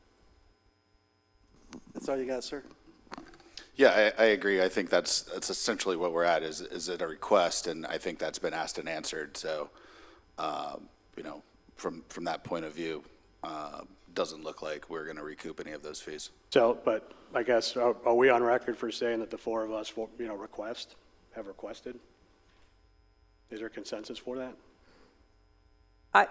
Yeah, you know, as a steward of the taxpayer dollar, if in fact, and I don't know because I wasn't privy to the conversations, I'm not going to call Mayor Norris a liar, I'm not going to call Mr. Duffy a liar. Only the two of them and Mr. Blocker, so I guess the three of them, only the three of them know what occurred in those conversations. If in fact there was advice given that you have no standing and you really have no ability to recover damages in this lawsuit, I think if it were me, I would pay the legal fees, but I wasn't privy to those conversations. So I can't request something based on, we don't know what happened. Well, we can close this out real quick and be done with this. I specifically asked for a legal opinion, specifically, and every single one of you denied it. And if you want to try and take me to court or try to get back money for a law firm that Mr. Duffy should have been representing us in that case, not an outside firm that we contract, you go right ahead and try it. But all the money wasted, the Lawson report, all the other money that's been wasted in the city, and you want to come after me, go right ahead and try it. But I'll stand up. I don't care if it costs the city $1 million. If I'm defending our residents' right to pick their representative, and if I feel something's wrong, I'm going to do it every time.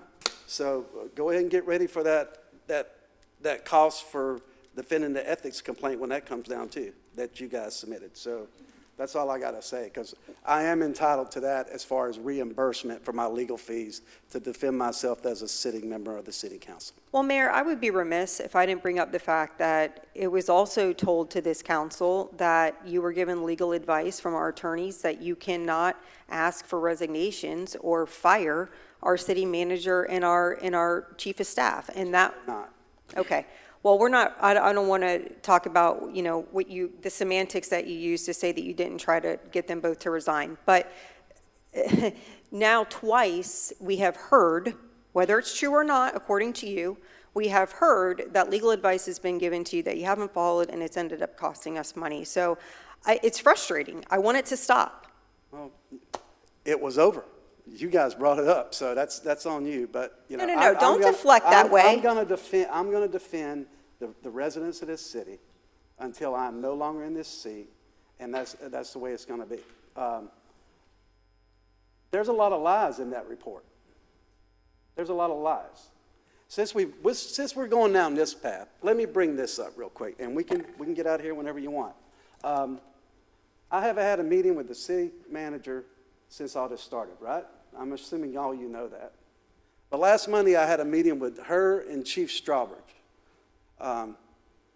And that, within a day, it was in Flagler Live. So Ms. Johnson's acting city manager, who spoke to Pierre from Flagler Live regarding a private conversation that I had with you and Chief Strawbridge. Who gave him specifics of that conversation? I don't know, Mayor, it was not me. It was not you. Was it you, Chief? No, sir. So, there we go. So, anybody have any more questions? Are we done here? What does that have to do with anything? I'm telling you what's going on in this city. Let me ask you this, Vice Mayor. If you had a private conversation with Chief Strawbridge and the city manager, and the next day it's in Flagler Live. What was in Flagler Live? The fact that you met with them? I didn't read it. I don't know. Well, you might want to read it. No. I'm asking you. You brought this up. What was in the article? I'm not getting into it. You brought it up, Mayor. I'm done. Are we done here? No, because you continue to do this. It's the same thing you did with the quid pro quo. Let me float it out there, and then I'll close the loop on it. That is an active investigation with FDLE, Vice Mayor. Mayor, what was in the article? If there's something that's concerning to you, we've talked about this It's before. it's just the point of me having a conversation with the two senior staff people in this organization at this time, and it's in the newspaper the next day. The fact that you met with them or the details on the conversation? Some of the details on the conversation. So you try living with that. Let that happen to you, especially if it's something private that Well, you're I'm having. going to go with read you. the article now. Okay. But Do we have any other council business? Motion to adjourn? motion to adjourn.